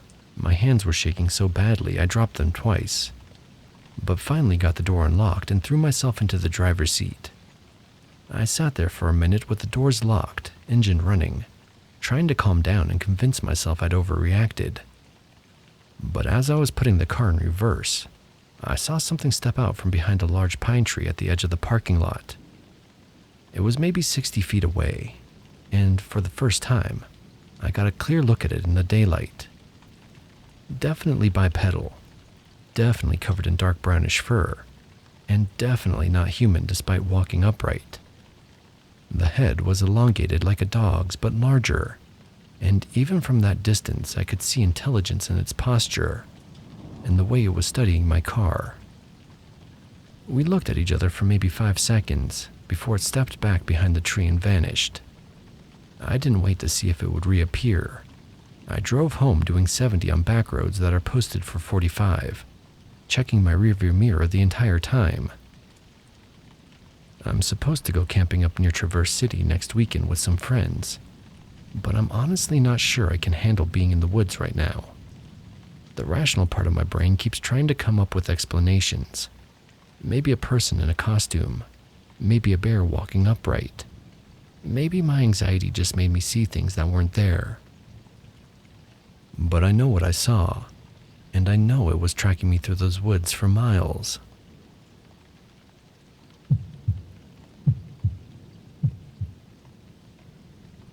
I'm a junior at a small liberal arts college in Northern California, and something happened last night that's been messing with me all day. I keep going back and forth on whether I should even post this, because it sounds crazy, but I need to tell someone. I was walking back to my dorm around 1:30 a.m. after a party at one of the off-campus houses. Yeah, I'd been drinking, but I wasn't drunk or anything. Maybe 3 beers over 4 hours. I was definitely sober enough to walk straight and remember everything clearly. Instead of taking the main path back to my dorm, I decided to cut through the academic quad to save a few minutes. It's something I do all the time, even late at night. Our campus is pretty safe and well lit, so I've never felt weird about walking alone after dark. I was passing behind the science building when I saw something that made me stop dead in my tracks. There was this pale shape crouched next to the dumpsters behind the chemistry lab, maybe 30 feet away from me. At first I thought it was just someone who'd had too much to drink and was puking or something, but it looked weird. The thing was way too thin, almost skeletal, and it was positioned in this odd crouch that didn't look human. Its back was curved in a way that seemed impossible, and its limbs looked too long for its body. The skin, and I could see it was skin, not clothing, was this sickly grayish white color that almost seemed to glow under the lights. I stood there frozen for maybe 10 seconds, just staring at this thing. It seemed to be focused on something in the dumpster, making these soft scraping sounds like it was digging through garbage. But the movements were wrong, too quick and jerky, like a stop-motion animation that's missing frames. Then it must have sensed me watching, because it went completely still. Slowly it turned its head toward me, and I got a glimpse of a face that I'm still having nightmares about. The features were sunken and sharp, with dark hollow spaces where the eyes should be. The mouth was too wide, and even from that distance, I could see it was hanging open slightly. We stared at each other for what felt like forever. I was too shocked to move or make a sound. The thing tilted its head at an angle that made my stomach turn, too far to one side, like an owl, but not quite. It didn't add up on something that was clearly meant to be more human-shaped. Just when I was starting to think about backing away slowly, I heard footsteps behind me and someone call out, "Hey, Marcus." It was Jenny from my sociology class. She'd apparently taken the same shortcut and had seen me standing there. The moment she spoke, that thing behind the dumpster moved faster than anything I've ever seen. It went from a crouch to gone in one fluid motion, disappearing around the corner of the building, so quickly I wasn't even sure which direction it had gone. "You okay?" Jenny asked as she walked up. "You look like you've seen a ghost." I turned to look where the thing had been, but there was nothing there. No sign that anything had ever been crouched by those dumpsters. Jenny followed my gaze, but obviously didn't see anything unusual. "Yeah, I'm fine," I told her. "I just thought I saw, I don't know, maybe a cat or something." We walked back to the dorms together, and she kept chatting about the party, but I was barely listening. I kept looking over my shoulder, expecting to see that pale shape following us from the shadows. When I got back to my room, I couldn't sleep. I kept thinking about the way it had moved, how unnatural everything about it seemed. This morning, I walked past the science building in daylight, and there's nothing unusual about the area behind it. Just normal dumpsters and a loading dock. I've been researching online and keep finding stories about something called the rake, or crawlers. The descriptions match what I saw. Pale, thin, moves on all fours but can stand upright, feeds on garbage or worse things.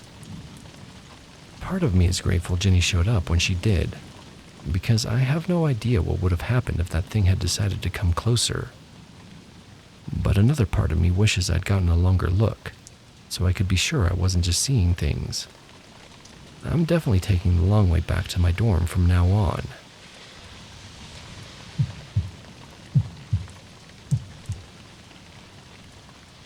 I never believed in any of this shit until 3 weeks ago. Now I'm sleeping with a loaded shotgun and considering moving back to Denver. I'm posting this because I need someone to tell me I'm losing my mind, or that there's a rational explanation for what's been happening. I live alone on 40 acres about an hour west of Colorado Springs, up in the Pike National Forest. Bought the place 2 years ago specifically to get away from people and city noise. The nearest neighbor is 3 miles down a dirt road, and it's been perfect until now. 3 weeks ago, I was coming back from a day hike on the Bar Trail. I'd stayed out later than planned, chasing some wild photography shots, and the sun was already setting when I started the drive home. Instead of taking the main forest road, I decided to cut through some back trails I'd explored before to try and shave off 20 minutes. About halfway through the drive, I saw firelight flickering through the trees. At first, I thought it was just other campers, but something felt wrong. The light was too orange, too intense, and it was completely silent. No voices, no crackling wood. I should have kept driving. Instead, I parked and grabbed my camera with the telephoto lens, thinking I might catch some interesting night photography. I crept through the trees toward the light, staying low and moving quiet like my dad taught me when we used to hunt. What I saw still makes my hands shake. There were 7 figures arranged in a circle around a massive bonfire. At first glance, they looked like people, but the proportions were not right. They were too tall, the arms were too long, and movements too fluid. They were wearing what looked like animal skins, wolf, bear, deer, but the skins seemed to move on their own, shifting and writhing like they were still alive. In the center of the circle was something that had been a deer. It was arranged in a way that made my stomach turn, surrounded by symbols drawn in what I really hope was mud, but looked dark and wet in the firelight. The figures were chanting in a language I'd never heard before, guttural and rhythmic, like nothing human should be able to make. As I watched, the one facing my direction, wearing what looked like a coyote pelt, began to change. I can't explain it properly. The skin seemed to meld with their body, the face elongating, limbs reshaping. It was like watching someone turn inside out, but worse. I must have made a sound because every single one of them stopped chanting and turned toward where I was hidden in perfect unison. The silence was deafening. That's all I could handle. I ran and crashed through the underbrush like a spooked elk. I didn't care about the noise. I just had to get back to my truck. I could hear them behind me, like animals moving fast through the forest, branches snapping, leaves rustling, but too quick and too coordinated. I made it to my truck and drove home, doing 80 on roads that barely handle 40. I didn't sleep that night. The next morning, I almost convinced myself it had been some kind of elaborate camping trip. Maybe people in costumes doing some weird role-playing thing. People are into all kind of strange hobbies these days. That wasn't until later when I saw the coyote. It was standing at the end of my driveway, maybe 50 yards from my front door, just watching the house. Nothing unusual about that. I see coyotes all the time out here. But this one was different. Bigger than normal, almost dog-sized, with yellow eyes that seemed too intelligent. And it was standing perfectly still, like a statue. I watched it through my kitchen window for 20 minutes. It never moved, never looked away from the house, never acted like a normal wild animal. When I stepped onto the porch, it tilted its head in a way that reminded me of a person trying to get a better look at something. I grabbed my binoculars for a closer look and nearly dropped them. The coyote's face was all messed up. The features were too symmetrical, almost human-like. And when it saw me looking at it through the binoculars, I swear to God it smiled. It was gone by the time I went inside to get my rifle. That was just the beginning. Over the next week, things started disappearing. Small stuff at first. A garden hose I'd left coiled by the back door. A pair of work gloves from the porch railing. My trail camera that had been mounted on a tree near the driveway. Then after that, bigger things started missing too. My spare tire vanished from the back of my truck overnight. A 20-pound bag of dog food I'd bought for the strays that sometimes wander through was gone from my storage shed, which was locked. I started finding tracks around the property, coyote prints, but wrong, too big, spaced too far apart. And sometimes they'd change mid-stride from animal to something that looked almost like a barefoot human print. The coyote, or whatever it was, kept showing up, always at dusk at the end of the driveway, doing nothing but watching. I tried taking pictures, but they never came out right. Either too dark, too blurry, or the thing just wouldn't show up on the camera at all. A week ago, I was chopping firewood behind the house when I heard my front door slam shut. The problem is I live alone, and I'd left through the back door. I walked around front and found muddy footprints on my porch. Human footprints, but with claw marks at the toe ends. Last night was the worst yet. I woke up around 3 a.m. to what sounded like someone walking around on my roof.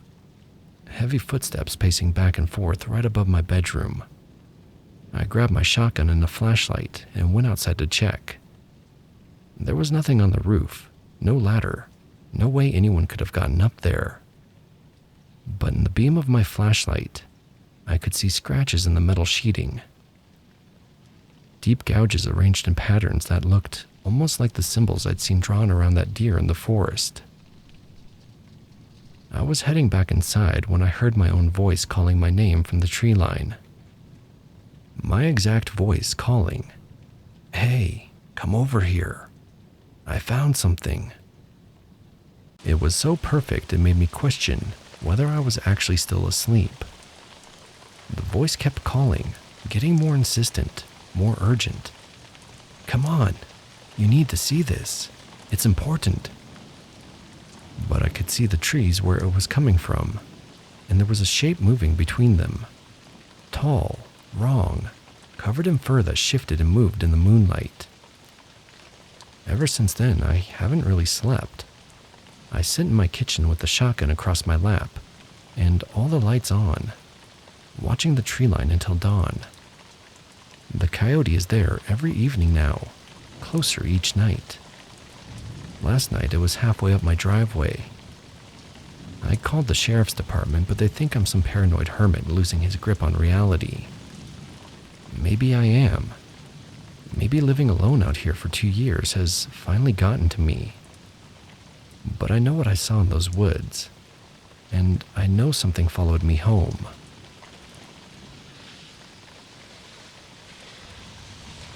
I swear I'm never touching that app again. Not after what happened last Thursday. So there I was, bored out of my mind after another soul-crushing day of remote work. When I remembered, I still had Randonautica on my phone. I downloaded it months ago during that whole TikTok craze, but never actually used it. My intention was simple. I just wanted to find something interesting. Maybe a cool photo spot or some weird piece of local history I'd never noticed before. The coordinates popped up about 15 minutes from my apartment, which seemed perfect. Not too far to walk and not too close to be boring.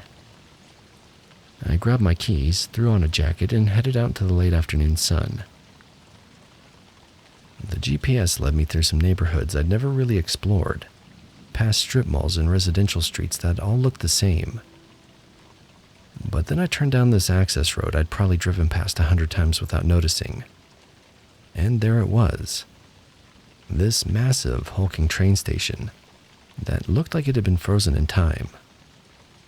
The building was this beautiful old brick structure, probably built in the 1920s or something, with these tall arched windows and decorative stonework. But man, had it seen better days. Paint was peeling everywhere.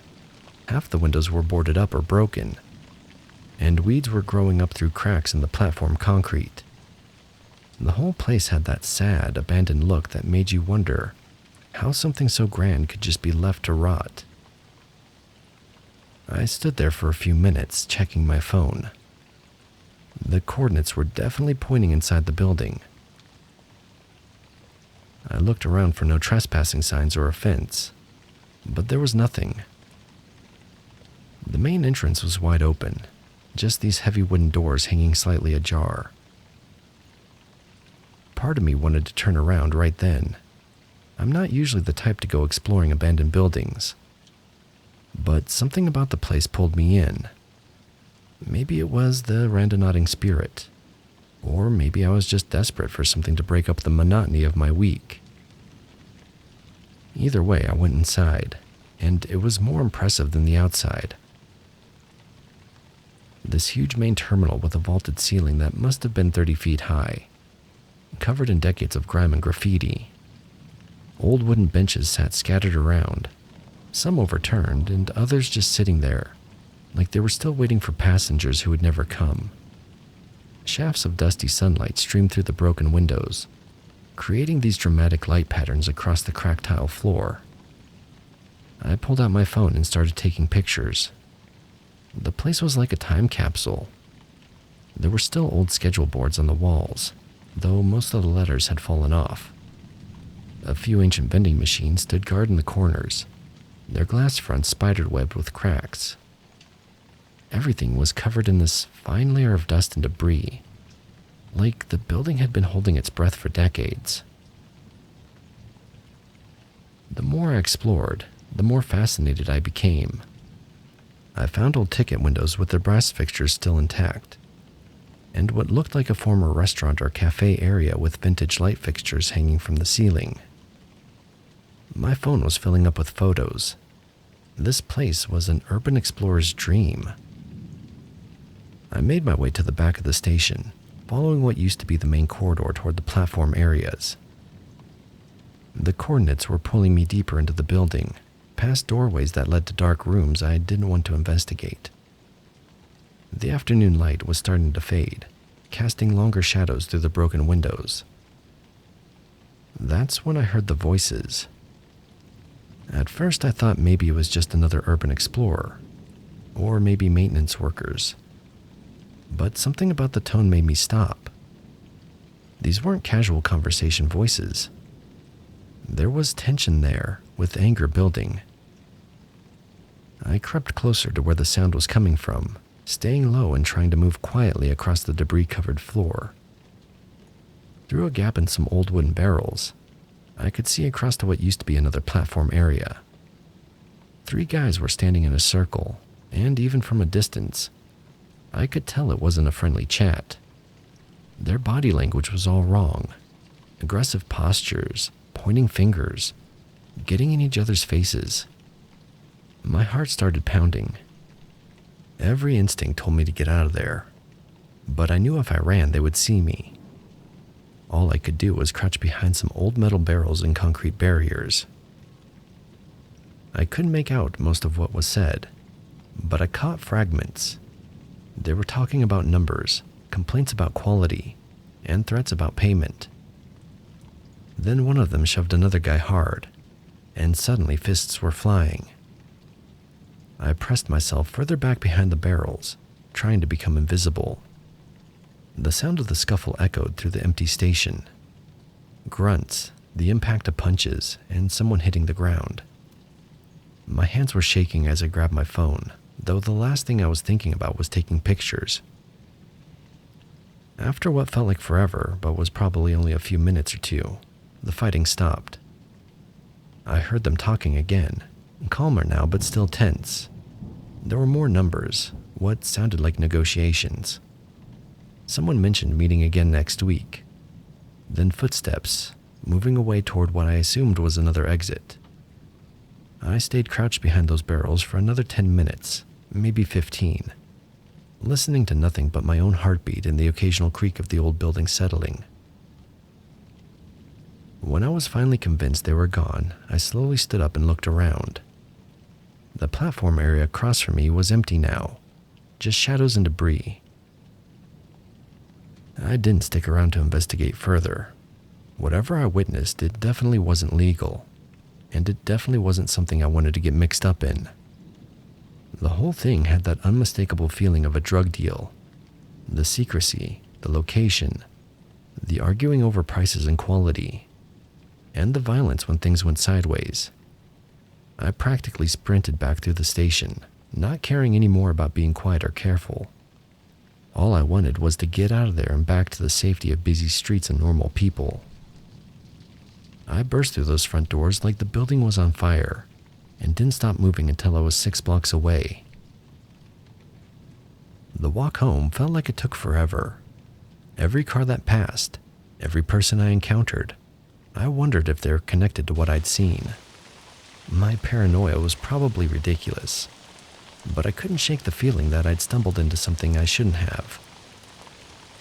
By the time I got back to my apartment, I'd convinced myself to just forget the whole thing. I deleted the photos I'd taken, uninstalled Randonautica, and spent the rest of the evening binge-watching Netflix, trying to pretend none of it had happened. But I can't stop thinking about it. Not the drug deal or whatever criminal activity I witnessed, but the coincidence of it all. I mean, what are the odds that some app would send me to that exact spot at that exact time? I keep telling myself it was just bad luck, wrong place at the wrong time. Still, I'm not going to risk walking in on something like that again.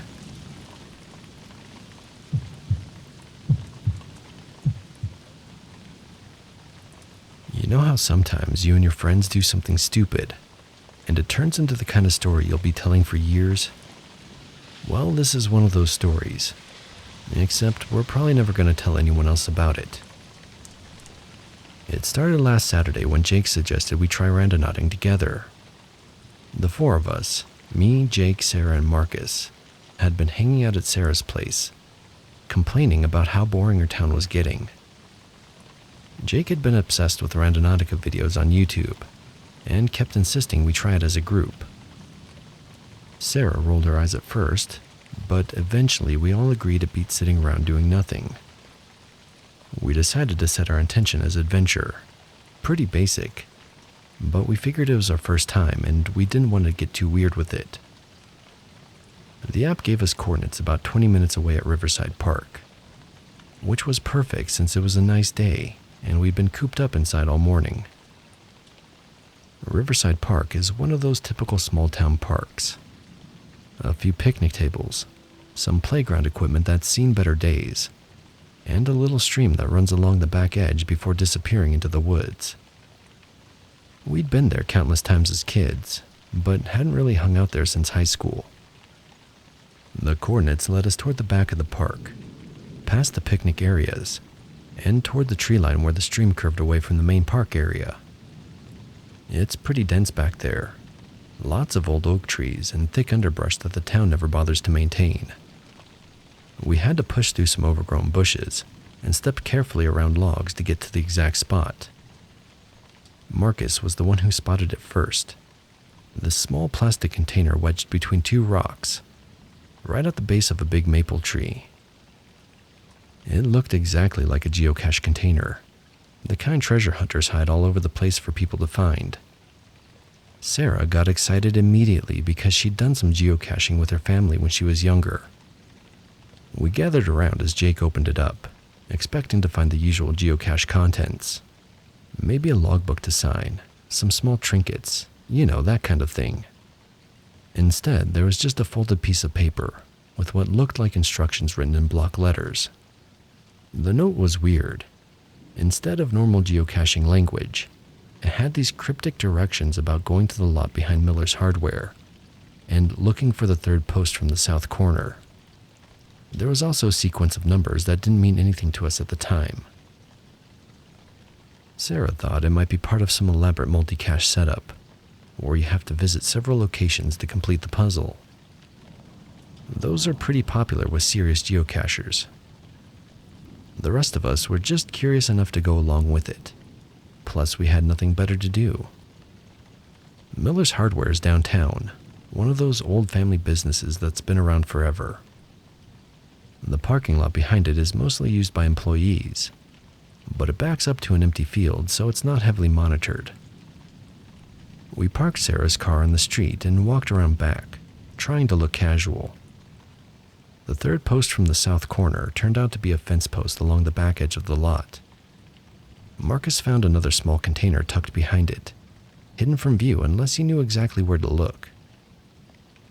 This one had another note, with more directions, this time sending us to what sounded like a location on the edge of town, near the old grain elevator.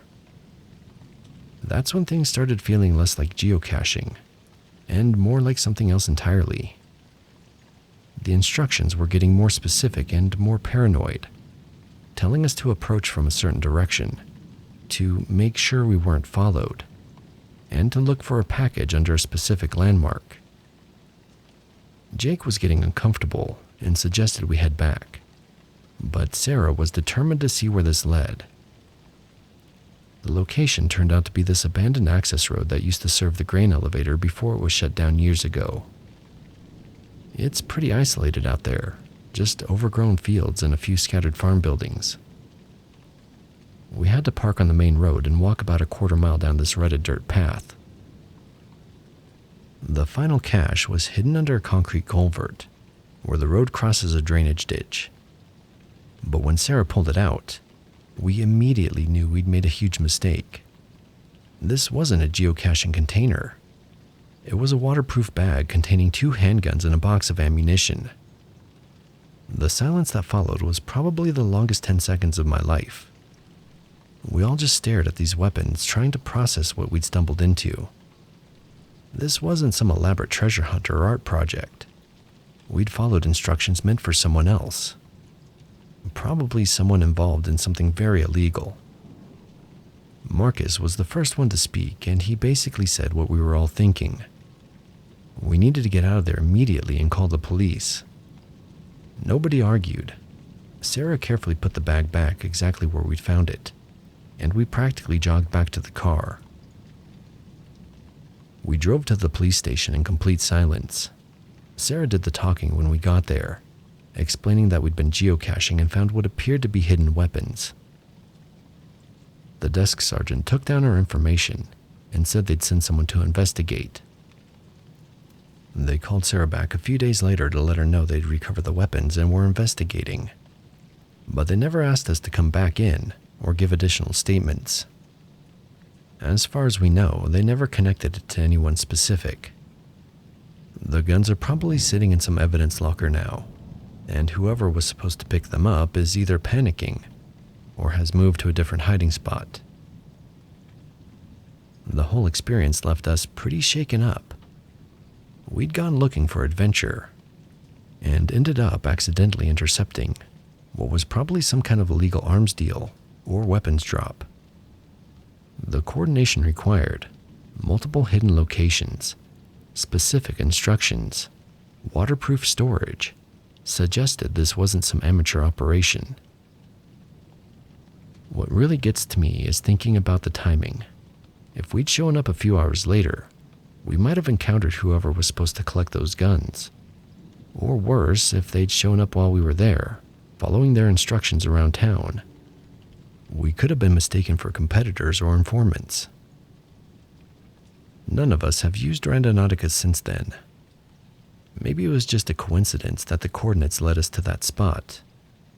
But it's hard not to wonder if there's something more going on with that app than anyone realizes.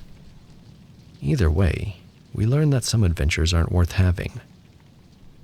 And sometimes boring Saturday afternoons are exactly what you need.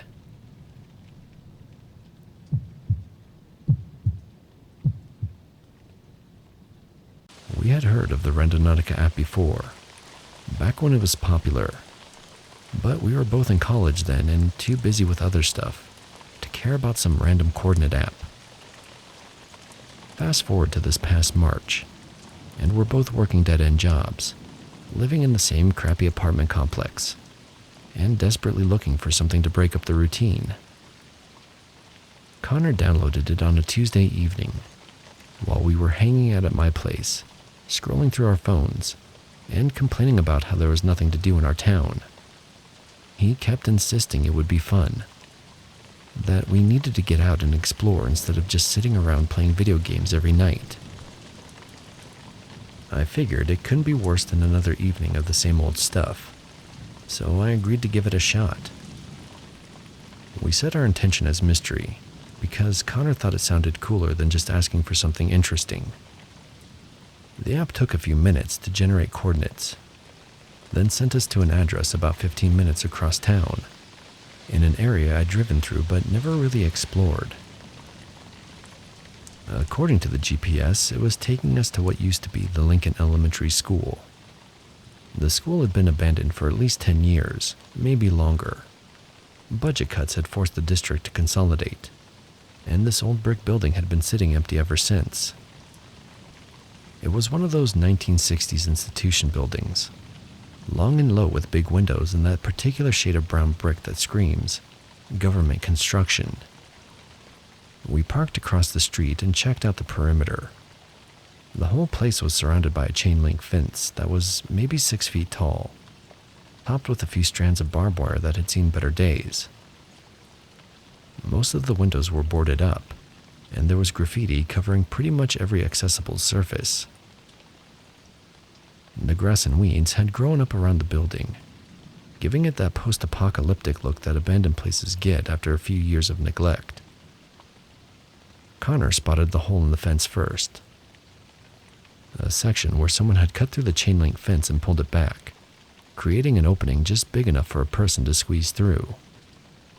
It wasn't exactly hidden, but it wasn't obvious unless you were looking for it either. We stood there for a minute, checking to see if there were any security cameras or signs warning about alarms. There were none that we could see. The way Connor saw it, if whoever owned the property cared enough to keep people out, they would have fixed the fence by now. That made sense to me, and the coordinates were definitely pointing somewhere inside the building. We squeezed through the gap and made our way across the overgrown playground toward the main entrance. The front doors were chained shut, but there was a side entrance where someone had pried off the plywood covering one of the windows. We climbed through into what used to be a classroom. The place smelled like mold and old paint, with that musty odor that abandoned buildings get when moisture and time work together to slowly destroy everything inside. Inside was pretty much what you'd expect from an abandoned elementary school. Broken desks scattered around empty classrooms, old bulletin boards with faded papers still tacked to them, ceiling tiles that had fallen and shattered on the floor. The hallways were covered in graffiti, some of it decent art, but most of it just tags and random profanity. Our footsteps echoed weirdly in the empty corridors, and every small sound seemed amplified in the silence. We spent maybe 20 minutes exploring the main hallway and checking out different classrooms. Connor was taking pictures with his phone, and I was mostly just following along, trying to shake the creepy feeling that abandoned places always give me.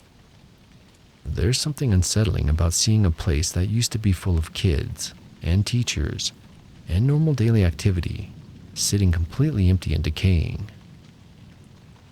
The coordinates kept pulling us deeper into the building, toward what the faded directory signs indicated was the cafeteria. We had to navigate around some debris in the hallway, chunks of ceiling tile, broken glass, and an old filing cabinet someone had apparently pushed over for no reason. The further we went in, the darker it got, since fewer windows meant less natural light filtering in. When we finally reached the cafeteria, Connor pushed open the double doors, and we both just stopped dead. The room was set up like it was still in use, except everything was wrong. There were maybe 30 or 40 teddy bears sitting in the plastic chairs around the lunch tables, all facing the same direction like they were waiting for something. In front of each bear was a plastic lunch tray with what looked like it had once been food, but now it was just moldy, unidentifiable masses of decay. The bears themselves were in various states of disrepair. Some looked relatively new, others were missing eyes or limbs, and a few were so dirty and worn they were barely recognizable as stuffed animals. They were arranged with an almost obsessive attention to detail, each one positioned carefully in its chair, each tray placed precisely in front of them. The smell in that room was unbelievable.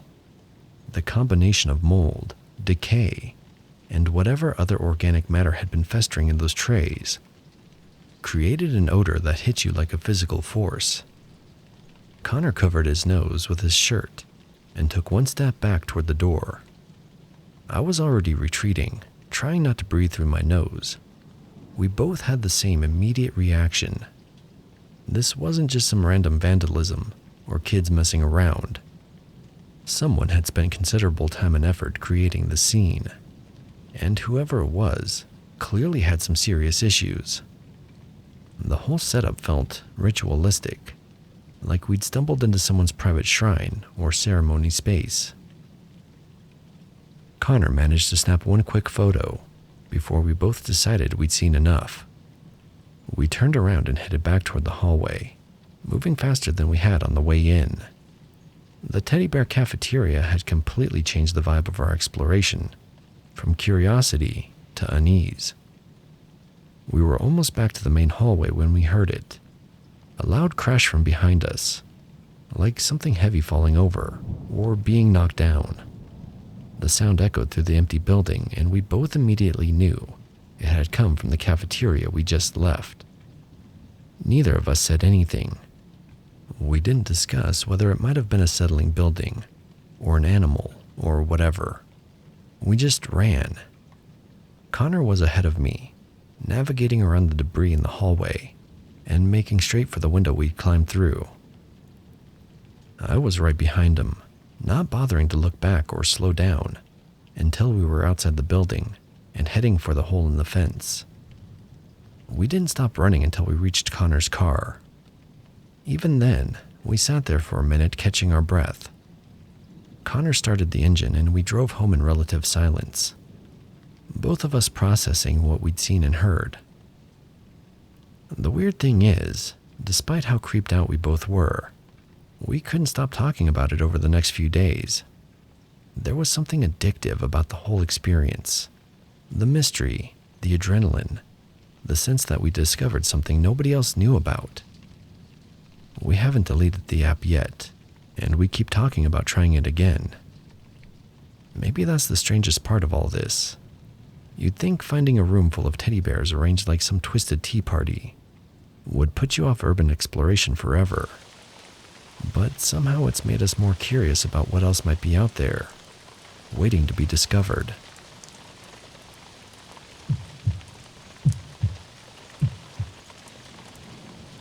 Saturday mornings used to be chaos. Pancakes, cartoons, and my 2 kids bouncing off the walls. But this particular Saturday, the house was dead silent. Emma and Tyler were spending the weekend with their dad, and my date had texted me at 10 in the morning to cancel because something came up at work. I was sitting at my kitchen table with my second cup of coffee, staring at a completely empty day stretching ahead of me. That's when I remembered Randonautica was still buried somewhere in my phone. I had downloaded it a couple years back, when the kids were wanting to do things out of the house. We'd used it a few times back then. Found a cool mural downtown. Discovered a little park we'd never noticed, that kind of thing. Nothing too exciting, but the kids had loved the adventure aspect. I figured it beat spending another Saturday reorganizing closets or binge-watching Netflix shows I'd already seen twice. My intention was simple. I wanted to find something peaceful, maybe a nice spot for some alone time in nature. The coordinates came back pointing to Millbrook Trail, about 20 minutes outside of town. That sounded perfect.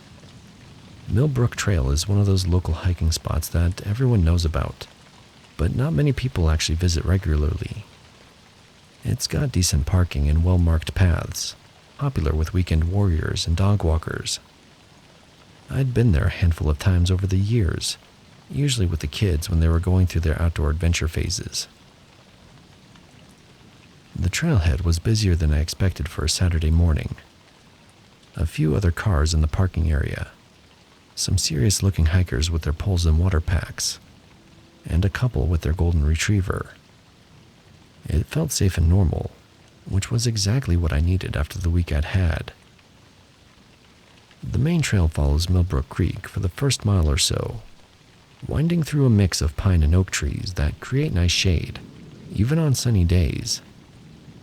I'd forgotten how much I actually enjoyed hiking when I wasn't constantly worried about keeping the kids on the path or entertained.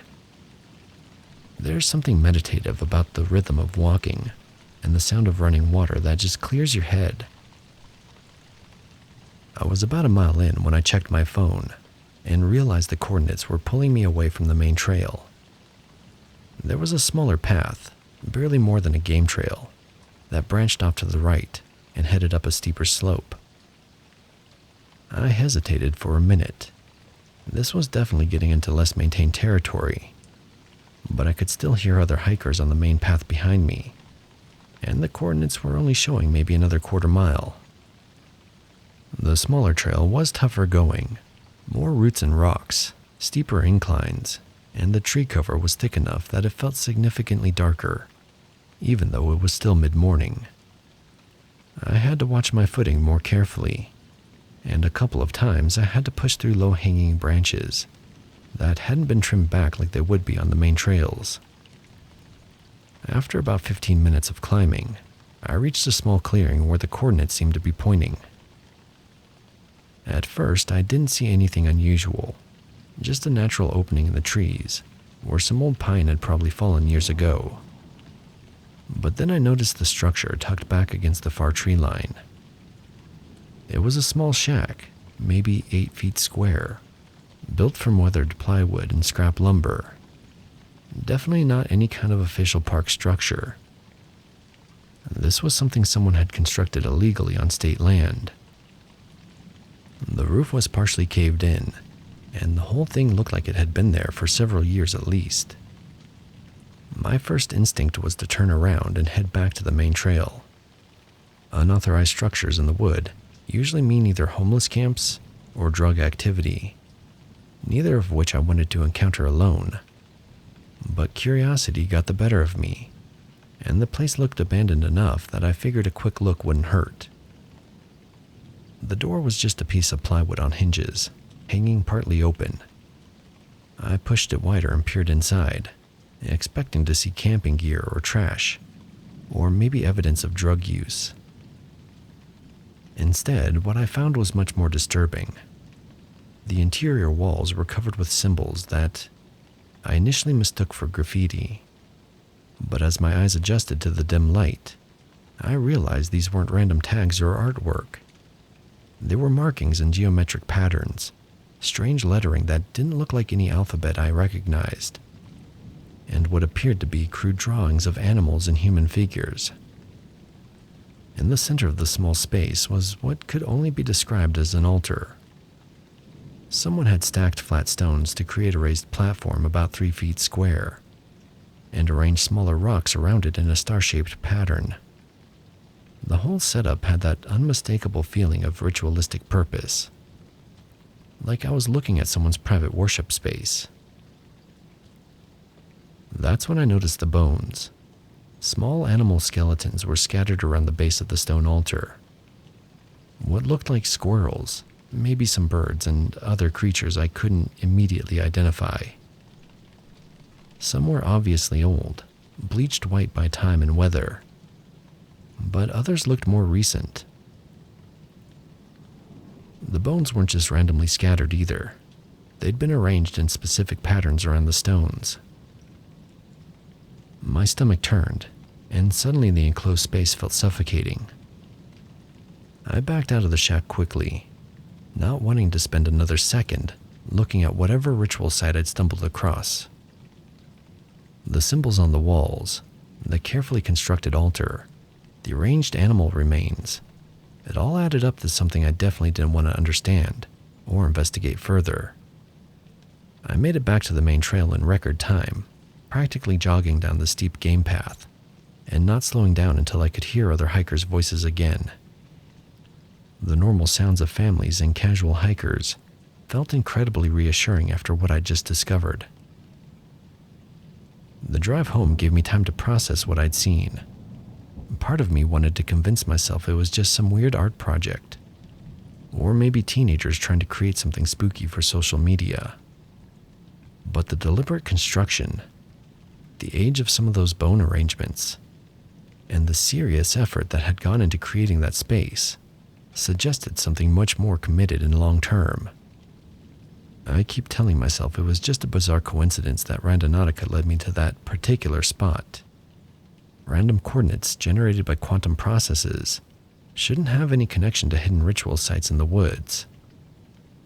But the alternative explanations, that the app somehow knew about that place, or that I was unconsciously drawn there for reasons I don't understand, are even more unsettling. Either way, I've decided to give the app a break for a while. When I do use it again, I'm sticking to coordinates that lead to populated areas, parks with other people around, downtown locations, places where the worst thing I might discover is an interesting mural or a coffee shop I haven't tried yet. Some adventures aren't worth having, especially when you're exploring alone and stumble across evidence that someone else has been using the wilderness for purposes you really don't want to think about too deeply.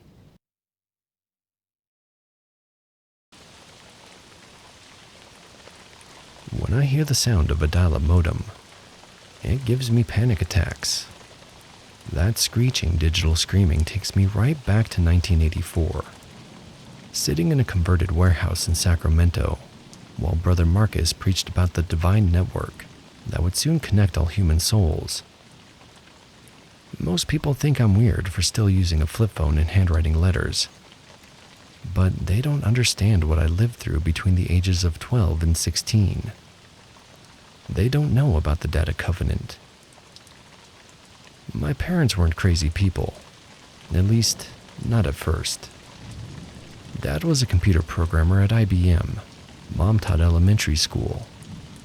We were normal middle-class suburbanites until Dad started attending these evening lectures at the community center. The speaker was this guy I'll call Marcus. He called himself Brother Marcus, and he claimed to be both a computer scientist and a biblical scholar. Said he discovered the true meaning of Genesis through studying early computer systems. Dad came home from that first meeting completely transformed, talking about how the human brain was just biological hardware waiting for the right software upgrade, how God's plan all along was for mankind to transcend flesh through technology. Mom was skeptical at first, But Brother Marcus had this way of explaining complex theological concepts through computer metaphors that made everything sound logical, inevitable even. Within 6 months, we'd sold our house and moved into the Covenant compound. It was this sprawling complex of converted warehouses on the outskirts of town. There were maybe 40 families total, all middle-class professionals who'd bought into Marcus's vision of digital salvation. There were engineers, teachers, accountants, even a few doctors, all smart people who should have known better. The compound was divided into living quarters, workshop spaces, and what Marcus called the processing center. That was a massive room filled with early personal computers, all connected through cables and phone lines. The constant hum of cooling fans and the glow of green phosphor monitors became the soundtrack of my teenage years. We weren't allowed to call it a church. Marcus insisted it was a research facility where we were developing the technology to upload human consciousness. School was held in the processing center every morning. We'd sit at computer terminals learning basic programming alongside Bible study. Marcus taught us that every line of code was a prayer, every algorithm a divine revelation. He claimed the binary system, ones and zeros, represented the fundamental duality of existence: divine and mortal, eternal and temporary, uploaded and unuploaded. The really twisted part was how he mixed legitimate computer science with his warped theology. We learned about data storage and retrieval while studying passages about eternal life. Memory allocation became lessons about the soul's capacity for grace. Input-output functions were explained as communication between the mortal and divine realms. Looking back, I realized Marcus was actually pretty brilliant. He understood technology well enough to create convincing religious metaphors around it. But the rituals were what really messed with our heads. Every evening after dinner, the entire community would gather in the processing center for what Marcus called synchronization. We'd all sit at terminals, hands on keyboards, while Marcus led us through these chanted prayers that incorporated programming commands. Our Father who art in mainframe, hallowed be thy code, followed by actual lines of computer code we type in unison. It sounds hokey now, but everyone there believed it in the moment. The sound was incredible and terrifying. 40 mechanical keyboards clacking in perfect rhythm, while we chanted about uploading our souls to God's eternal hard drive. Sometimes people would start crying or speaking in tongues, but their fingers never stopped typing. Marcus claimed we were literally programming our consciousness for eventual upload, creating spiritual backup files that would preserve our essence after bodily death. As I got older, the teachings became more extreme. Marcus started claiming he'd made contact with angel subroutines, divine programs that communicated through computer glitches and system errors. When someone's terminal crashed during synchronization, Marcus would interpret the error messages as prophetic visions. When the compound's main server overheated and died, he declared it a sign that the rapture was imminent. All the saved souls had been uploaded simultaneously, overwhelming God's processing capacity. The worst part was how isolated we became. We weren't allowed to watch regular TV or listen to radio. Marcus said external media would corrupt our spiritual programming with incompatible code. We couldn't maintain friendships outside the compound because unuploaded people might introduce viruses into our consciousness. Even family members who hadn't joined the Covenant were considered potential threats to our spiritual data integrity. By 1987, when I was 15, things started getting really dark. Marcus began preaching about the need to optimize reproduction protocols within the community. Said that his consciousness contained the pure spiritual code, and that he needed to share his divine data with as many women as possible to ensure the survival of uploaded humanity. He started taking multiple wives, claiming it was God's will that he distribute his genetic and spiritual programming throughout the congregation. That's when my parents finally started questioning things. Mom was horrified when Marcus approached her about becoming his seventh wife, saying she'd been selected by the algorithm based on her compatibility scores. Dad had been having doubts anyway. He'd actually studied computer science professionally and was starting to realize that half of what Marcus taught was complete nonsense, wrapped in technical jargon. The breaking point came during a synchronization session, when Marcus announced that all unmarried women over 16 would be paired with optimal partners based on genetic and spiritual compatibility algorithms he'd supposedly developed. He was essentially arranging marriages for teenage girls, including several of my friends. When parents objected, Marcus accused them of trying to corrupt the upload process and threatened them with spiritual excommunication. My parents packed our belongings that night. We left at dawn while everyone else was in morning prayer, taking only what we could fit in our car. Marcus had always warned that anyone who left the covenant would be deleted from God's memory, doomed to spiritual extinction when their consciousness failed to upload at death. Despite everything I'd witnessed, part of me was terrified he might be right. Adjusting to the outside world was brutal. I'd spent my crucial teenage years in an isolated community where normal social interaction was considered spiritually dangerous. I didn't know how to talk to people without using Marcus's technical metaphors. I'd spent so many years thinking of my mind as software and my body as hardware that I'd lost touch with basic human emotions and instincts. The compound folded within 2 years of our departure. Turns out several other families had left around the same time, and without enough members to maintain the facilities and continue the research, the whole thing collapsed. Marcus tried to keep it going with the remaining believers, but by 1989 he was alone in that warehouse with his computers, still convinced he was on the verge of divine technological breakthrough. I heard from other survivors that Marcus was found dead in the processing center in 1990, apparently from a drug overdose. They said he'd been taking increasingly dangerous combinations of stimulants and hallucinogens, claiming they enhanced his ability to communicate with the angel subroutines.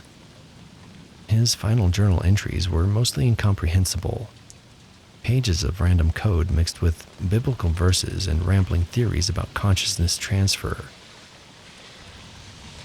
To this day, I can't use modern technology without feeling that old anxiety creep back in. Smartphones, social media, cloud computing. It all reminds me of Marcus's promises about uploaded consciousness and digital immortality. I know it's irrational, but sometimes when I see people staring at their screens with that glazed expression, I wonder if maybe he was right about technology's power to fundamentally change human consciousness. I still have nightmares about those synchronization sessions, the sounds of keyboards, the glow of monitors, Marcus's voice promising eternal life through ones and zeros. Most people see technology as progress, liberation, and connection. All I see is another way for charismatic leaders to exploit people's deepest fears and desires. That's probably why I still write letters by hand and keep a landline phone. Call it trauma. Call it paranoia. I call it remembering what happens when you let someone convince you that salvation comes through surrender to the machine.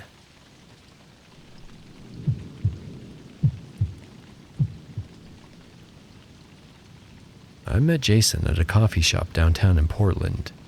He was charming, well-dressed, and had this way of making you feel like you were the most interesting person in the room. We clicked immediately.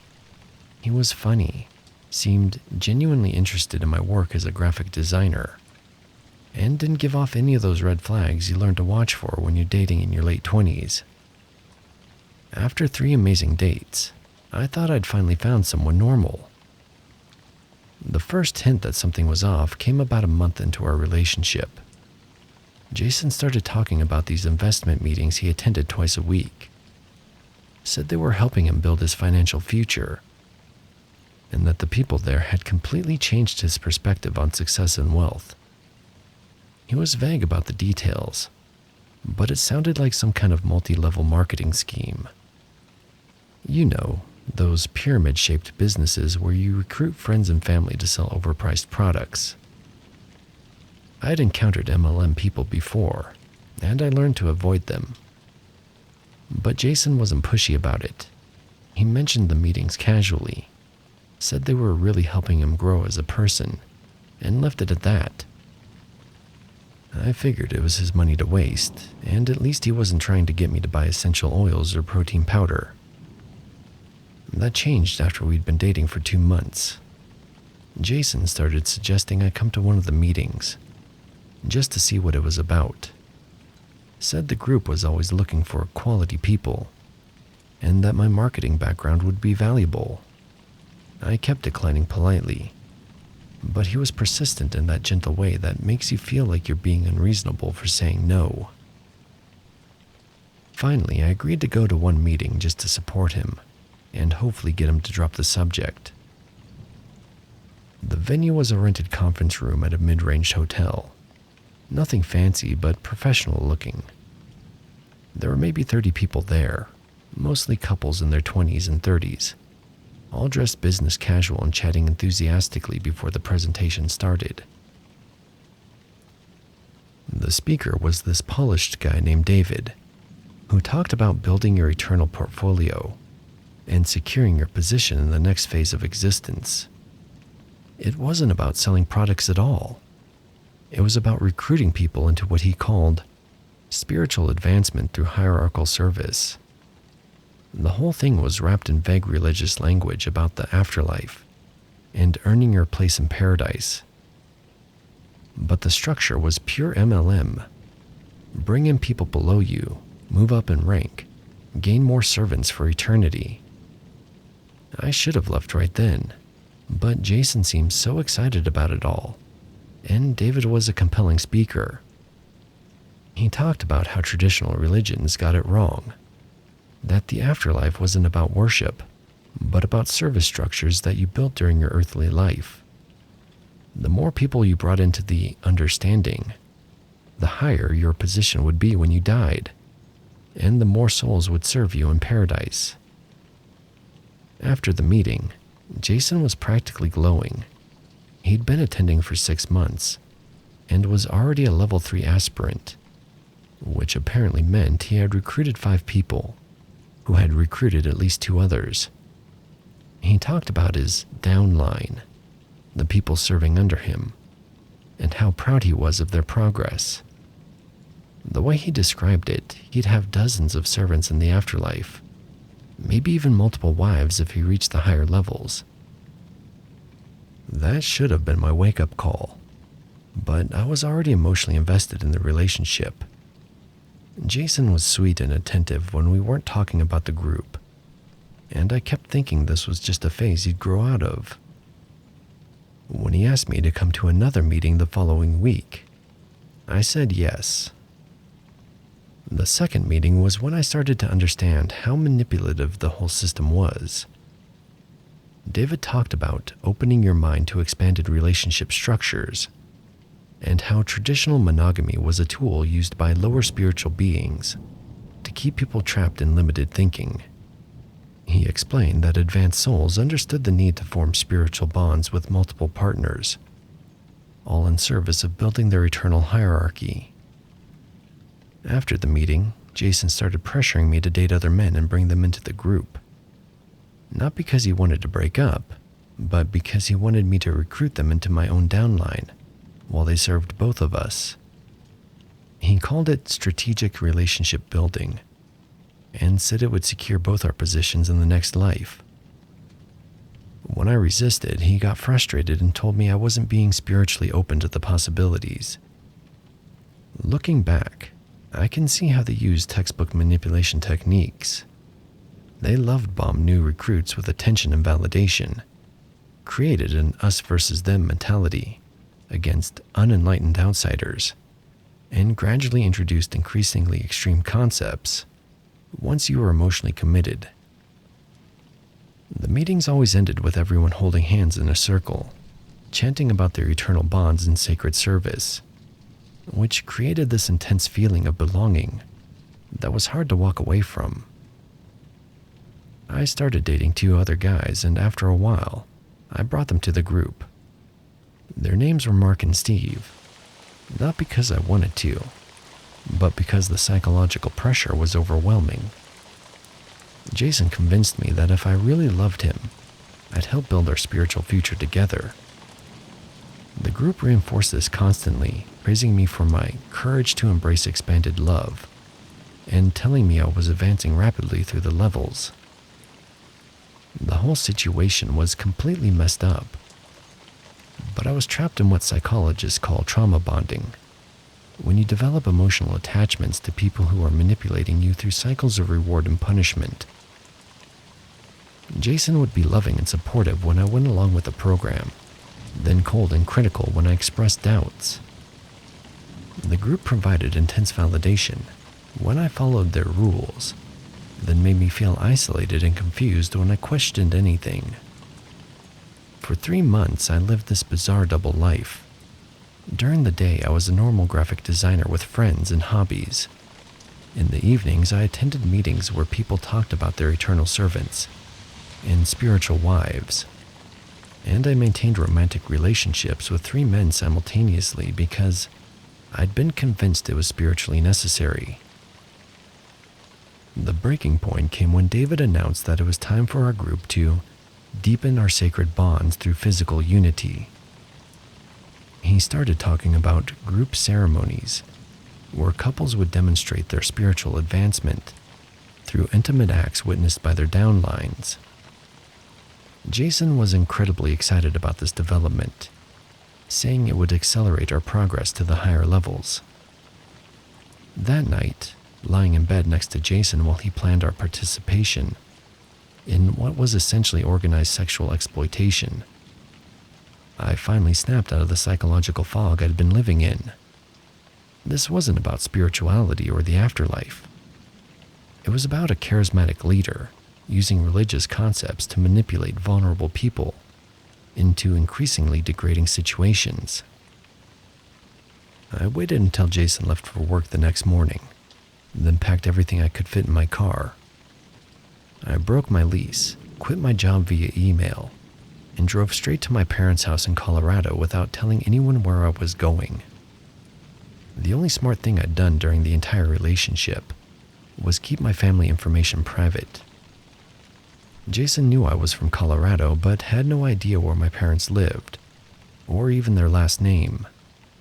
My last name is still my bio-dad's last name, and he died when I was 12. My mom changed her last name when she remarried. The cult, because that's what it was, not some investment opportunity or spiritual group, tried to contact me constantly for weeks. Jason called and texted hundreds of times, alternating between angry demands that I return and tearful pleas about how much he missed me. Mark and Steve both reached out, saying the group was worried about my spiritual progress and that David wanted to personally counsel me through my dark period. I blocked all their numbers and eventually had to get a new phone. My parents were incredible. They never asked too many questions about why I'd suddenly moved home, just helped me find a therapist and start rebuilding my life. It took months of counseling to fully understand how I'd been psychologically manipulated, and to stop blaming myself for getting trapped in such an obvious toxic situation. I still have nightmares sometimes about those meetings. The chanting, the talk of eternal servants, the way David's eyes would light up when he described the sexual ceremonies. I've done enough research since then to know that what I experienced was a textbook example of a modern sex cult, using MLM recruitment structures and New Age spiritual concepts to exploit vulnerable people. The scariest part is how normal it all seemed while I was in it. These weren't obviously crazy people. They were educated professionals with careers and families. But they'd all been gradually conditioned to accept increasingly extreme beliefs and behaviors through carefully orchestrated psychological manipulation. I never found out what happened to the group after I left. Sometimes I wonder if Jason is still there, still climbing their twisted hierarchy, still believing he's earning servants for the afterlife. I hope not, but I know how powerful that kind of indoctrination can be. I was lucky I got out when I did, before they could drag me even deeper into their sick version of paradise.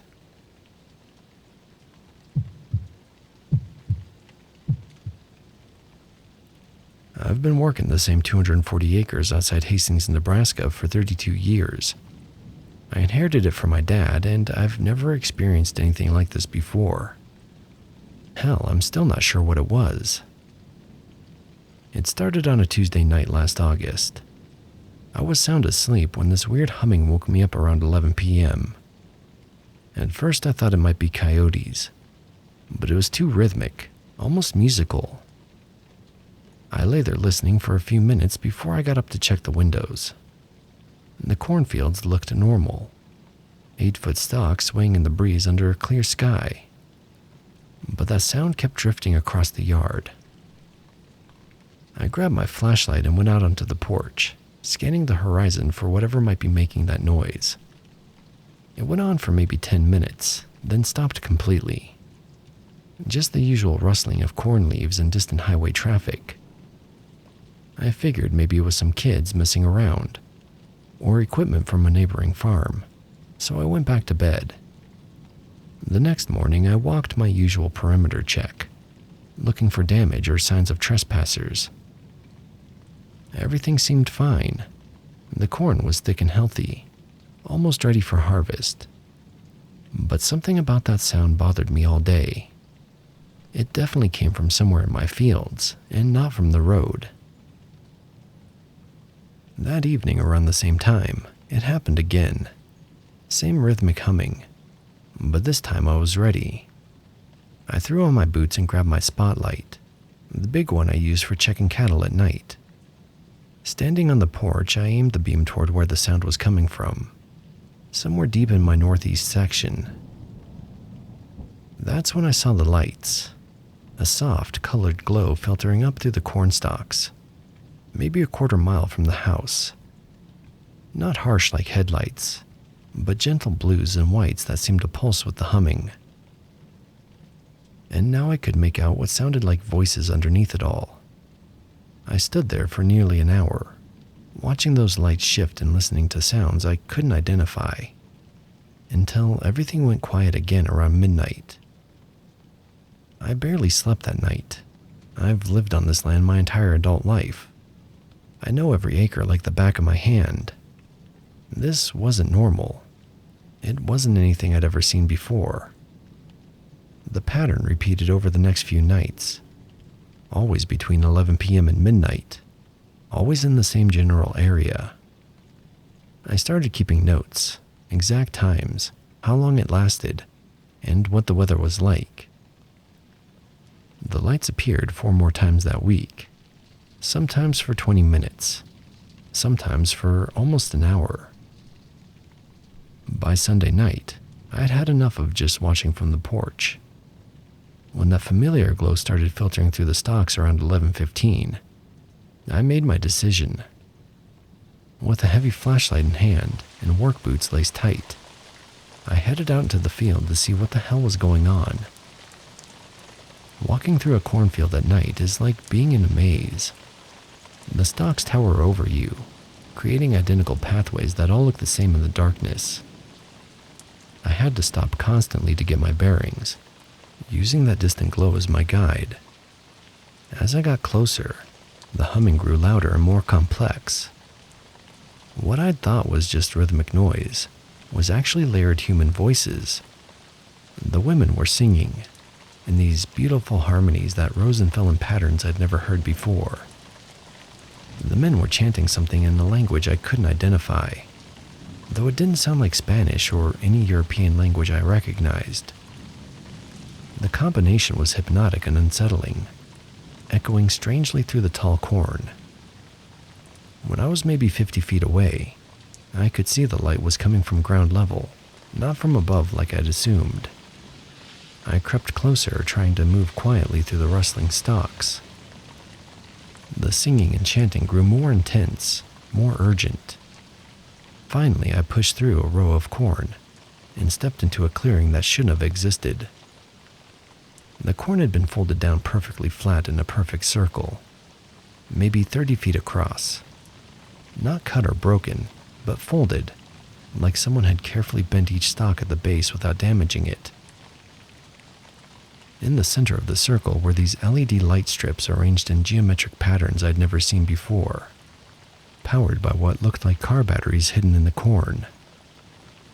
And there was a statue, about 3 feet tall, made of what looked like dark metal or stone, depicting a figure I couldn't identify. Not Christian, and not any religious symbol I recognized. It had multiple arms or appendages reaching upward, and symbols carved into its base that meant nothing to me. The moment I stepped into the clearing, the singing stopped. I heard people running. There were footsteps crashing through the corn in different directions. I spun around with my flashlight, trying to catch sight of whoever was fleeing, but the corn was too thick and they were too fast. Within seconds, all I could hear was my own breathing and the normal sounds of the night. I stood there for probably 20 minutes, examining the scene. The LED lights were still on, casting those strange blue and white patterns across the flattened corn. The statue felt cold to the touch and was heavier than it looked. Definitely not something someone could carry easily. But there was no sign of who had been there, or how they'd gotten the equipment into my field without me noticing.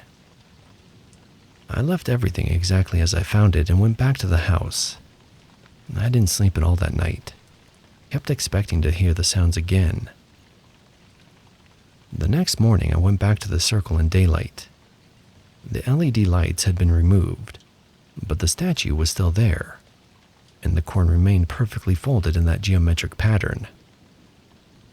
I took photos with my phone, though they didn't really capture how precise it all looked. About a week later, I found something else. Walking through a different section of the field, I came across a white garment hanging from a corn stalk. It looked like a robe or ceremonial dress, made of some kind of lightweight fabric, completely white except for a symbol embroidered on the left chest, the same kind of geometric design I'd seen around the statue. But I still couldn't identify what it was supposed to represent. That was 2 weeks ago. I haven't heard the sounds or seen the lights since that night I found the clearing. The statue disappeared sometime during the following week. I went back to check on it, and it was gone.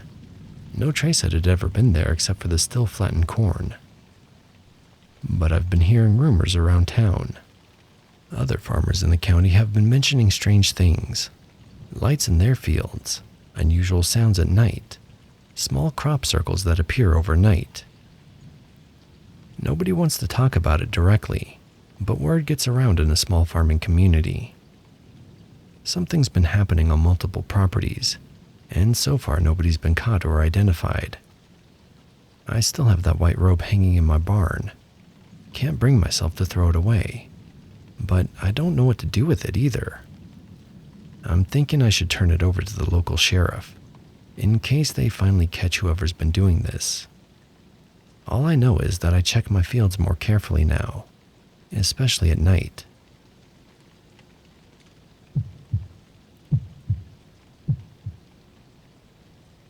Look, I know this sounds completely insane, but I need to tell someone about what happened to my buddy Mike last year. I've changed his name to protect him, but he wants me to tell the story so others know, and it's still too fresh for him to say it himself. I mean, the guy's been through hell. Lost his wife in the divorce, got laid off from his accounting job, and the whole 9 yards. He was barely keeping it together, living in this tiny studio apartment, surviving on ramen and whatever odd jobs he could find. So when Mike saw this ad online, something about wanting more out of life and easy money for participating in sociology experiments, I guess desperation kicked in. The email exchanges seemed legit enough. They said they were researchers studying human behavior and decision-making. Needed subjects for some simple Q&A sessions. $500 for a few hours of work. Mike figured, what's the worst that could happen? The address they gave him was up in the hills. One of those winding roads where you can't see your neighbors. Mike told me later that when he pulled up to this mansion, and I mean mansion, he almost turned around. The place was massive, all marble and glass, with these perfectly manicured gardens. Way too fancy for some sociology study, but the money was too good to pass up. 2 people answered the door, a man and a woman in their late 30s, both dressed in simple white clothes. Super friendly, almost unnaturally so.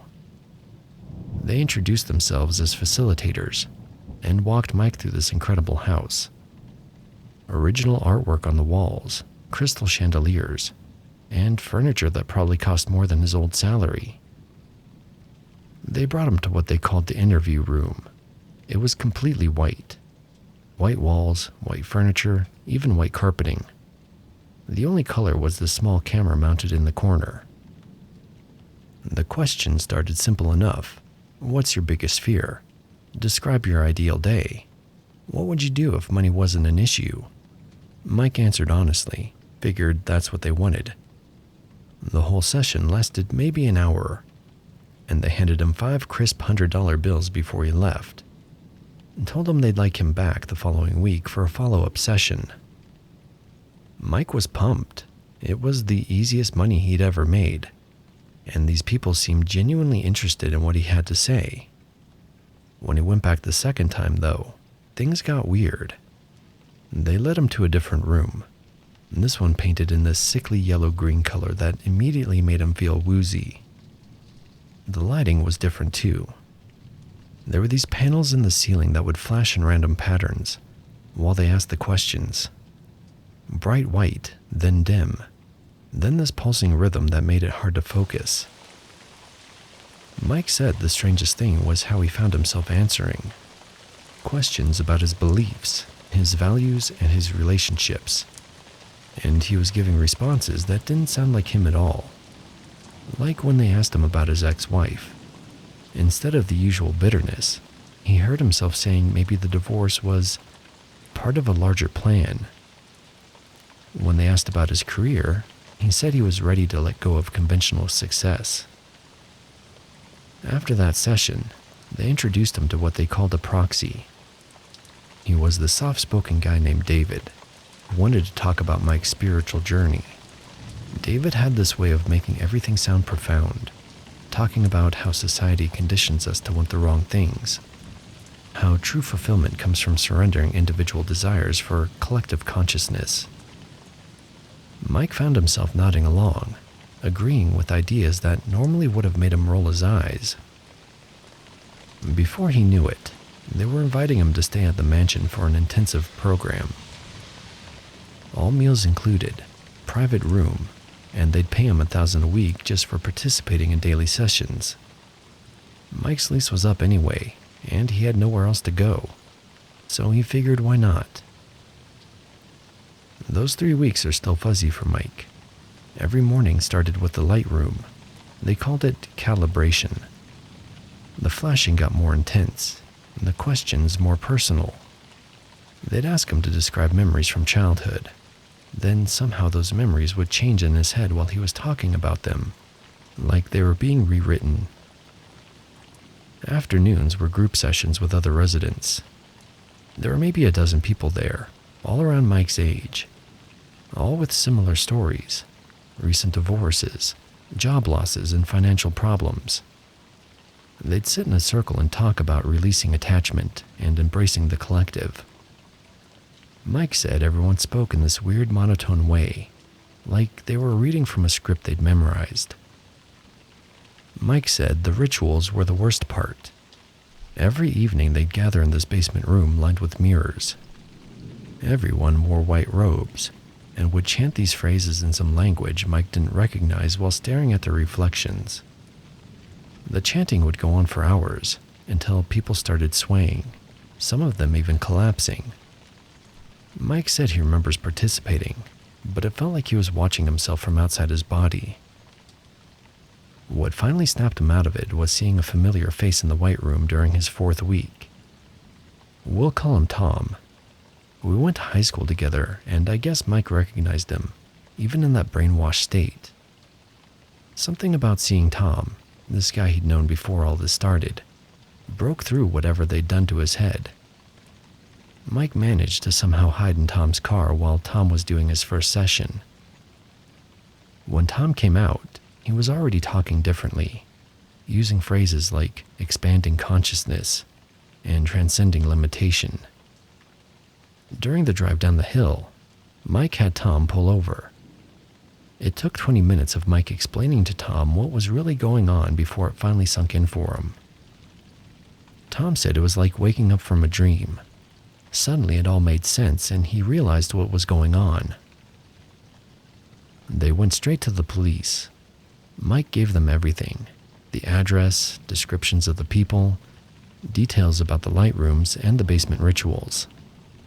The cops took it seriously enough to send a unit up there the next day.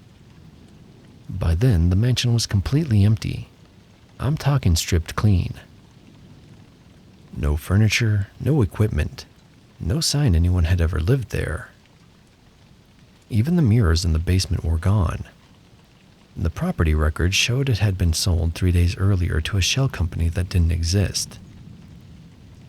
Mike's been in therapy ever since, trying to piece together what really happened during those weeks. The therapist says it sounds like systematic psychological manipulation, probably drug-assisted given how fuzzy his memories are. But the scariest part is, Mike still gets emails sometimes, from different addresses, with similar offers. Things saying stuff like, want more out of life, and seeking individuals ready for transformation. He deletes them all now, but sometimes he tells me he wonders how many other people are up there in houses like that, staring into flashing lights and forgetting who they used to be. I check on Mike every few days now, just to make sure he's still him.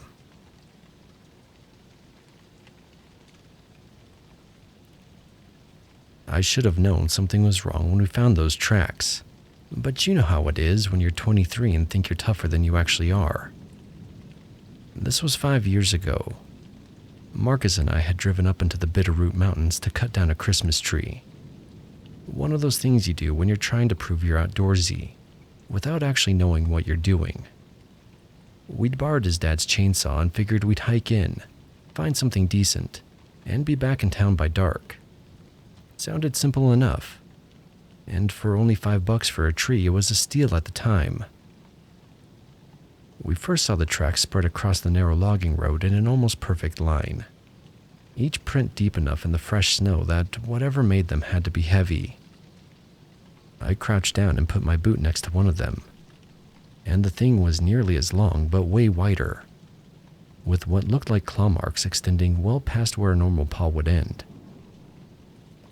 Probably just someone's dog, Marcus said. Maybe a German Shepherd or something. I nodded because even though they seemed big to me, what do I know about dogs? I'm allergic to them and haven't been around them much. But something about the spacing bothered me. The distance between each print was too long, like whatever made them had been taking these unnaturally long strides. But we'd already driven 40 minutes to get up there, and Marcus's girlfriend had been dropping hints about wanting a real tree since Thanksgiving. A few weird dog tracks weren't going to send us home empty-handed. The trail wound upward through pines and firs, everything heavy with December snow that made the whole forest dead quiet, except for our boots crunching through the powder. The sun had already dropped behind the ridgeline, and that gray mountain twilight was settling in fast. I found myself checking my watch more than usual, realizing how quickly it was going to get completely dark up there. That's about when the feeling started, maybe half a mile in. You know that sensation when someone's staring at you from across a room? It was like that, but coming from everywhere at once. Marcus felt it too, I could tell, because we both started walking faster and talking louder than we needed to about random stuff. Work, what we were doing that weekend, pretty much anything to fill the silence that seemed to be pressing in around us. I kept catching myself looking over my shoulder and scanning the tree line, my eyes drawn to those deep shadows between the trunks where our weak headlamps couldn't reach. The whole thing gave me the heebie-jeebies, but I couldn't put my finger on why. We found a perfect tree in the small clearing where some fallen logs had opened up the canopy. It was 6 feet tall, dense branches in good shape. Exactly what we were looking for. Marcus fired up the chainsaw while I held the trunk, both of us working faster than we needed to because suddenly we just wanted to get this done and get back to the truck. That's when we heard the breathing. At first I thought it was the chainsaw engine echoing off the trees, but Marcus shut it off to reposition, and the sound kept going. There were these deep rhythmic breaths coming from somewhere in the darkness past our little circle of light. We both froze, trying to figure out where it was coming from in that wall of black surrounding us.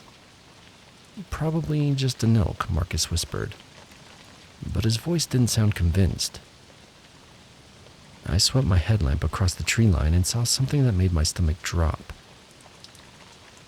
There was movement in the shadows about 50 yards out, too big to be branches blowing in the wind. For just a second, I could swear I saw the outline of something standing upright among the trees, taller than either of us, with proportions that didn't match anything I could identify. We finished cutting in complete silence, both of us working as fast as we could, our headlamps creating this tiny bubble of light that felt completely inadequate against all the darkness pressing in around us. Getting back to the truck turned into barely controlled panic. We dragged that tree between us, taking turns looking over our shoulders at sounds that might have been wind through the branches, or might have been something else keeping pace with us in the dark. I was certain I heard footsteps, even though I told myself I was being paranoid. When we heard those footsteps directly behind us, maybe 20 feet back, we gave up any pretense of staying calm. Marcus grabbed the trunk, I took the branches, and we basically ran that Christmas tree down the mountain. The sounds behind us got clearer, branches snapping, snow crunching under serious weight, and underneath it all, that same heavy breathing from the clearing. Loading the tree was pure adrenaline-fueled chaos. My hands were shaking so bad I could barely tie the strap, while Marcus started the engine. Both of us moving like we knew something was hunting us but couldn't say what. The truck cab felt safe until Marcus hit the headlights. It was standing right there at the edge of the light, where the road curved into darkness. Close enough that I could see details I still wish I couldn't remember. The thing was massive, had to be 7 feet tall, with shoulders and a chest like a bodybuilder, but covered in this coarse dark fur. The face was the worst part.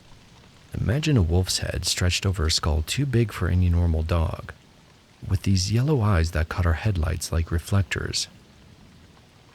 It didn't move toward us, but stood there watching, its chest rising and falling with each breath.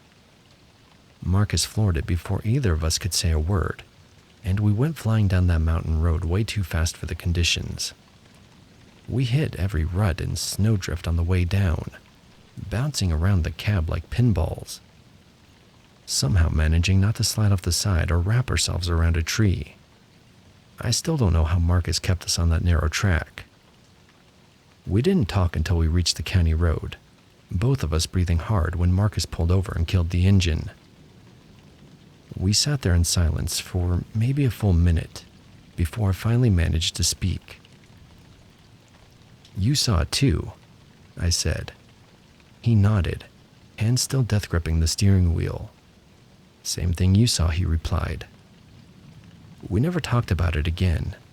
Not when his girlfriend asked why we'd picked such an ugly tree, and not when people asked why we started buying our Christmas trees from the lot in town.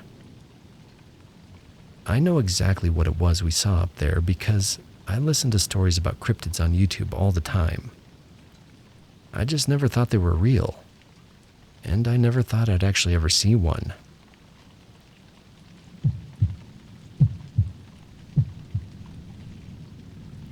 I've lived in southern Arizona most of my life, far enough out from town that you can't hear traffic or see your neighbor's porch lights at night. My place backs up to a stretch of scrub forest, mesquite, palo verde, and cactus so thick you can get turned around if you're not careful. I like it that way. The quiet in the space, it suits me. I've got one dog, a little mixed breed mutt, maybe 20 pounds soaking wet. Sweet thing, not much of a guard dog, but she keeps me company. Every now and then, she manages to squeeze out through a loose board in the fence. Usually she doesn't go far, just bolts into the scrub after rabbits. I've chased her down enough times to know her habits. One night this past spring, she got out again. I noticed because the yard went too quiet. No tags jingling, and no paws scuffing around. I grabbed a flashlight and called for her. I could hear her tags clinking in the distance, so I figured she was in the usual spot. The desert at night feels different than it does during the day. It isn't just darker, it's heavier. The air settles around you, and every little sound carries further. My boots crunched on the gravel path while I called her name.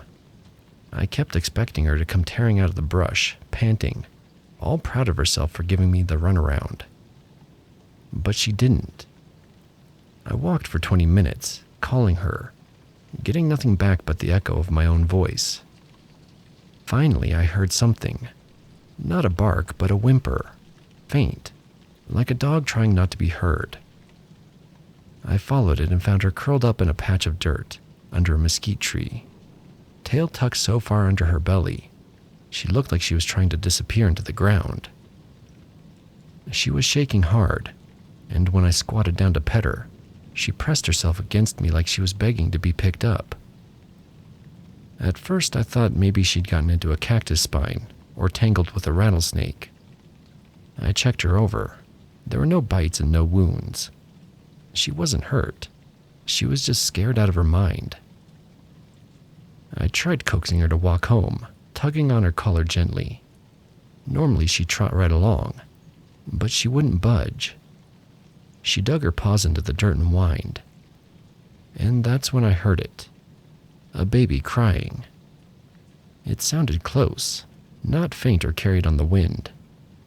Close, like no more than 50 feet away. Thin and high-pitched, the way newborns cry when they're hungry. I froze in surprise.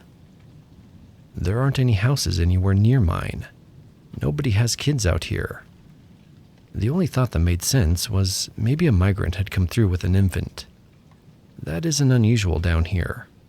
Sometimes you'll hear of people crossing through the scrub, desperate and unprepared.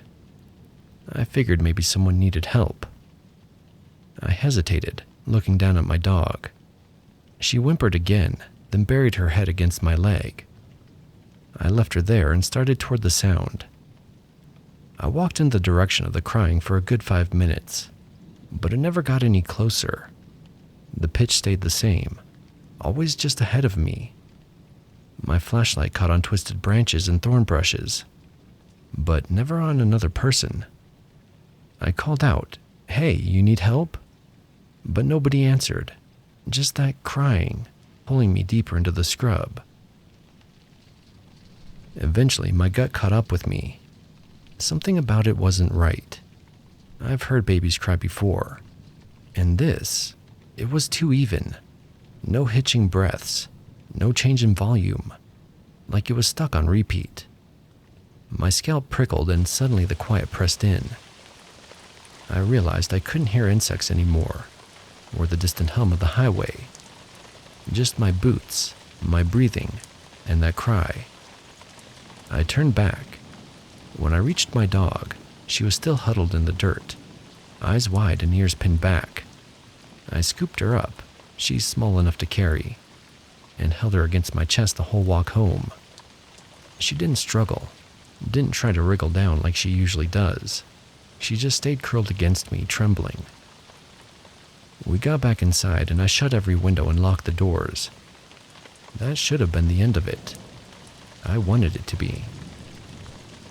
But later that night, when the house had gone still and my dog was asleep at the foot of the bed, I heard it again.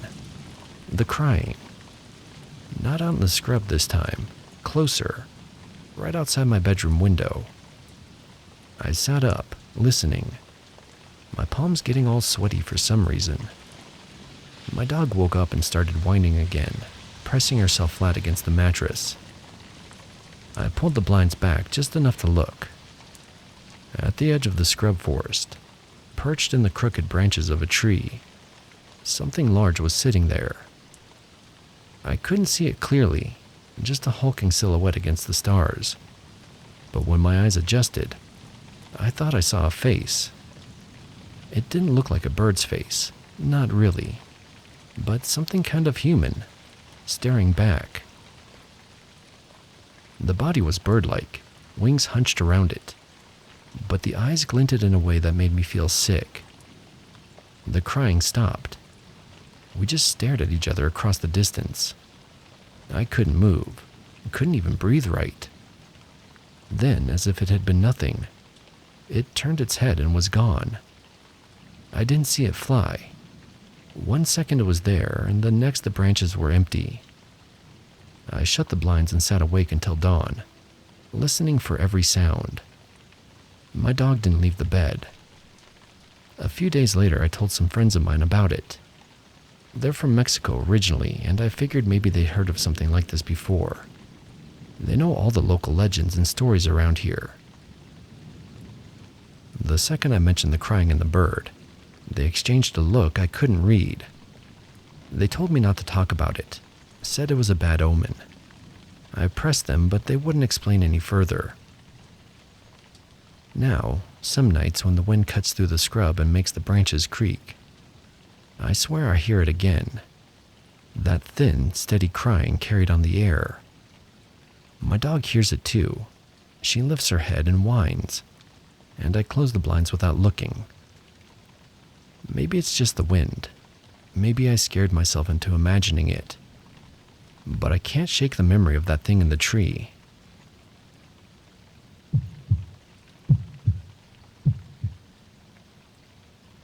I don't really know how to start this, except to say I'm not the type to imagine things. I've lived in the same rural neighborhood for almost 10 years, and nothing strange has ever happened out here until recently. The first time I saw it, I didn't think much of it. I was getting ready for bed, just glancing at the windows the way you do before pulling the blinds shut. Our street is quiet, no sidewalks, just gravel shoulders and a couple of spaced out streetlights. In the patch of yellow light by the pole, I saw a dog. Big thing, dark colored, standing out by the road. At first I thought it was just a stray, or maybe someone's loose farm dog wandering at night. I was about to close the blinds when it lifted its head and looked right at me, and its eyes were glowing red. Not like when you catch a dog in a flashlight beam and they flare up green or yellow. This was red, dull but steady, like coals. I stood there too long trying to convince myself it was just the reflection from the streetlight, or maybe a trick of my window glass. But the longer I looked, the more I felt sure it wasn't either of those things. I finally shut the blinds and went to bed, telling myself not to overthink it. I wished that had been the only time I saw it, but a couple nights later, I was in the kitchen late.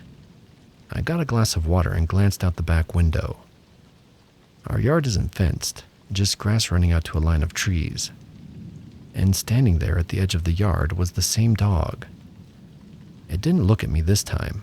It stood there, half in the shadows, and then padded behind one of the trees. but it never came out the other side. I could see the whole tree trunk from where I was standing, clear as day in the porch light.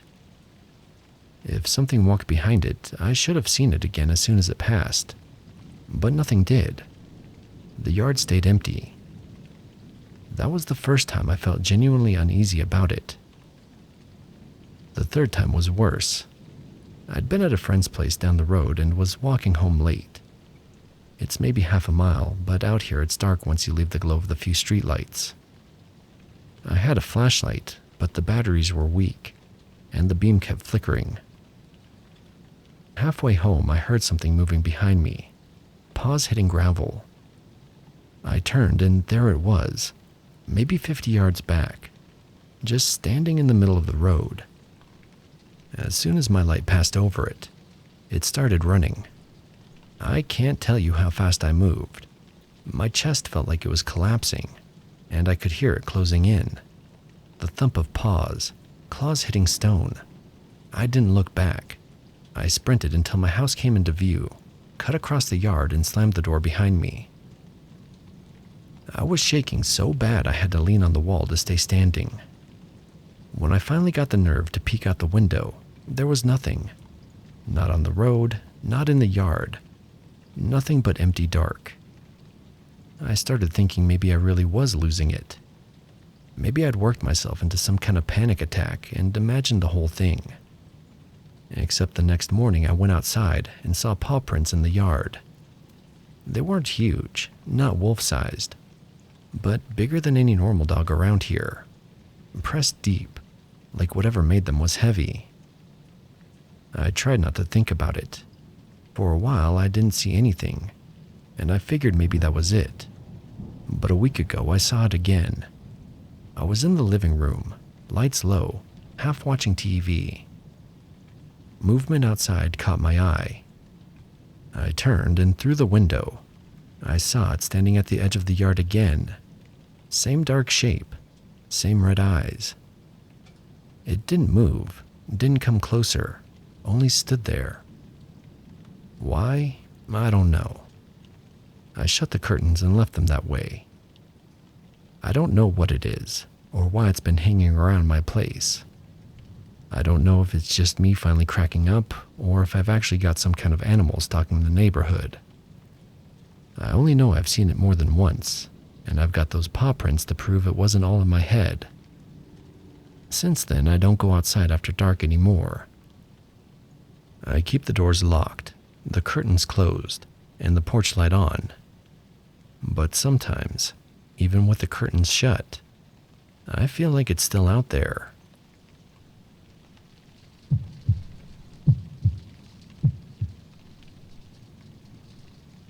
I don't tell this one often. Folks look at you different once you start talking about things that don't fit clean into the world they know. But you asked me straight, so I'll give it to you straight. We got 100 acres here in mid-Michigan. Not a giant operation by any means, but bigger than a hobby spread. Enough rows of apples and peaches to sell at the stand out front. Enough vegetables to take to market on Saturdays, and a handful of cattle and 2 old horses to keep the pastures from growing wild. It's not glamorous, but it's steady work.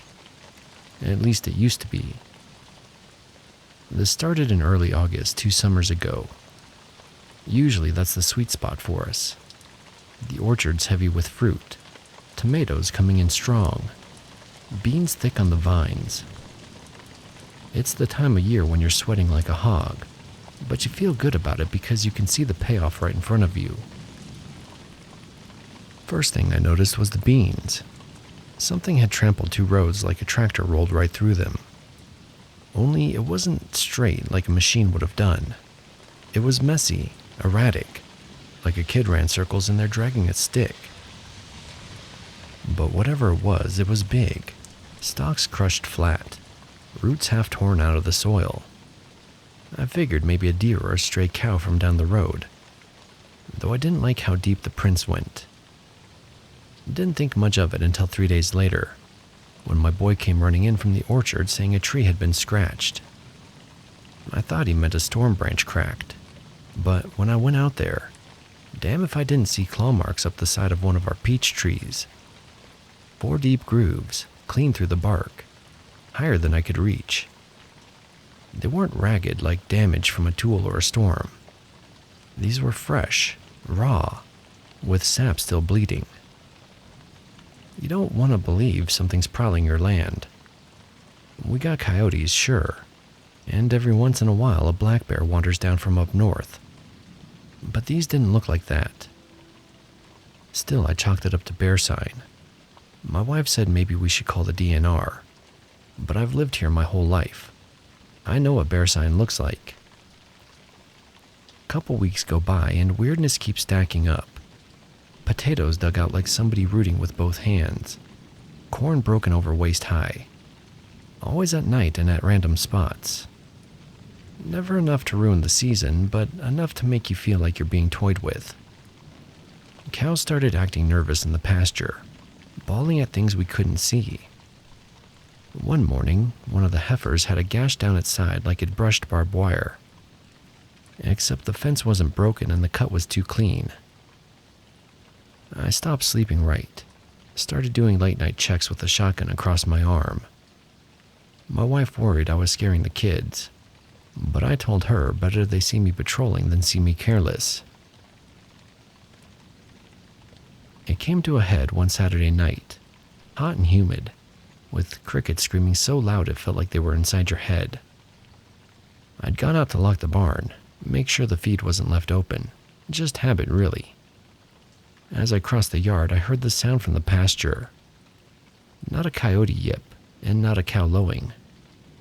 It was wet, ripping and tearing. The moon was out enough I didn't need a flashlight. And that's when I saw the dark shape hunched over near the far fence. My gut said cougar, though I've never seen one here. I shouted, hoping it'd run off. It did stand, but it didn't bolt. It straightened up, on 2 legs. I froze, unable to make sense of what I was looking at. It was taller than me, broad shoulder, covered in a dark coat that looked half fur, half filth. The head was wrong, too long in the muzzle.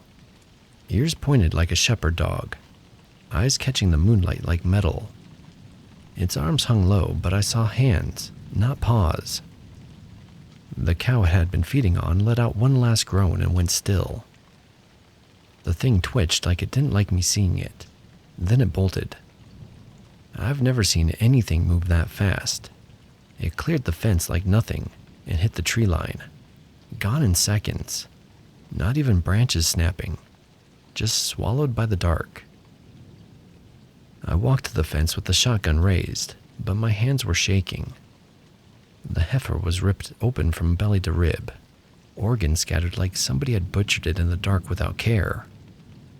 I'll never forget that smell, copper and rot. I didn't sleep that night, didn't tell my kids what I saw, though my wife could tell from my face. Next day, we dragged what was left of the heifer out with the tractor and buried it deep. I thought about calling someone, sheriff, DNR, anybody. But what do you say? I saw a dog walking on 2 legs eating my cow.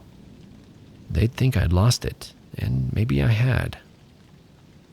Thing is, I know what I saw, and I know it wasn't a bear, or a coyote, or some cougar just passing through. Since that night, we haven't had another incident.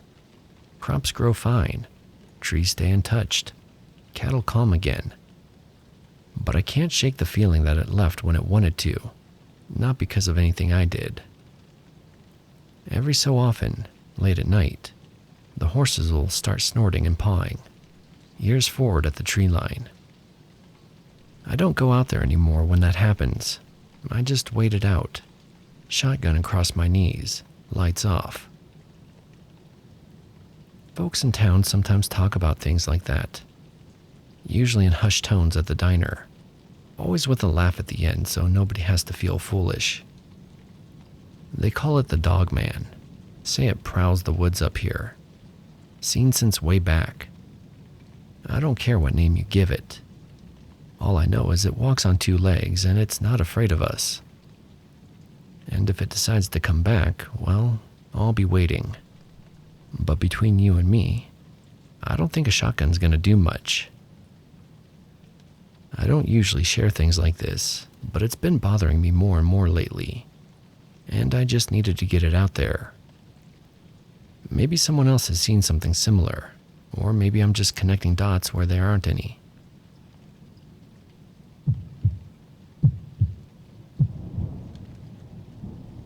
I live in a decent-sized apartment complex, the kind with 4 long buildings facing each other, and a little parking lot in the middle.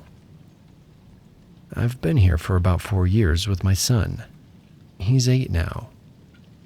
For the most part, it's safe. Nothing worse than people arguing too loudly, or kids running around in the breezeways. But over the last year, there's been this man. At least, I think it's a man. He's always dressed in black. Black windbreaker, black jeans, and a baseball cap pulled down so low I can never really see his face. Just a bit of his skin sometimes. And it looks weird. Pale, shiny, almost like candle wax. The first time I saw him was late last summer. I was coming home from work around 11, and as I pulled into the lot, my headlights caught him standing between 2 cars. He didn't move, didn't look up, just stood there with his hands in his pockets. He was tall, like really tall, over 6.5 feet, maybe closer to 7. I remember slowing down, thinking maybe he was waiting for someone, but the whole thing felt off. By the time I parked and got out, he was gone. That night, our building's laundry room caught fire. Nothing huge, but the whole place smelled like smoke for days, and 2 dryers had to be replaced. I didn't think anything of it at the time, just thought it was bad luck. The second time was in the fall. I was walking my son back from a neighbor's place. Her kid and mine like to play video games together. And it was just after dark, maybe 7. We were crossing the lot when I saw him standing near the dumpsters, half in the shadows. Same outfit, same posture, cap pulled low. My son didn't notice him. I almost pointed him out, but something in me just said keep walking, don't draw attention.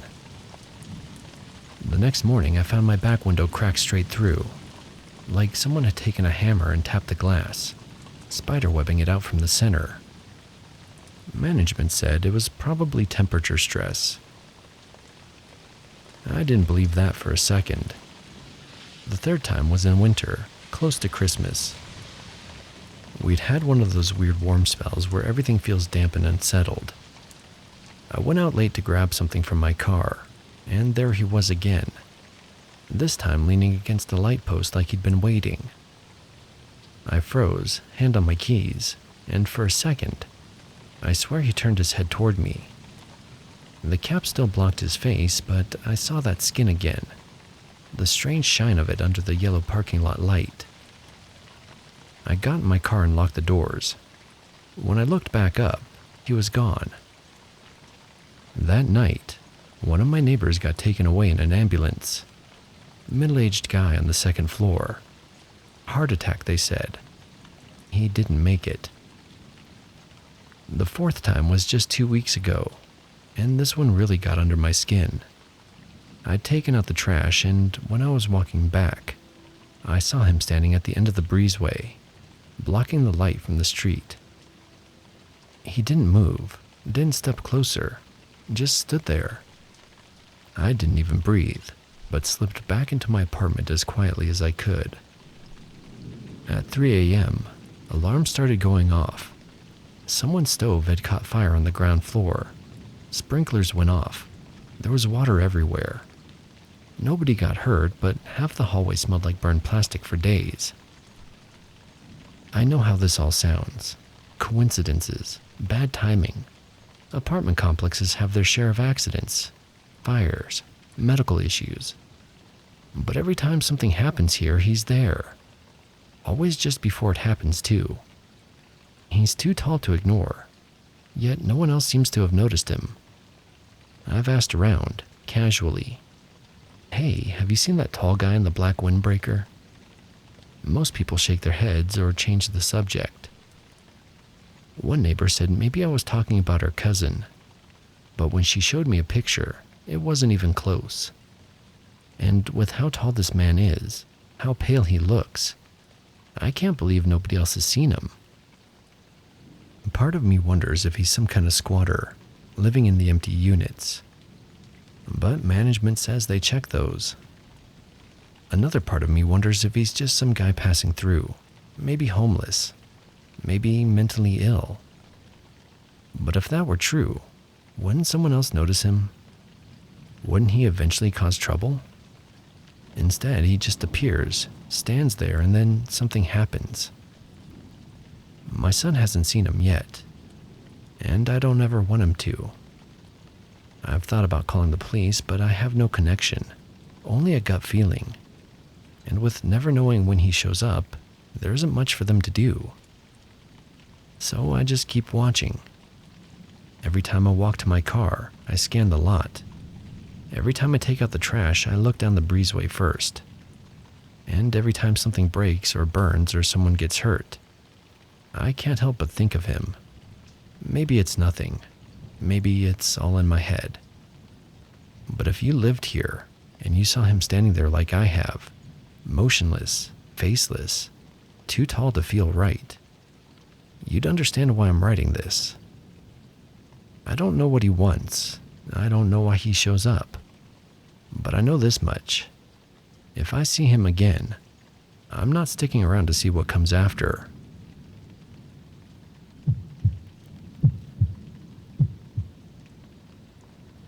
I know how this sounds. I've told maybe 3 people about what happened out there in the Chihuahuan Desert. And every time I do, I see that look. You know the one, the polite nod, the slight lean back, like they're trying to figure out if I've lost my mind or if I'm just pulling their leg. But I'm telling you exactly what I saw, exactly how it happened. This was back in 2019, late October. I'd driven out to the desert east of Roswell with my buddy's dune buggy. One of those stripped-down rail jobs with the big paddle tires. It was a perfect evening for it, too. Sun was getting low, painting everything that desert gold. Temperature finally dropping below hell-on-earth levels. You know how peaceful it gets out there when the wind dies down, and all you can hear is your own engine echoing off the mesas. I'd been riding for maybe an hour, hitting some of the bigger dunes, near bottomless lakes, when I decided to take a break. I killed the engine on top of this rise and just sat there, drinking some water, watching the shadows get longer. And that's when I saw the coyote. Nothing unusual about that. Desert's full of them. This one was maybe 50 yards out, just trotting along like they do, nose to the ground. Standard desert dog, kind of scrawny, grayish-brown coat. It disappeared behind this cluster of mesquite and creosote brush, thick stuff about head high. I'm sitting there maybe 2-3 minutes, just enjoying the quiet, when I see movement behind the same brush. Figure it's the coyote coming back around. But what walks out from behind those bushes is a man, tall and thin, wearing what looked like jeans and a dark shirt. Nothing weird about his clothes or anything like that. But here's the thing. There was nowhere for a man to come from. I'd been sitting up high with a clear view for miles in every direction. No truck, no ATV, no footprints in the sand leading to those bushes. And I'd been watching that exact spot where the coyote went in. The man stood there for maybe 10 seconds, just looking around. Never looked up at me. Never seemed to notice the dune buggy. But then he started walking, same direction the coyote had been going, same casual pace. Like he belonged there. Like walking alone in the middle of the desert, 40 miles from the nearest road, was the most natural thing in the world. That's when my skin started crawling. Every instinct I had was screaming at me to get out of there. I've spent my whole life in this desert, hunting, camping, riding, and I've never felt anything like that. It was primal, like some part of my brain that remembers when humans were prey animals was suddenly wide awake and terrified. I fired up that buggy and took off without looking back. Didn't slow down until I hit pavement. The whole ride home, I kept checking my mirrors, half expecting to see someone running behind me at impossible speed. People ask me if I really think it was, well, you know, what people say it was. Honestly, I don't know what I saw out there, but I know what I didn't see, and that was any way for a man to appear behind those bushes. I haven't been back to that part of the desert since.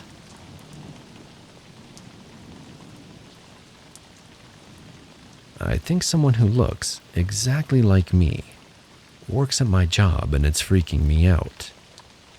Okay, so this is gonna sound absolutely insane, but I need to get this off my chest because I'm low-key having a mental breakdown, and my roommates think I'm either pranking them or having some kind of episode.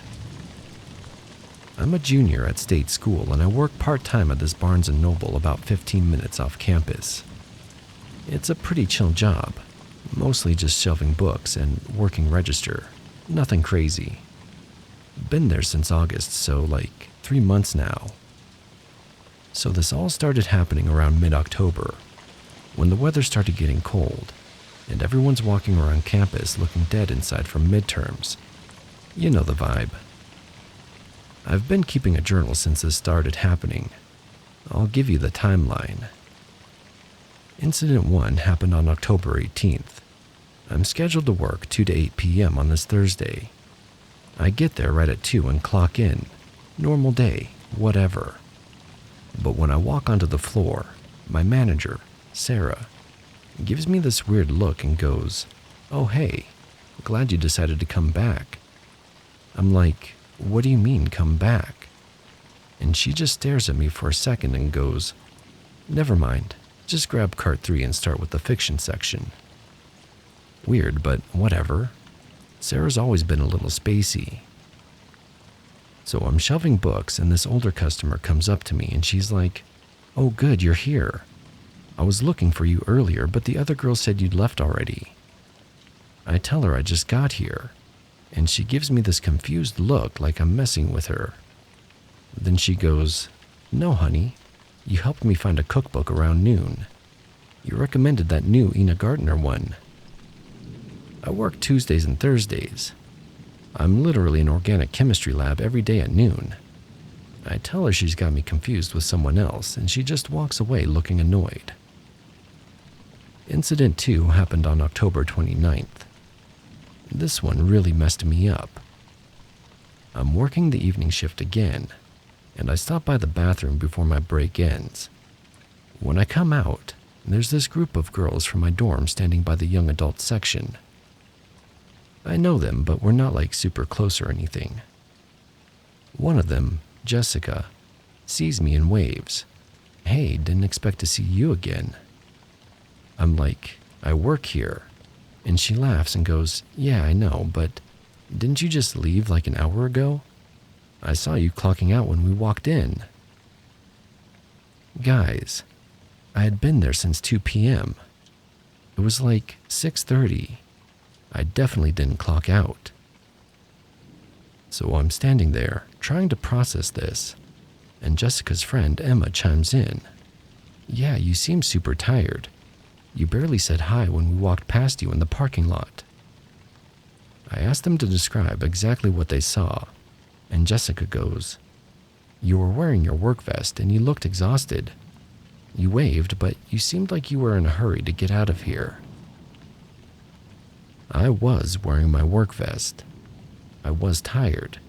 I'd been up until 3 a.m. writing a paper, but I was still on the clock working my shift. Incident 3 happened November 8th. Okay, this is where it gets really weird. I'm not scheduled to work Mondays, but I needed to pick up my paycheck, so I stopped by around 4 p.m. The store's pretty busy with the usual after-school crowd. I walk up to customer service to get my check, and the new girl working there, I think her name is Madison, sees me and immediately looks confused. Didn't you just call in sick like 2 hours ago? I tell her no, I'm not even scheduled to work today. I'm just picking up my check. She pulls up the schedule on the computer and shows me. There's my name, scheduled 1 to 9 p.m. on Monday, with a note that says called in sick at 2:15 p.m., stomach flu. I never called in sick. I've never called that store in my life. I always just show up for my shifts or talk to managers in person. But here's the part that made my skin crawl. Madison goes, "That's so weird because when you called, you sounded totally normal, not sick at all. I even asked if you wanted me to find someone to cover the rest of your shift, and you said no, you'd handle it." She said I sounded totally normal, like my regular voice. Incident 4 happened on November 15th. I almost quit after this one. I'm working a Saturday morning shift, pretty dead in the store. Around 11 a.m., I'm in the back room getting more inventory when I hear Sarah talking to someone out on the floor. She said, "Really appreciate you coming in early to help with the shipment. I know you weren't scheduled until 2. I poke my head out and don't see anyone else in a work vest. I walk over to Sarah and ask who she was talking to. "You," she says, like it's obvious. "I've been here since 9, I tell her. She gets this look on her face like I'm screwing with her. "No, you just got here 20 minutes ago. You said you wanted to get the new shipment processed before the Saturday rush." I show her my time card. Clocked in at 8:57 a.m. She looks at it, looks at me, and I can see her brain just breaking a little bit. "That's impossible," she says. "I was literally just talking to you by the registers." We walk over to the registers together. Nobody there. She calls out my name and nobody answers. Incident 5 happened on November 21st, so 3 days ago. This is the one that made me write this post. I wasn't even at work. I was studying at the campus library, but my phone starts blowing up around 2 p.m. with texts from my coworker Mike. They read, "Dude, where did you go? You just vanished. Sarah's looking for you. Your register is still open with a customer waiting." I call him back immediately, and he's like, "Bro, what? Where are you? You were just here 2 seconds ago helping this lady find a birthday card, and then you just vanished." I tell him I'm at the library and I've been there since noon. He goes quiet for like 10 seconds, and then says, "That's impossible, man. I literally just saw you. We talked about the new Marvel display." So I FaceTime him to prove where I am. I can see him standing in the store, looking absolutely terrified. Behind him, I can see my register is open with a customer standing there looking confused. "This is so messed up," he says. "You were just here, like 30 seconds ago." Guys, I'm freaking out. What the hell is happening? My coworkers think I'm having some kind of mental episode. My roommates think I'm making this up for attention. But I swear on everything that this is really happening. Has anyone else experienced something like this? Like someone who looks and sounds exactly like you showing up places you're not? I'm starting to wonder if I actually have some kind of medical condition, or if there's someone actually out there pretending to be me.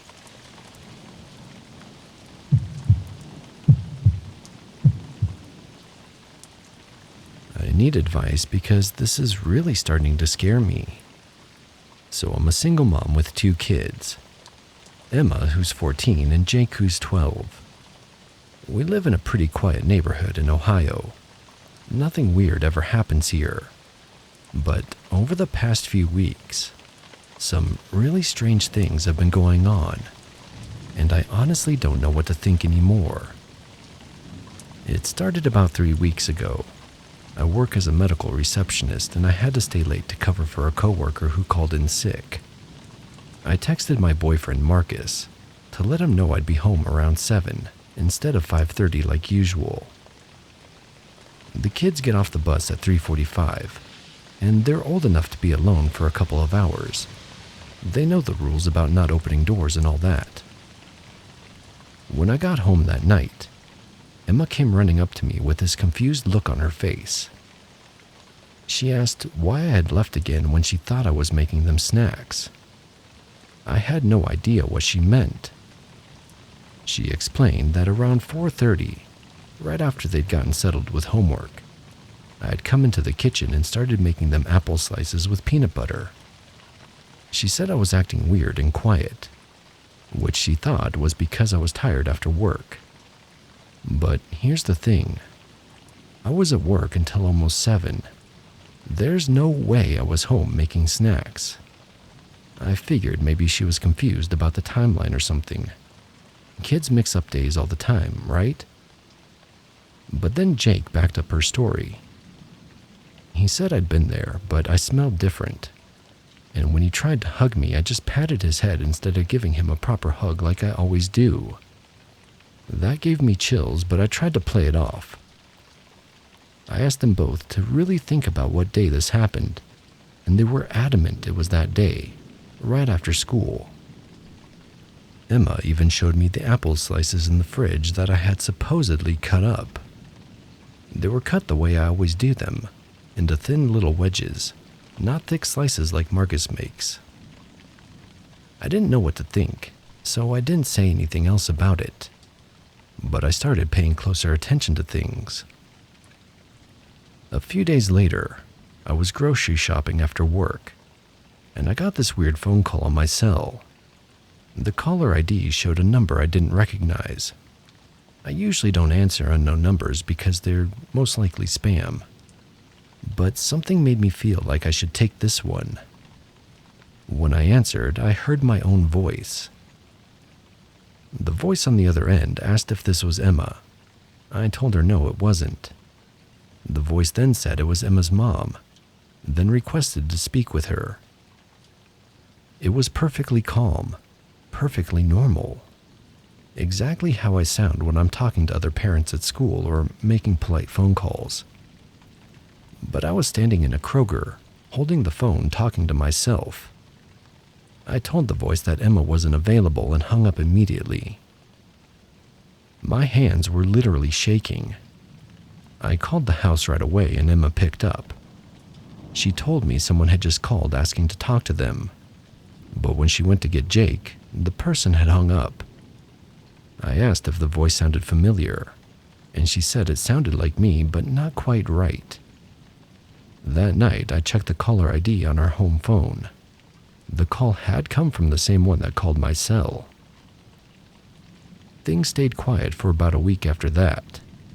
I was starting to convince myself that maybe those calls never really happened. Then last Tuesday, everything got so much worse. I had to drive down to Columbus for a work training that lasted all day. I left at 6 a.m. and didn't get home until almost 9. Marcus was supposed to come over around 8 to help the kids get ready for bed and wait for me to get back.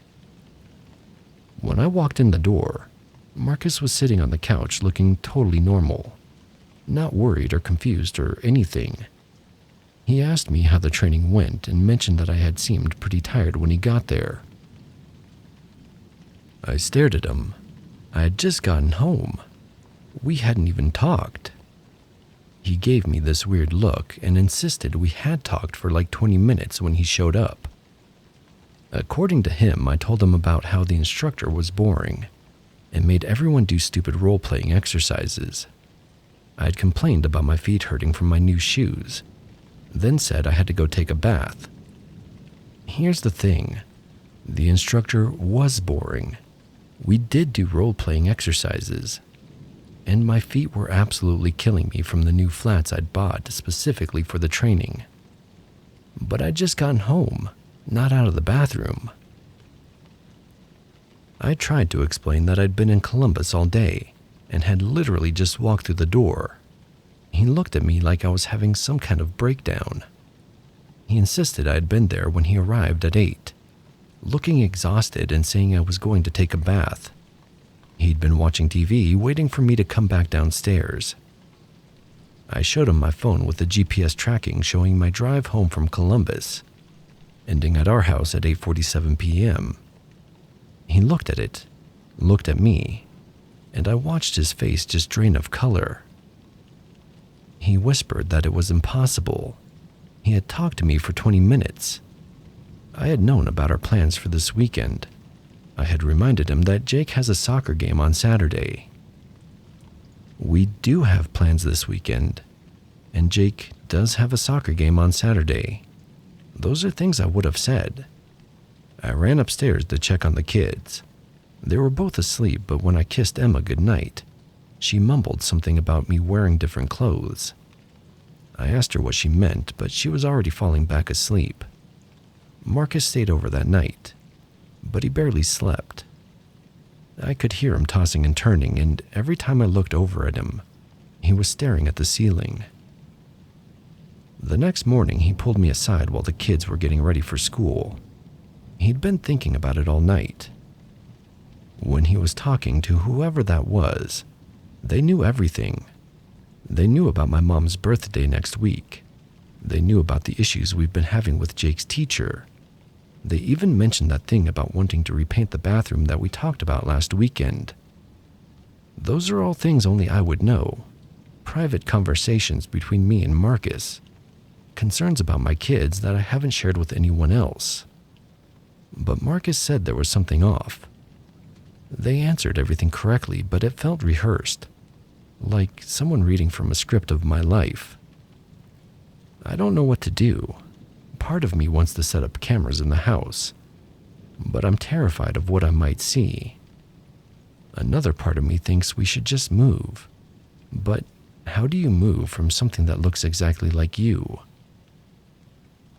The kids haven't mentioned seeing me when I'm not home since that first incident, but they've both been acting clingy lately. Jake keeps asking me to promise I'm really me when I pick him up from school. And Emma has started doing this thing where she asks me questions that only the real me would know. Marcus says he believes me, but I can tell he's scared. He keeps looking at me like he's trying to figure out if I'm really me or if I'm the other one. I'm scared too. What if one day I come home and it's already here? What if my kids can't tell the difference? What if Marcus can't tell the difference? What if I'm the copy and I just don't know it?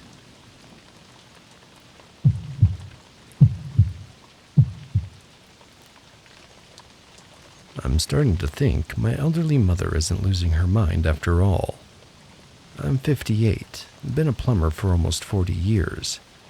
My mom is 82 and I've been taking care of her since Dad passed 3 years ago. She's got some health issues, but mentally she's always been sharp as a tack. Until recently, I thought maybe that was starting to change. About 6 weeks ago, I stopped by her house after work like I do most days. I let myself in with my key and found her in the kitchen looking upset. She asked me why I had left so abruptly earlier and whether she had done something to make me angry. I had no idea what she was talking about. I told her I hadn't been there earlier, that I was coming straight from a job site. She got this hurt look on her face and insisted that I had stopped by around lunchtime. According to her, I had come in through the back door like I always do, sat at the kitchen table, and we talked about my youngest daughter's college plans. The thing is, I was installing a new water heater clear across town during lunch, had the receipts and everything. But Mom was so convinced it had happened that she started getting agitated when I tried to tell her otherwise. She said I had seemed tired and distracted, and when she offered to make me a sandwich, I had just gotten up and left without saying goodbye. That's not like me at all. Even on my worst days, I don't just walk out on my mother. I figured maybe she had been napping and had a vivid dream or something. At 82, that kind of confusion can happen. I felt terrible thinking about it.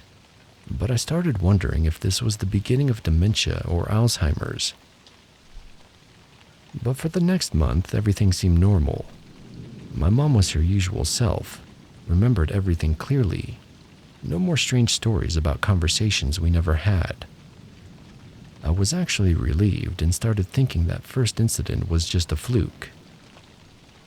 Then last Tuesday it happened again, and this time it really shook me up. I had spent the day working a complete bathroom renovation about an hour away. Didn't finish up until almost 7 and was exhausted, covered in tile dust and grout. I stopped by my mom's house to check on her before heading home to clean up. When I walked in, she was sitting in her recliner watching the news. She looked up and gave me this confused expression, like she was seeing double. She asked me why I had come back, and whether I had forgotten something. I told her I hadn't been there earlier, that I was just stopping by after work. She shook her head and said no. I had been there around 3 p.m. We had sat in the living room and I had told her all about the bathroom job I was working on. She said I had even shown her pictures on my phone of the tile work. Here's what made my blood run cold. I had taken pictures of that tile work. It was a custom pattern I was proud of, and I wanted to show a few people.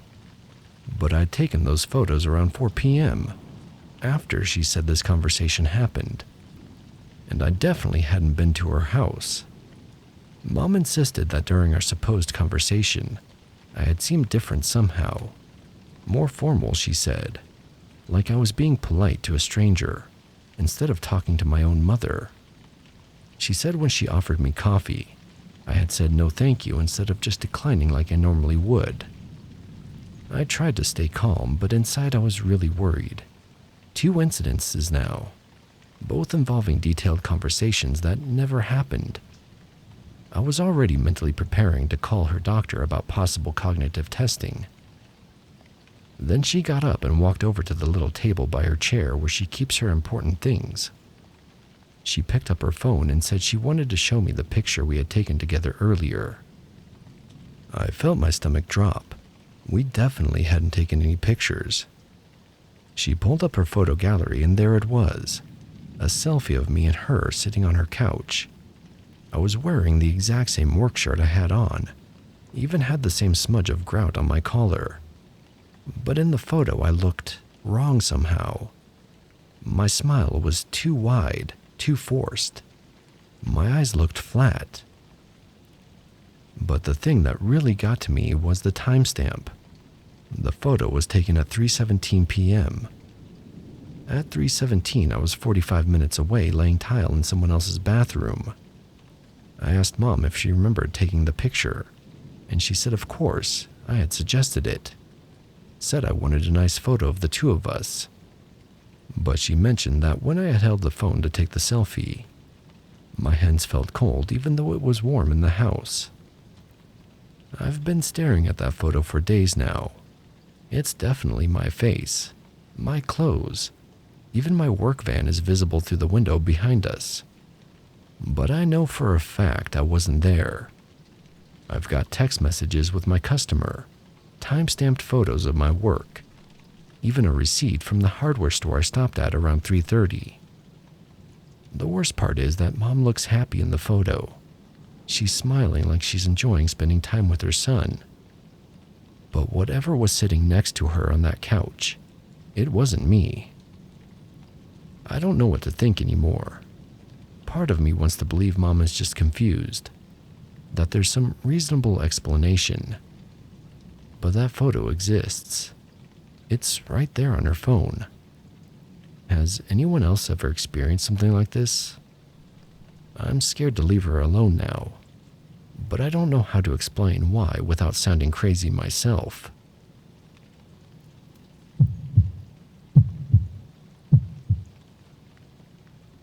My social circle is falling apart because of things I apparently did, but have no memory of. I'm 34, work in corporate finance, and I've been single by choice for years. I'm not interested in dating, relationships, or any of that. My friend groups have always known this about me. We're a tight group of 6 people who've known each other since college, and we get together regularly for drinks, dinner, game nights, that sort of thing. But over the past 6 months, everything has started falling apart, and I honestly don't know what to do anymore. It started back in February. I was in Chicago for a work conference completely swamped with presentations and client meetings. The conference ran late every night and I was exhausted. Meanwhile, back at home, my friend group had their usual Friday night gatherings at Mike's place. When I got back the following week, Sarah pulled me aside at work. She seemed really uncomfortable and asked if everything was okay with me lately. I told her I was fine, just tired from travel. Then she said I had been acting really strange at Mike's on Friday, that I seemed distant and kept making these weird comments about people we went to college with. I told her I hadn't been at Mike's, that I was in Chicago. She looked at me like I was lying and said, no, I had definitely been there. Everyone remembered me being there. According to her, I had sat in my usual spot on the couch, drank my usual beer, and participated in conversations for hours. I showed her my hotel receipts, my flight information, even photos from the conference. She just stared at everything and said she must be misremembering, but she seemed really shaken up. A few weeks later, it happened again. This time I was visiting my parents 3 states away for Easter weekend. It was a long-planned trip. Everyone knew I'd be gone. But when I got back, Tom confronted me about something that had supposedly happened at their group dinner on Saturday night. He said I had shown up to the restaurant uninvited, sat down at their table, and started complaining about work in this really negative way that wasn't like me at all. He said I was being rude to the waitstaff and generally bringing down the whole group. Eventually, I'd just gotten up and left without explanation, sticking them with my portion of the bill. This really hurt because Tom and I have been best friends since sophomore year. The idea that he thought I would do something like that was devastating. I tried to explain where I had actually been, showed him pictures from Easter dinner with my family, but he just said I was making excuses for bad behavior. The third incident happened in late spring. I was working late on a quarterly report that was due the next morning. Stayed in the office until almost 2 a.m. Security cameras and badge swipes can verify this. But apparently I had also been at Jenny's birthday party that same night. This one was the worst because, according to everyone there, I had spent the entire evening hitting on Jenny in front of the whole group. They said I was being really pushy and inappropriate, making comments about how good she looked, suggesting we should go back to my place. Jenny was so uncomfortable she ended up leaving her own birthday party early. When Mike told me this, I was horrified. I've never hit on Jenny or any woman in our group. Everyone knows I'm not interested in dating anyone, male or female. I've been consistent about this for years. The idea that I would make Jenny uncomfortable like that made me physically sick. But when I tried to explain where I really was that night, Mike just shook his head and said I needed to take responsibility for my actions instead of making up stories. The final straw came about a month ago. I was at a weekend work retreat, a mandatory team building thing that I couldn't skip. The whole thing was documented on social media by a company's marketing department. But somehow I was also at Dave's housewarming party that same Saturday. According to Sarah, I had shown up to Dave's new place acting really strange. I apparently knew details about his house that he had never shared with the group, like which room used to be painted blue, or where the previous owners had left a stain on the hardwood. I also kept asking to use the bathroom even though I had just been in there. She said the weirdest part was that I seemed to know things about everyone's recent conversations and activities that I shouldn't have known. Like I had been listening to their private discussions somehow. But I was also getting basic facts wrong. like mixing up people's job titles or forgetting things that had happened just the week before. Now nobody in the group will talk to me. They think I'm either having some kind of mental breakdown or that I'm deliberately lying to them about where I've been. Jenny won't even look at me when we run into each other, which breaks my heart because I genuinely care about her as a friend. I've tried showing them proof of where I actually was during these incidences, but they just think I'm being manipulative. Tom told me that making up elaborate lies with fake evidence was somehow worse than just admitting I'd been acting weird. The thing that really gets to me is that they're describing behavior that's completely out of character for me. I would never be rude to restaurant staff. I would never make unwanted advances on anyone. And I would never just leave people stuck with a bill. But they're so convinced it was me that they won't even consider that something else might be going on. I'm losing my closest friends over things I didn't do, and I have no way to prove my innocence. I've started wondering if I should see a doctor, maybe get some kind of neurological testing done. But I know I wasn't at those places. I have proof I wasn't at those places. I'm starting to feel like I'm losing my mind, and I don't know how to fix any of this. I just want my friends back, but I don't know how to convince them that whatever they saw, it wasn't really me.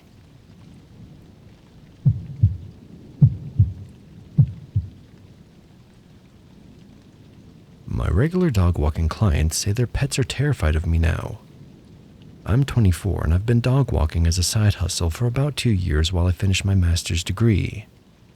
I've got maybe 8 regular clients in my neighborhood, all dogs I've known since they were puppies, or at least for over a year.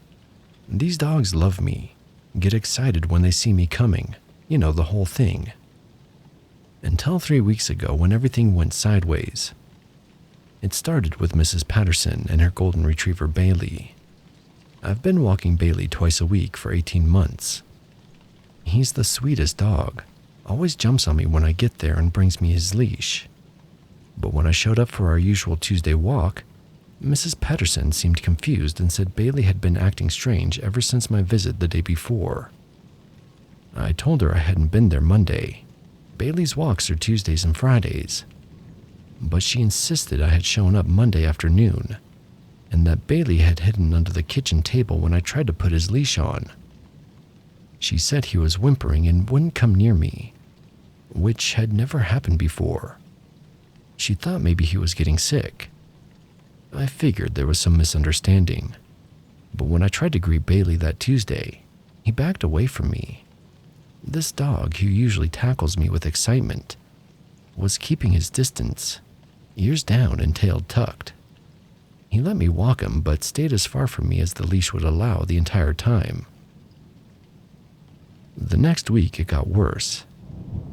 I got a call from another client, Mr. Rodriguez, asking if everything was okay with me.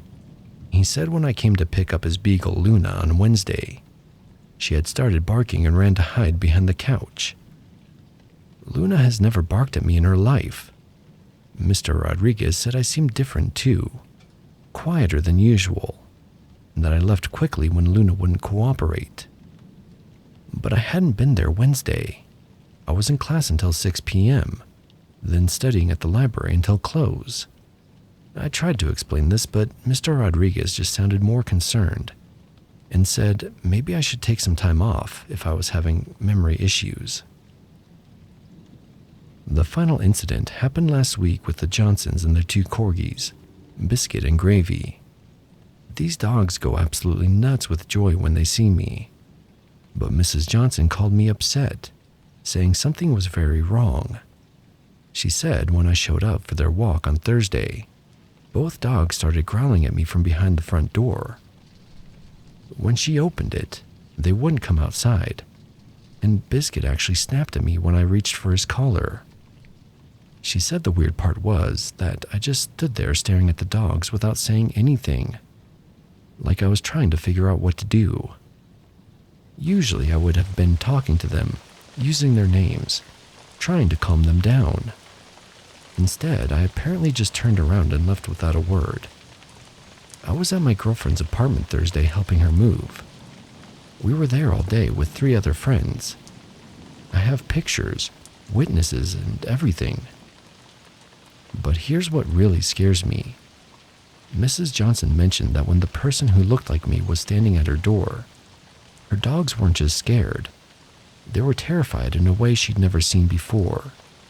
She said it was like they sensed something predatory. Dogs don't lie. They can't be confused about who you are the way humans can. These animals have known me for at least a year. They know my scent, my voice, my energy. If they're suddenly terrified of someone who looks exactly like me, then that someone isn't me. I've lost 3 clients already. Word is getting around that I'm unreliable, or that something is wrong with me. But I know I wasn't at those houses, and I know those dogs would never act that way around the real me. Whatever showed up at their doors, it wasn't human. Dogs can sense that kind of thing. They're warning their families about something dangerous that just happens to wear my face. I don't know what to do. How do you fight something that looks exactly like you, but that every dog in the neighborhood knows is wrong?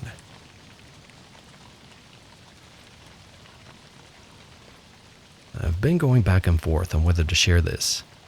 Maybe someone here has seen something similar, or knows what I'm dealing with.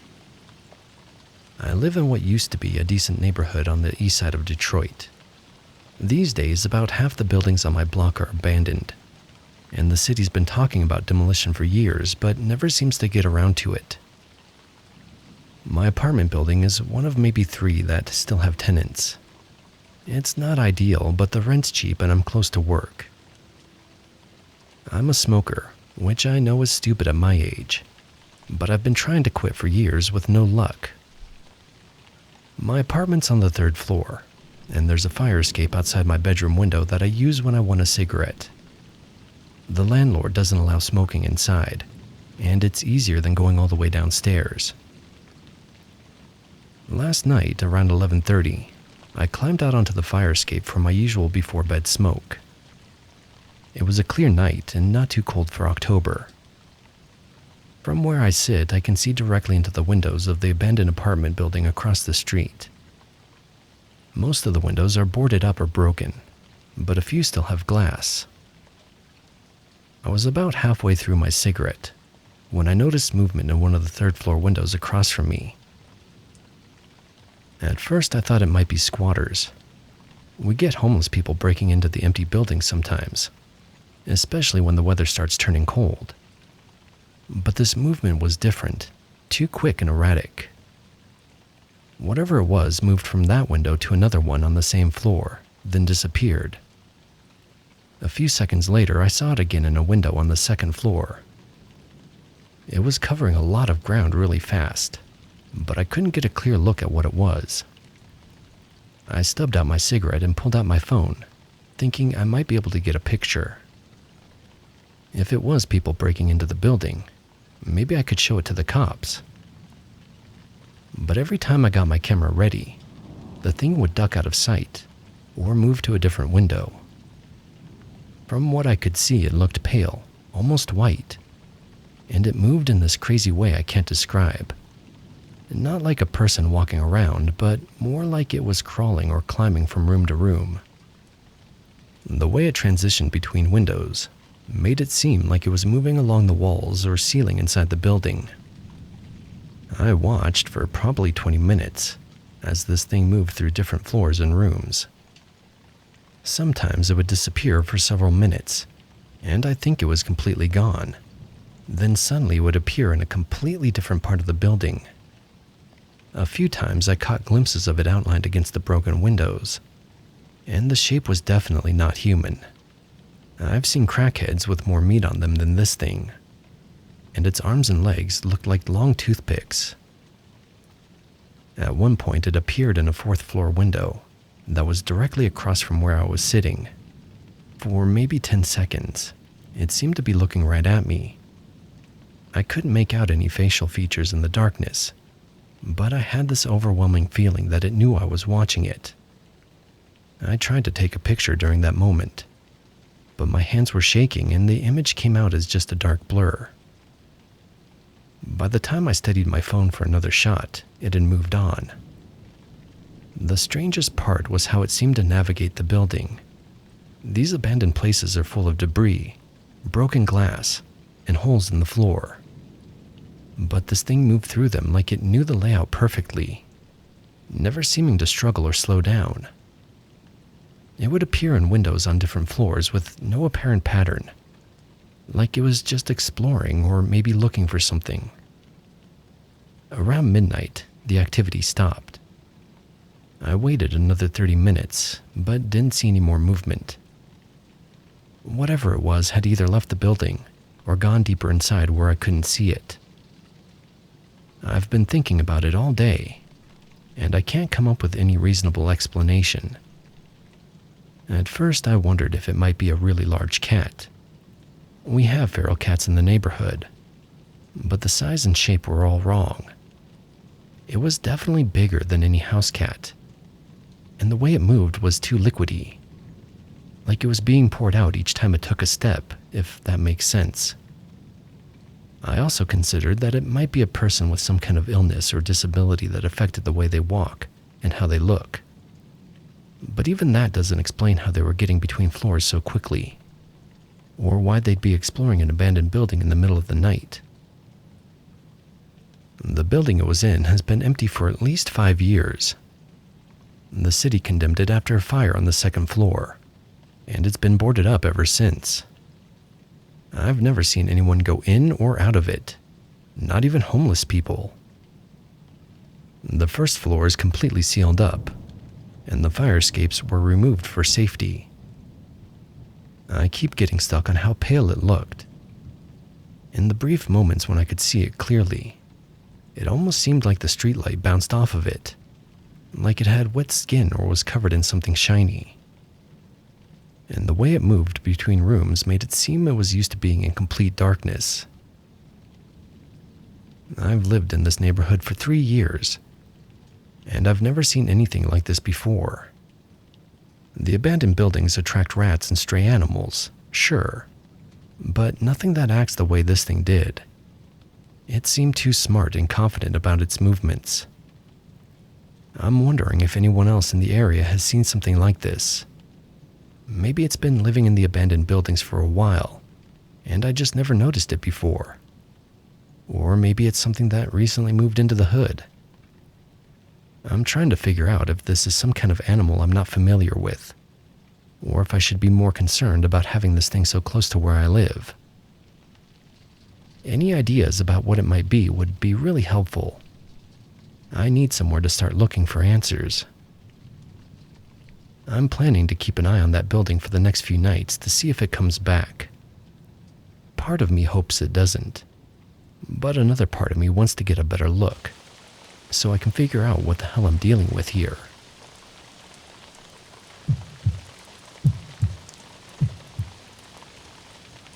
So this happened about 3 months ago, and I'm still not entirely sure how to process it. My buddy Jake and I decided to do some backcountry camping in Olympic National Park. We're both pretty experienced hikers, and we wanted to get away from the beaten path, away from all the tourists and RV campers. We'd done our research and found this remote area about 12 miles from the nearest trailhead, deep in the temperate rainforest section. The hike in took us most of the day.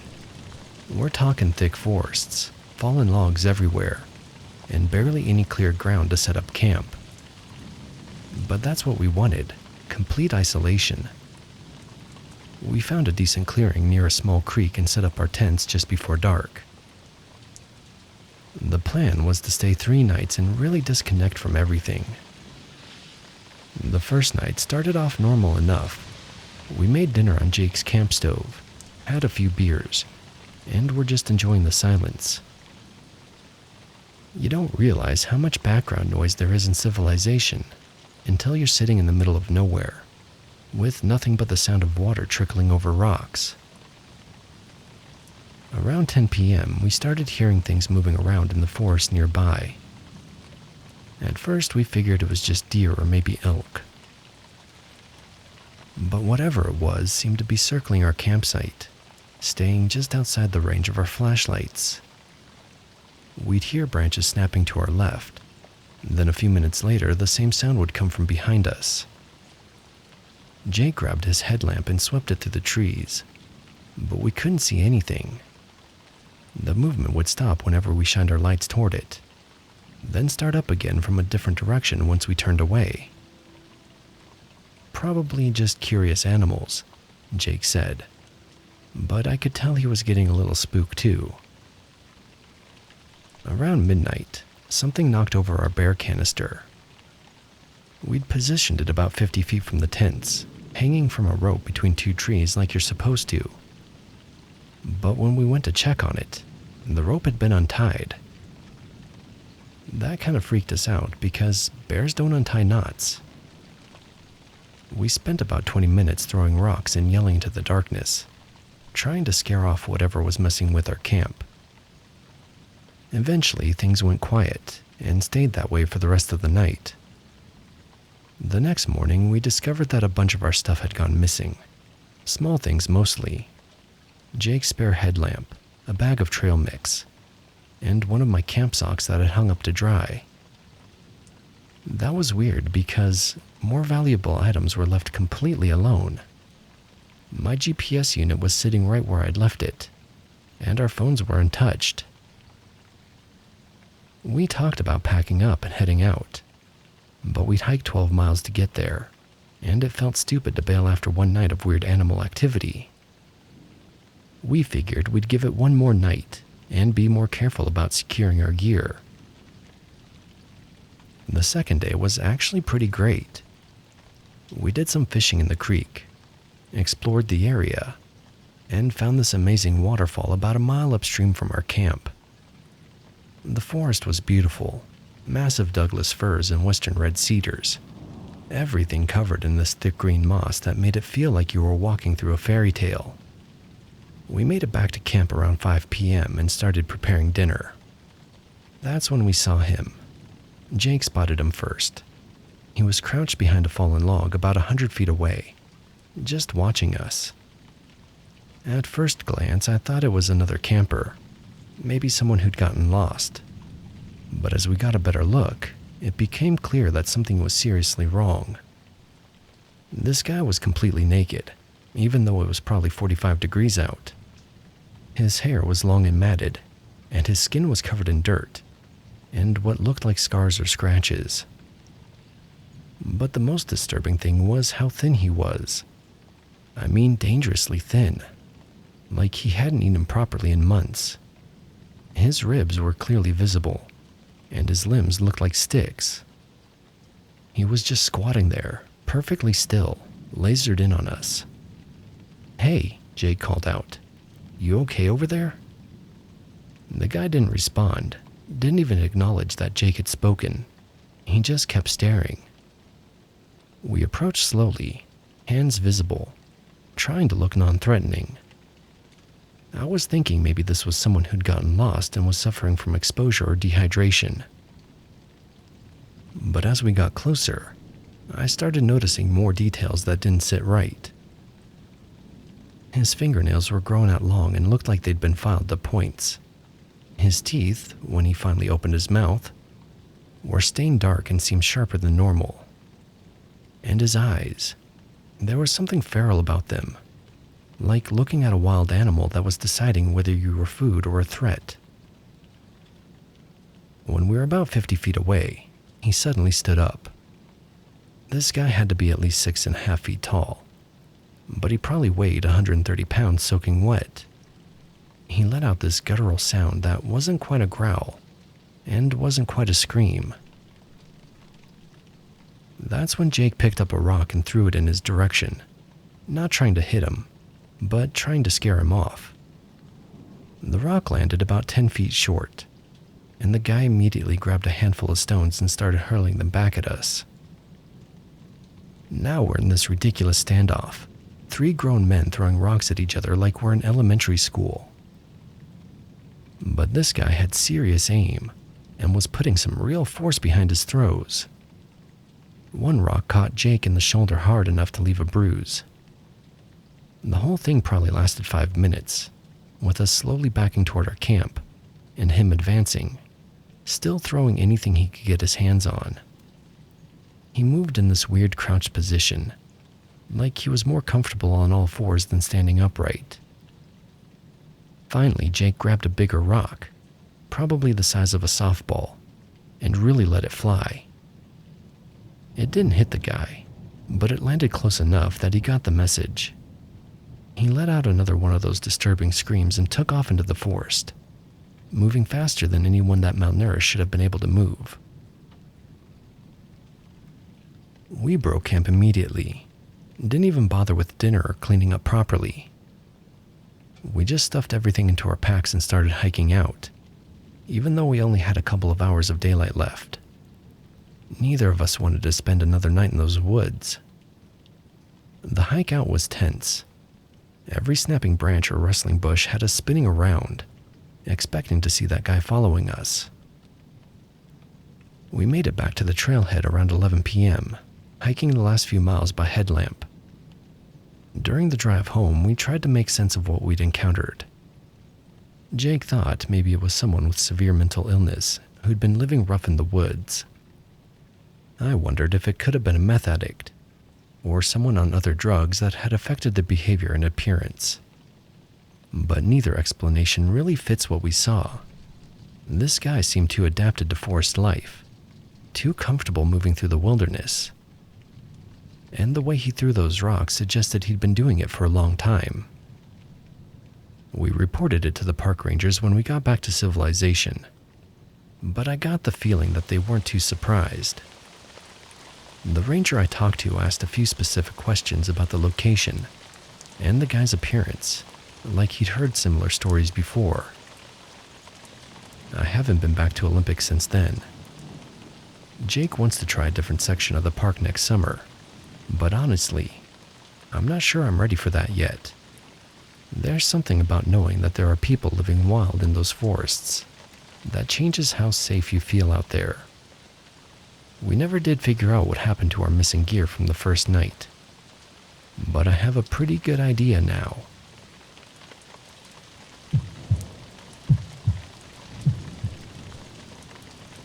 My husband Jake is coming home from his training exercise on Friday, and I keep going back and forth on whether I should tell him what happened this week. Part of me thinks he'll worry, especially since he can't do anything about it from 3 states away. But another part of me feels like I'm going crazy keeping this to myself. I don't know, maybe this is some kind of postpartum thing. We live in a ranch house on Maple Street, right at the edge of town where the suburbs meet the state forest. It's the kind of place where you get the best of both worlds. Close enough to town for good schools and grocery stores, but far enough out that we have a big backyard and actual privacy. The forest starts maybe 50 feet behind our fence line, and during the day you can see deer and sometimes a fox wandering through. Jake's been gone for 2 weeks doing some kind of training exercise with his National Guard unit. Something about winter survival skills up in Minnesota. It's just me and Emma, our 5-month-old daughter, holding down the fort. I'm used to him being away. He's deployed twice since we got married. But being alone with a baby is different than being alone by yourself.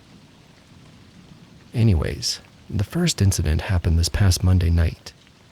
I just put Emma down around 8:30 and was getting ready to watch Netflix when I heard a racket outside.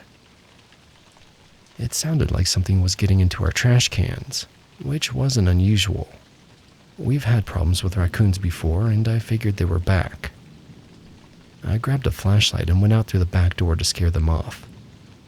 The trash cans are on the side of the house, between us and our neighbors.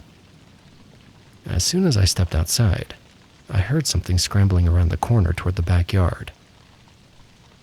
I followed the sound with my flashlight, expecting to see a couple of masked bandits running for the trees.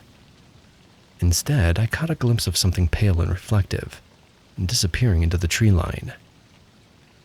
It was moving fast and on all fours, but it seemed way too big to be a raccoon. My first thought was it might be a dog, maybe one that had gotten loose and was scavenging. But the way it moved was weird. It was too fluid, almost like it was flowing across the ground. The trash cans were knocked over and garbage was scattered everywhere, but that's normal raccoon behavior. I cleaned up the mess and went back inside, figuring it was just a bigger animal than usual. Maybe a sick coyote or something. Tuesday night was completely quiet. Emma slept through the night for once, and I actually got 8 hours of sleep. I was starting to think whatever it was had moved on. Then Wednesday night, around 11 p.m., I heard the noise again. This time it sounded like it was coming from the backyard instead of the side yard. Emma was still awake. She had taken a long nap that afternoon. So I waited until she finally dozed off before going to investigate. This time I grabbed Jake's Glock from the gun safe. I know that might sound a little like overkill for dealing with a raccoon, but something about Monday night had left me uneasy. The way that thing moved didn't sit right with me, and with Jake gone, I wasn't taking any chances. I crept out the back door as quietly as I could, using the flashlight app on my phone. The trash cans were knocked over again, but this time I could hear something actively moving around back there. Not the quick, skittish movements you'd expect from a raccoon caught in the act. It was slower.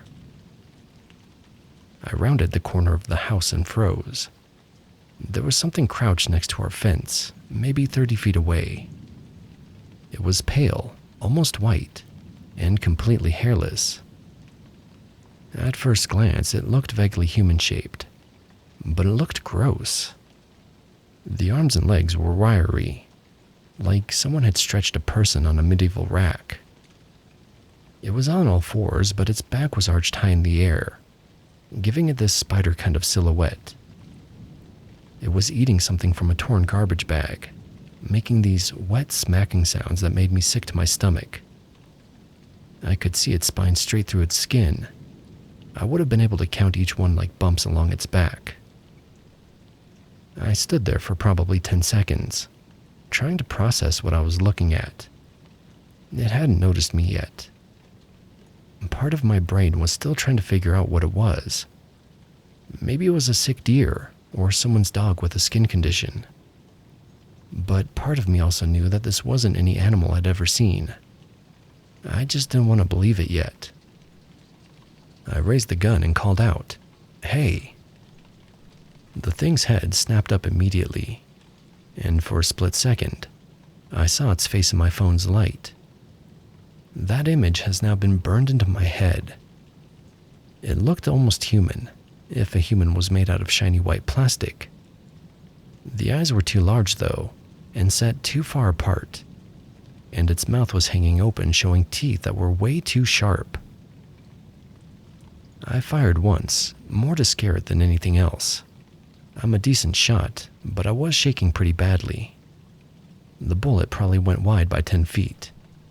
Don't worry, no one lives behind us for miles, and camping isn't permitted in that area. I was scared, not stupid. The thing let out this hissing sound and took off toward the back fence. It didn't run like a normal animal.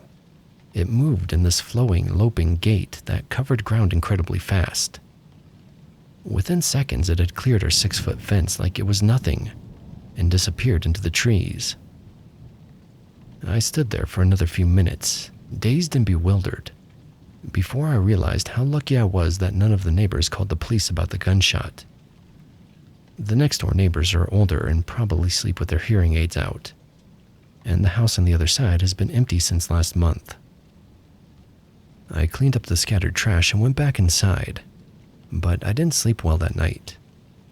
Every little sound had me jumping.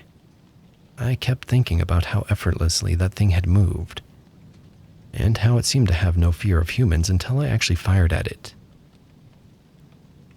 Thursday night, I was determined to stay inside no matter what I heard. Emma was finally sleeping better, and I moved her crib into our bedroom just in case. Around 1 a.m., I heard scratching sounds coming from the front of the house. I crept to the living room window and peeked through the blinds. My car was parked in the driveway, and there was something circling it. The streetlight gave me a pretty clear view this time. It was definitely the same thing from Wednesday night. Pale, hairless, and moving on all fours with those extremely long limbs. It was checking out my Honda, like it was curious about it. It would crouch next to a wheel for a few seconds, then move to another part of the car. At one point, it reared up on its hind legs and pressed its hands against the driver's side window, looking inside. Standing upright like that, the thing had to be at least 7 feet tall. Its arms hung down past its knees, and I could see that its fingers were way too long.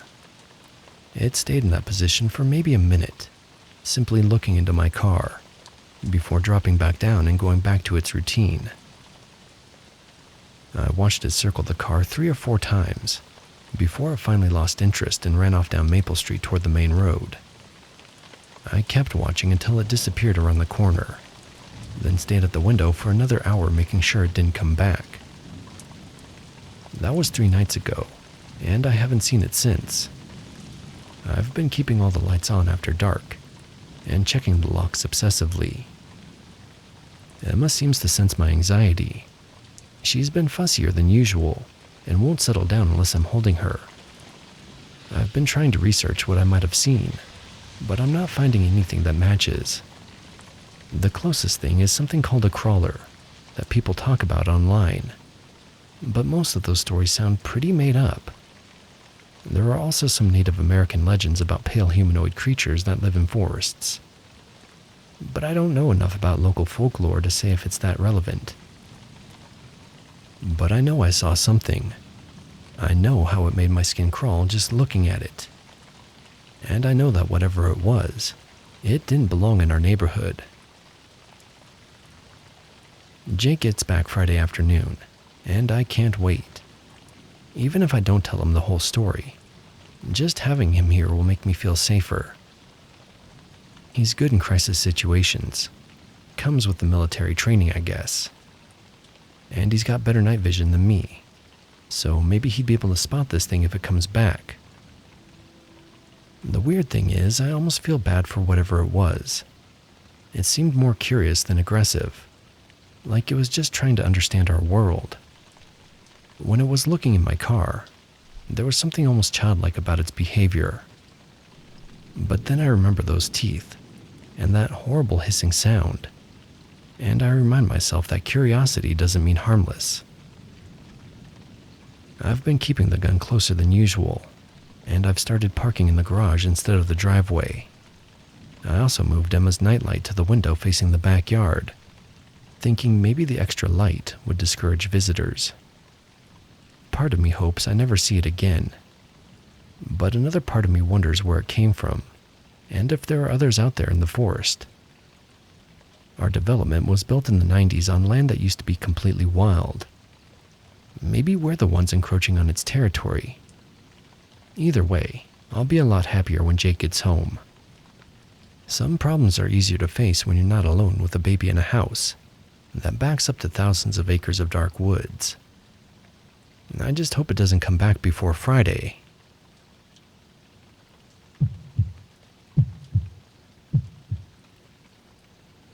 This happened about 6 months ago, in February, up in northern Wisconsin. I know how this is going to sound, but I swear on my life this is exactly what happened. Also, for what it's worth, I don't do drugs. So, some background information first. I'd been going through a rough divorce and needed to get away from everything for a while. My Uncle Frank had left me his hunting cabin when he passed away, and I figured a week of isolation might help clear my head. The place is about 20 miles outside of Hayward, way back in the woods on the edge of a small lake. There are no neighbors for miles. Also, I'm a pretty rational guy. I work in IT and I don't believe in ghosts or Bigfoot, or any of that stuff. But what I experienced up there has me questioning everything I thought I knew. The first few days were fine, peaceful even. I read, chopped firewood, and took walks around the frozen lake. The cabin has a generator for power, but I mostly just used oil lamps in the fireplace. It was exactly the kind of quiet I needed. On the fourth night around 10 p.m., I heard something outside. At first I thought it was just branches creaking in the wind, but it sounded too consistent, like footsteps but with this weird spacing between them, almost as if whoever was out there was jumping or something. I looked out the window but couldn't see anything past the porch light. The next morning on my way down to the lake, I found tracks in the snow. They started at the tree line and circled the entire cabin, staying just outside the light. They looked almost human, but elongated and way too big, like size 20 feet but narrower. And the stride length was insane, probably 6 or 7 feet between prints. I figured it might be someone messing with me, maybe local kids or something. So that night I made sure to keep more lights on, and had my phone ready to take pictures if I saw anything. Around midnight, the temperature inside the cabin suddenly dropped. I'm talking about a 20-degree difference in maybe 5 minutes. My breath started fogging up and I had to throw more logs on the fire. That's when I heard my name being called from outside. The voice sounded exactly like my ex-wife Sarah. Same tone, same way she used to call for me when she got home. I mean from when we were first married, not right before the divorce. It was soft and caring. But Sarah was back in Milwaukee and didn't even know where this cabin was. I'd never told her about Uncle Frank. "David? David, are you in there?" the voice said. I grabbed a flashlight and went to the window, standing about 50 feet away. Just at the edge of where my light reached was a figure. It was really tall and thin in a way that didn't look right, like someone had stretched a person vertically. "I've been driving for hours, David. I'm so cold. Can you let me in?" The voice was perfect. If I had known better, I would have sworn it was Sarah. But as my eyes adjusted, I could see that whatever was out there definitely wasn't human. The limbs were too long, and it was standing in a weird hunched position, like it wasn't used to being upright. I yelled through the window that I knew it wasn't Sarah, and that it needed to leave. The thing went completely silent for about 30 seconds. Then it started laughing. It wasn't Sarah's laugh.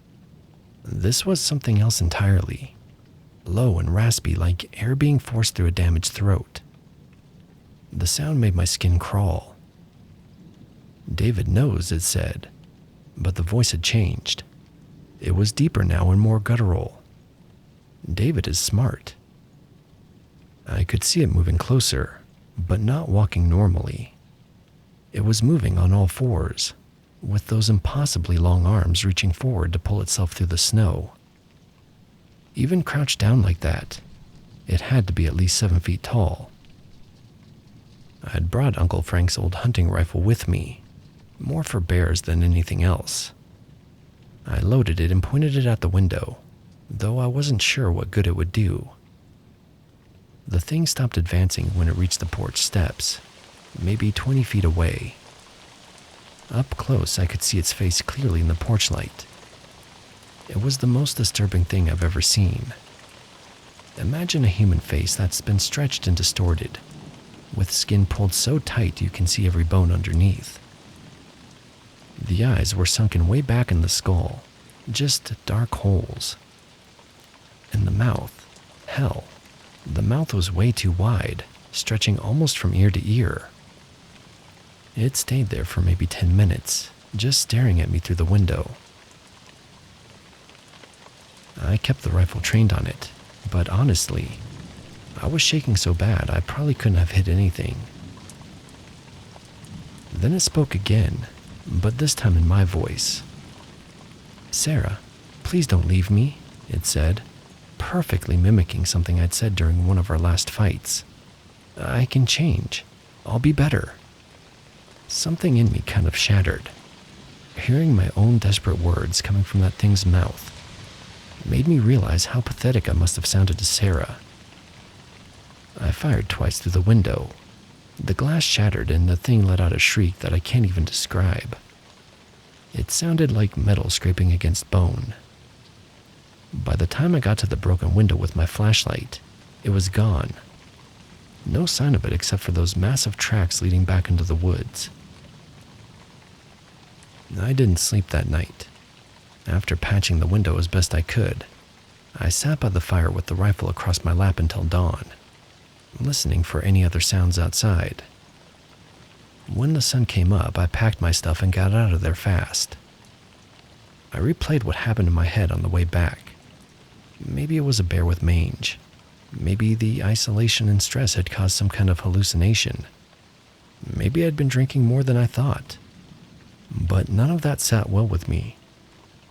When I got home, I started researching. I read everything I could find about unusual animal sightings in northern Wisconsin. That's when I came across the Wendigo legends. According to the Ojibwe folklore, a Wendigo is created when a person resorts to cannibalism during extreme starvation. The act transforms them into something that's no longer human, a creature with an insatiable hunger for human flesh.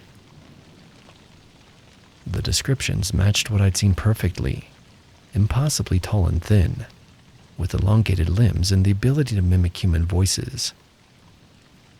They're supposed to be drawn to isolated areas and prey on people who are alone and vulnerable. I did some digging into Uncle Frank's history with that cabin. Turns out he bought it from a family back in 1987, after their teenage son had went missing during a winter camping trip. The kid's body was never found, but search teams reported finding unusual tracks in the snow around their last campsite. I also found a newspaper article from 1952 about a trapper who disappeared near that same lake. His cabin was found with the door torn off its hinges, and there was blood on the walls but no body. The article mentioned that local Ojibwe guides refused to help with the search, claiming the area was cursed by hunger. I haven't been back to that cabin, and I don't plan to. I put it up for sale, but so far there's been no buyers. Maybe that's for the best. You have been watching Neon Noir, a Radion production brought to you by Spoopy Cola.